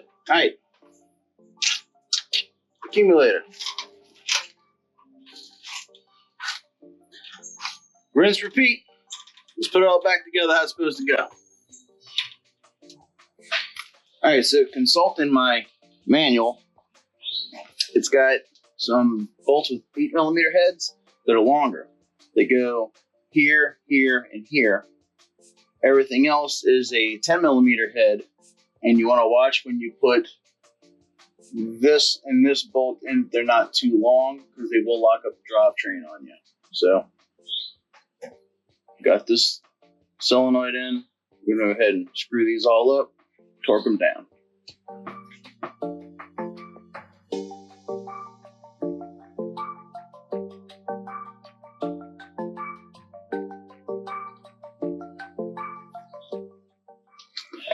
Alright, so I didn't want to do all this, but I had to. I couldn't get this shift linkage to line up. That's what tells what transmission, what gear to go in without taking off the selector and where the shift linkage rod goes through. So, fought that for like an hour until I figured it out. And now let's get back to put it all back together again. So it's harness time. Pop the harness back in place. It goes under the pillow switch and just kind of pushes over where the screws go. And then you can pop every connector over where it belongs. Then you gotta do the ones in the back. One last thing. Don't forget your spring. The spring sits in a groove, bolts in, rides on this right here.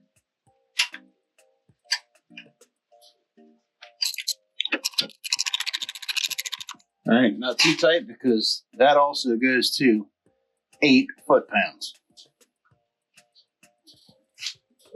8. Right where I left it.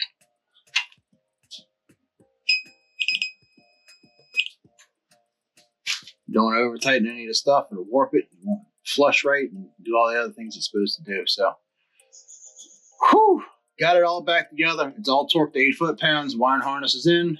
Time to put the pan on and drop it on the ground and fill it back up. Also, when you put on your shifter linkage, it goes on after this, but the pin points to the passenger side. It'll go both ways, but it might not go into park if you can flip around this way. See how easy that was? The pin faces, see I got the wear part from the nut? It goes just like that. Or else sometimes you won't be able to get into park.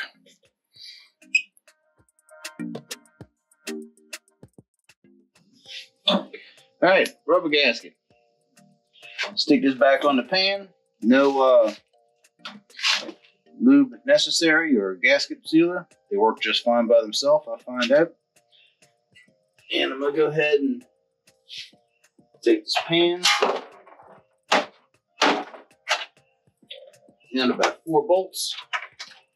And with the rubber gasket, you can actually take your pan and run 4 bolts in from the bottom side on the corners. You can thread the bolt into this rubber gasket. It'll hold your bolts. Not only will it hold the bolts, it holds the gasket straight when you go put it up. And my gasket, so you can see here, the gasket kind of rides up a little bit. Just put an extra bolt in it to hold it right. But that ought to be good. Front looks real good. This right here wants to stick up in the back. So I'll go put 2 more in the back, 1 on the side. Put the pan back in.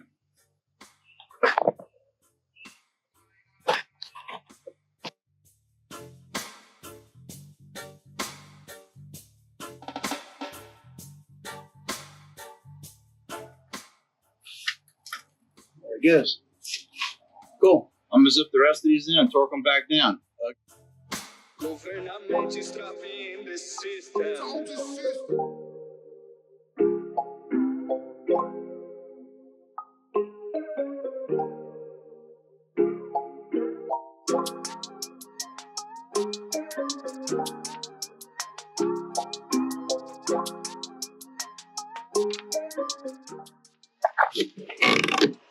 Let's see, reach in here. Comes to life. Oh yeah, there we go.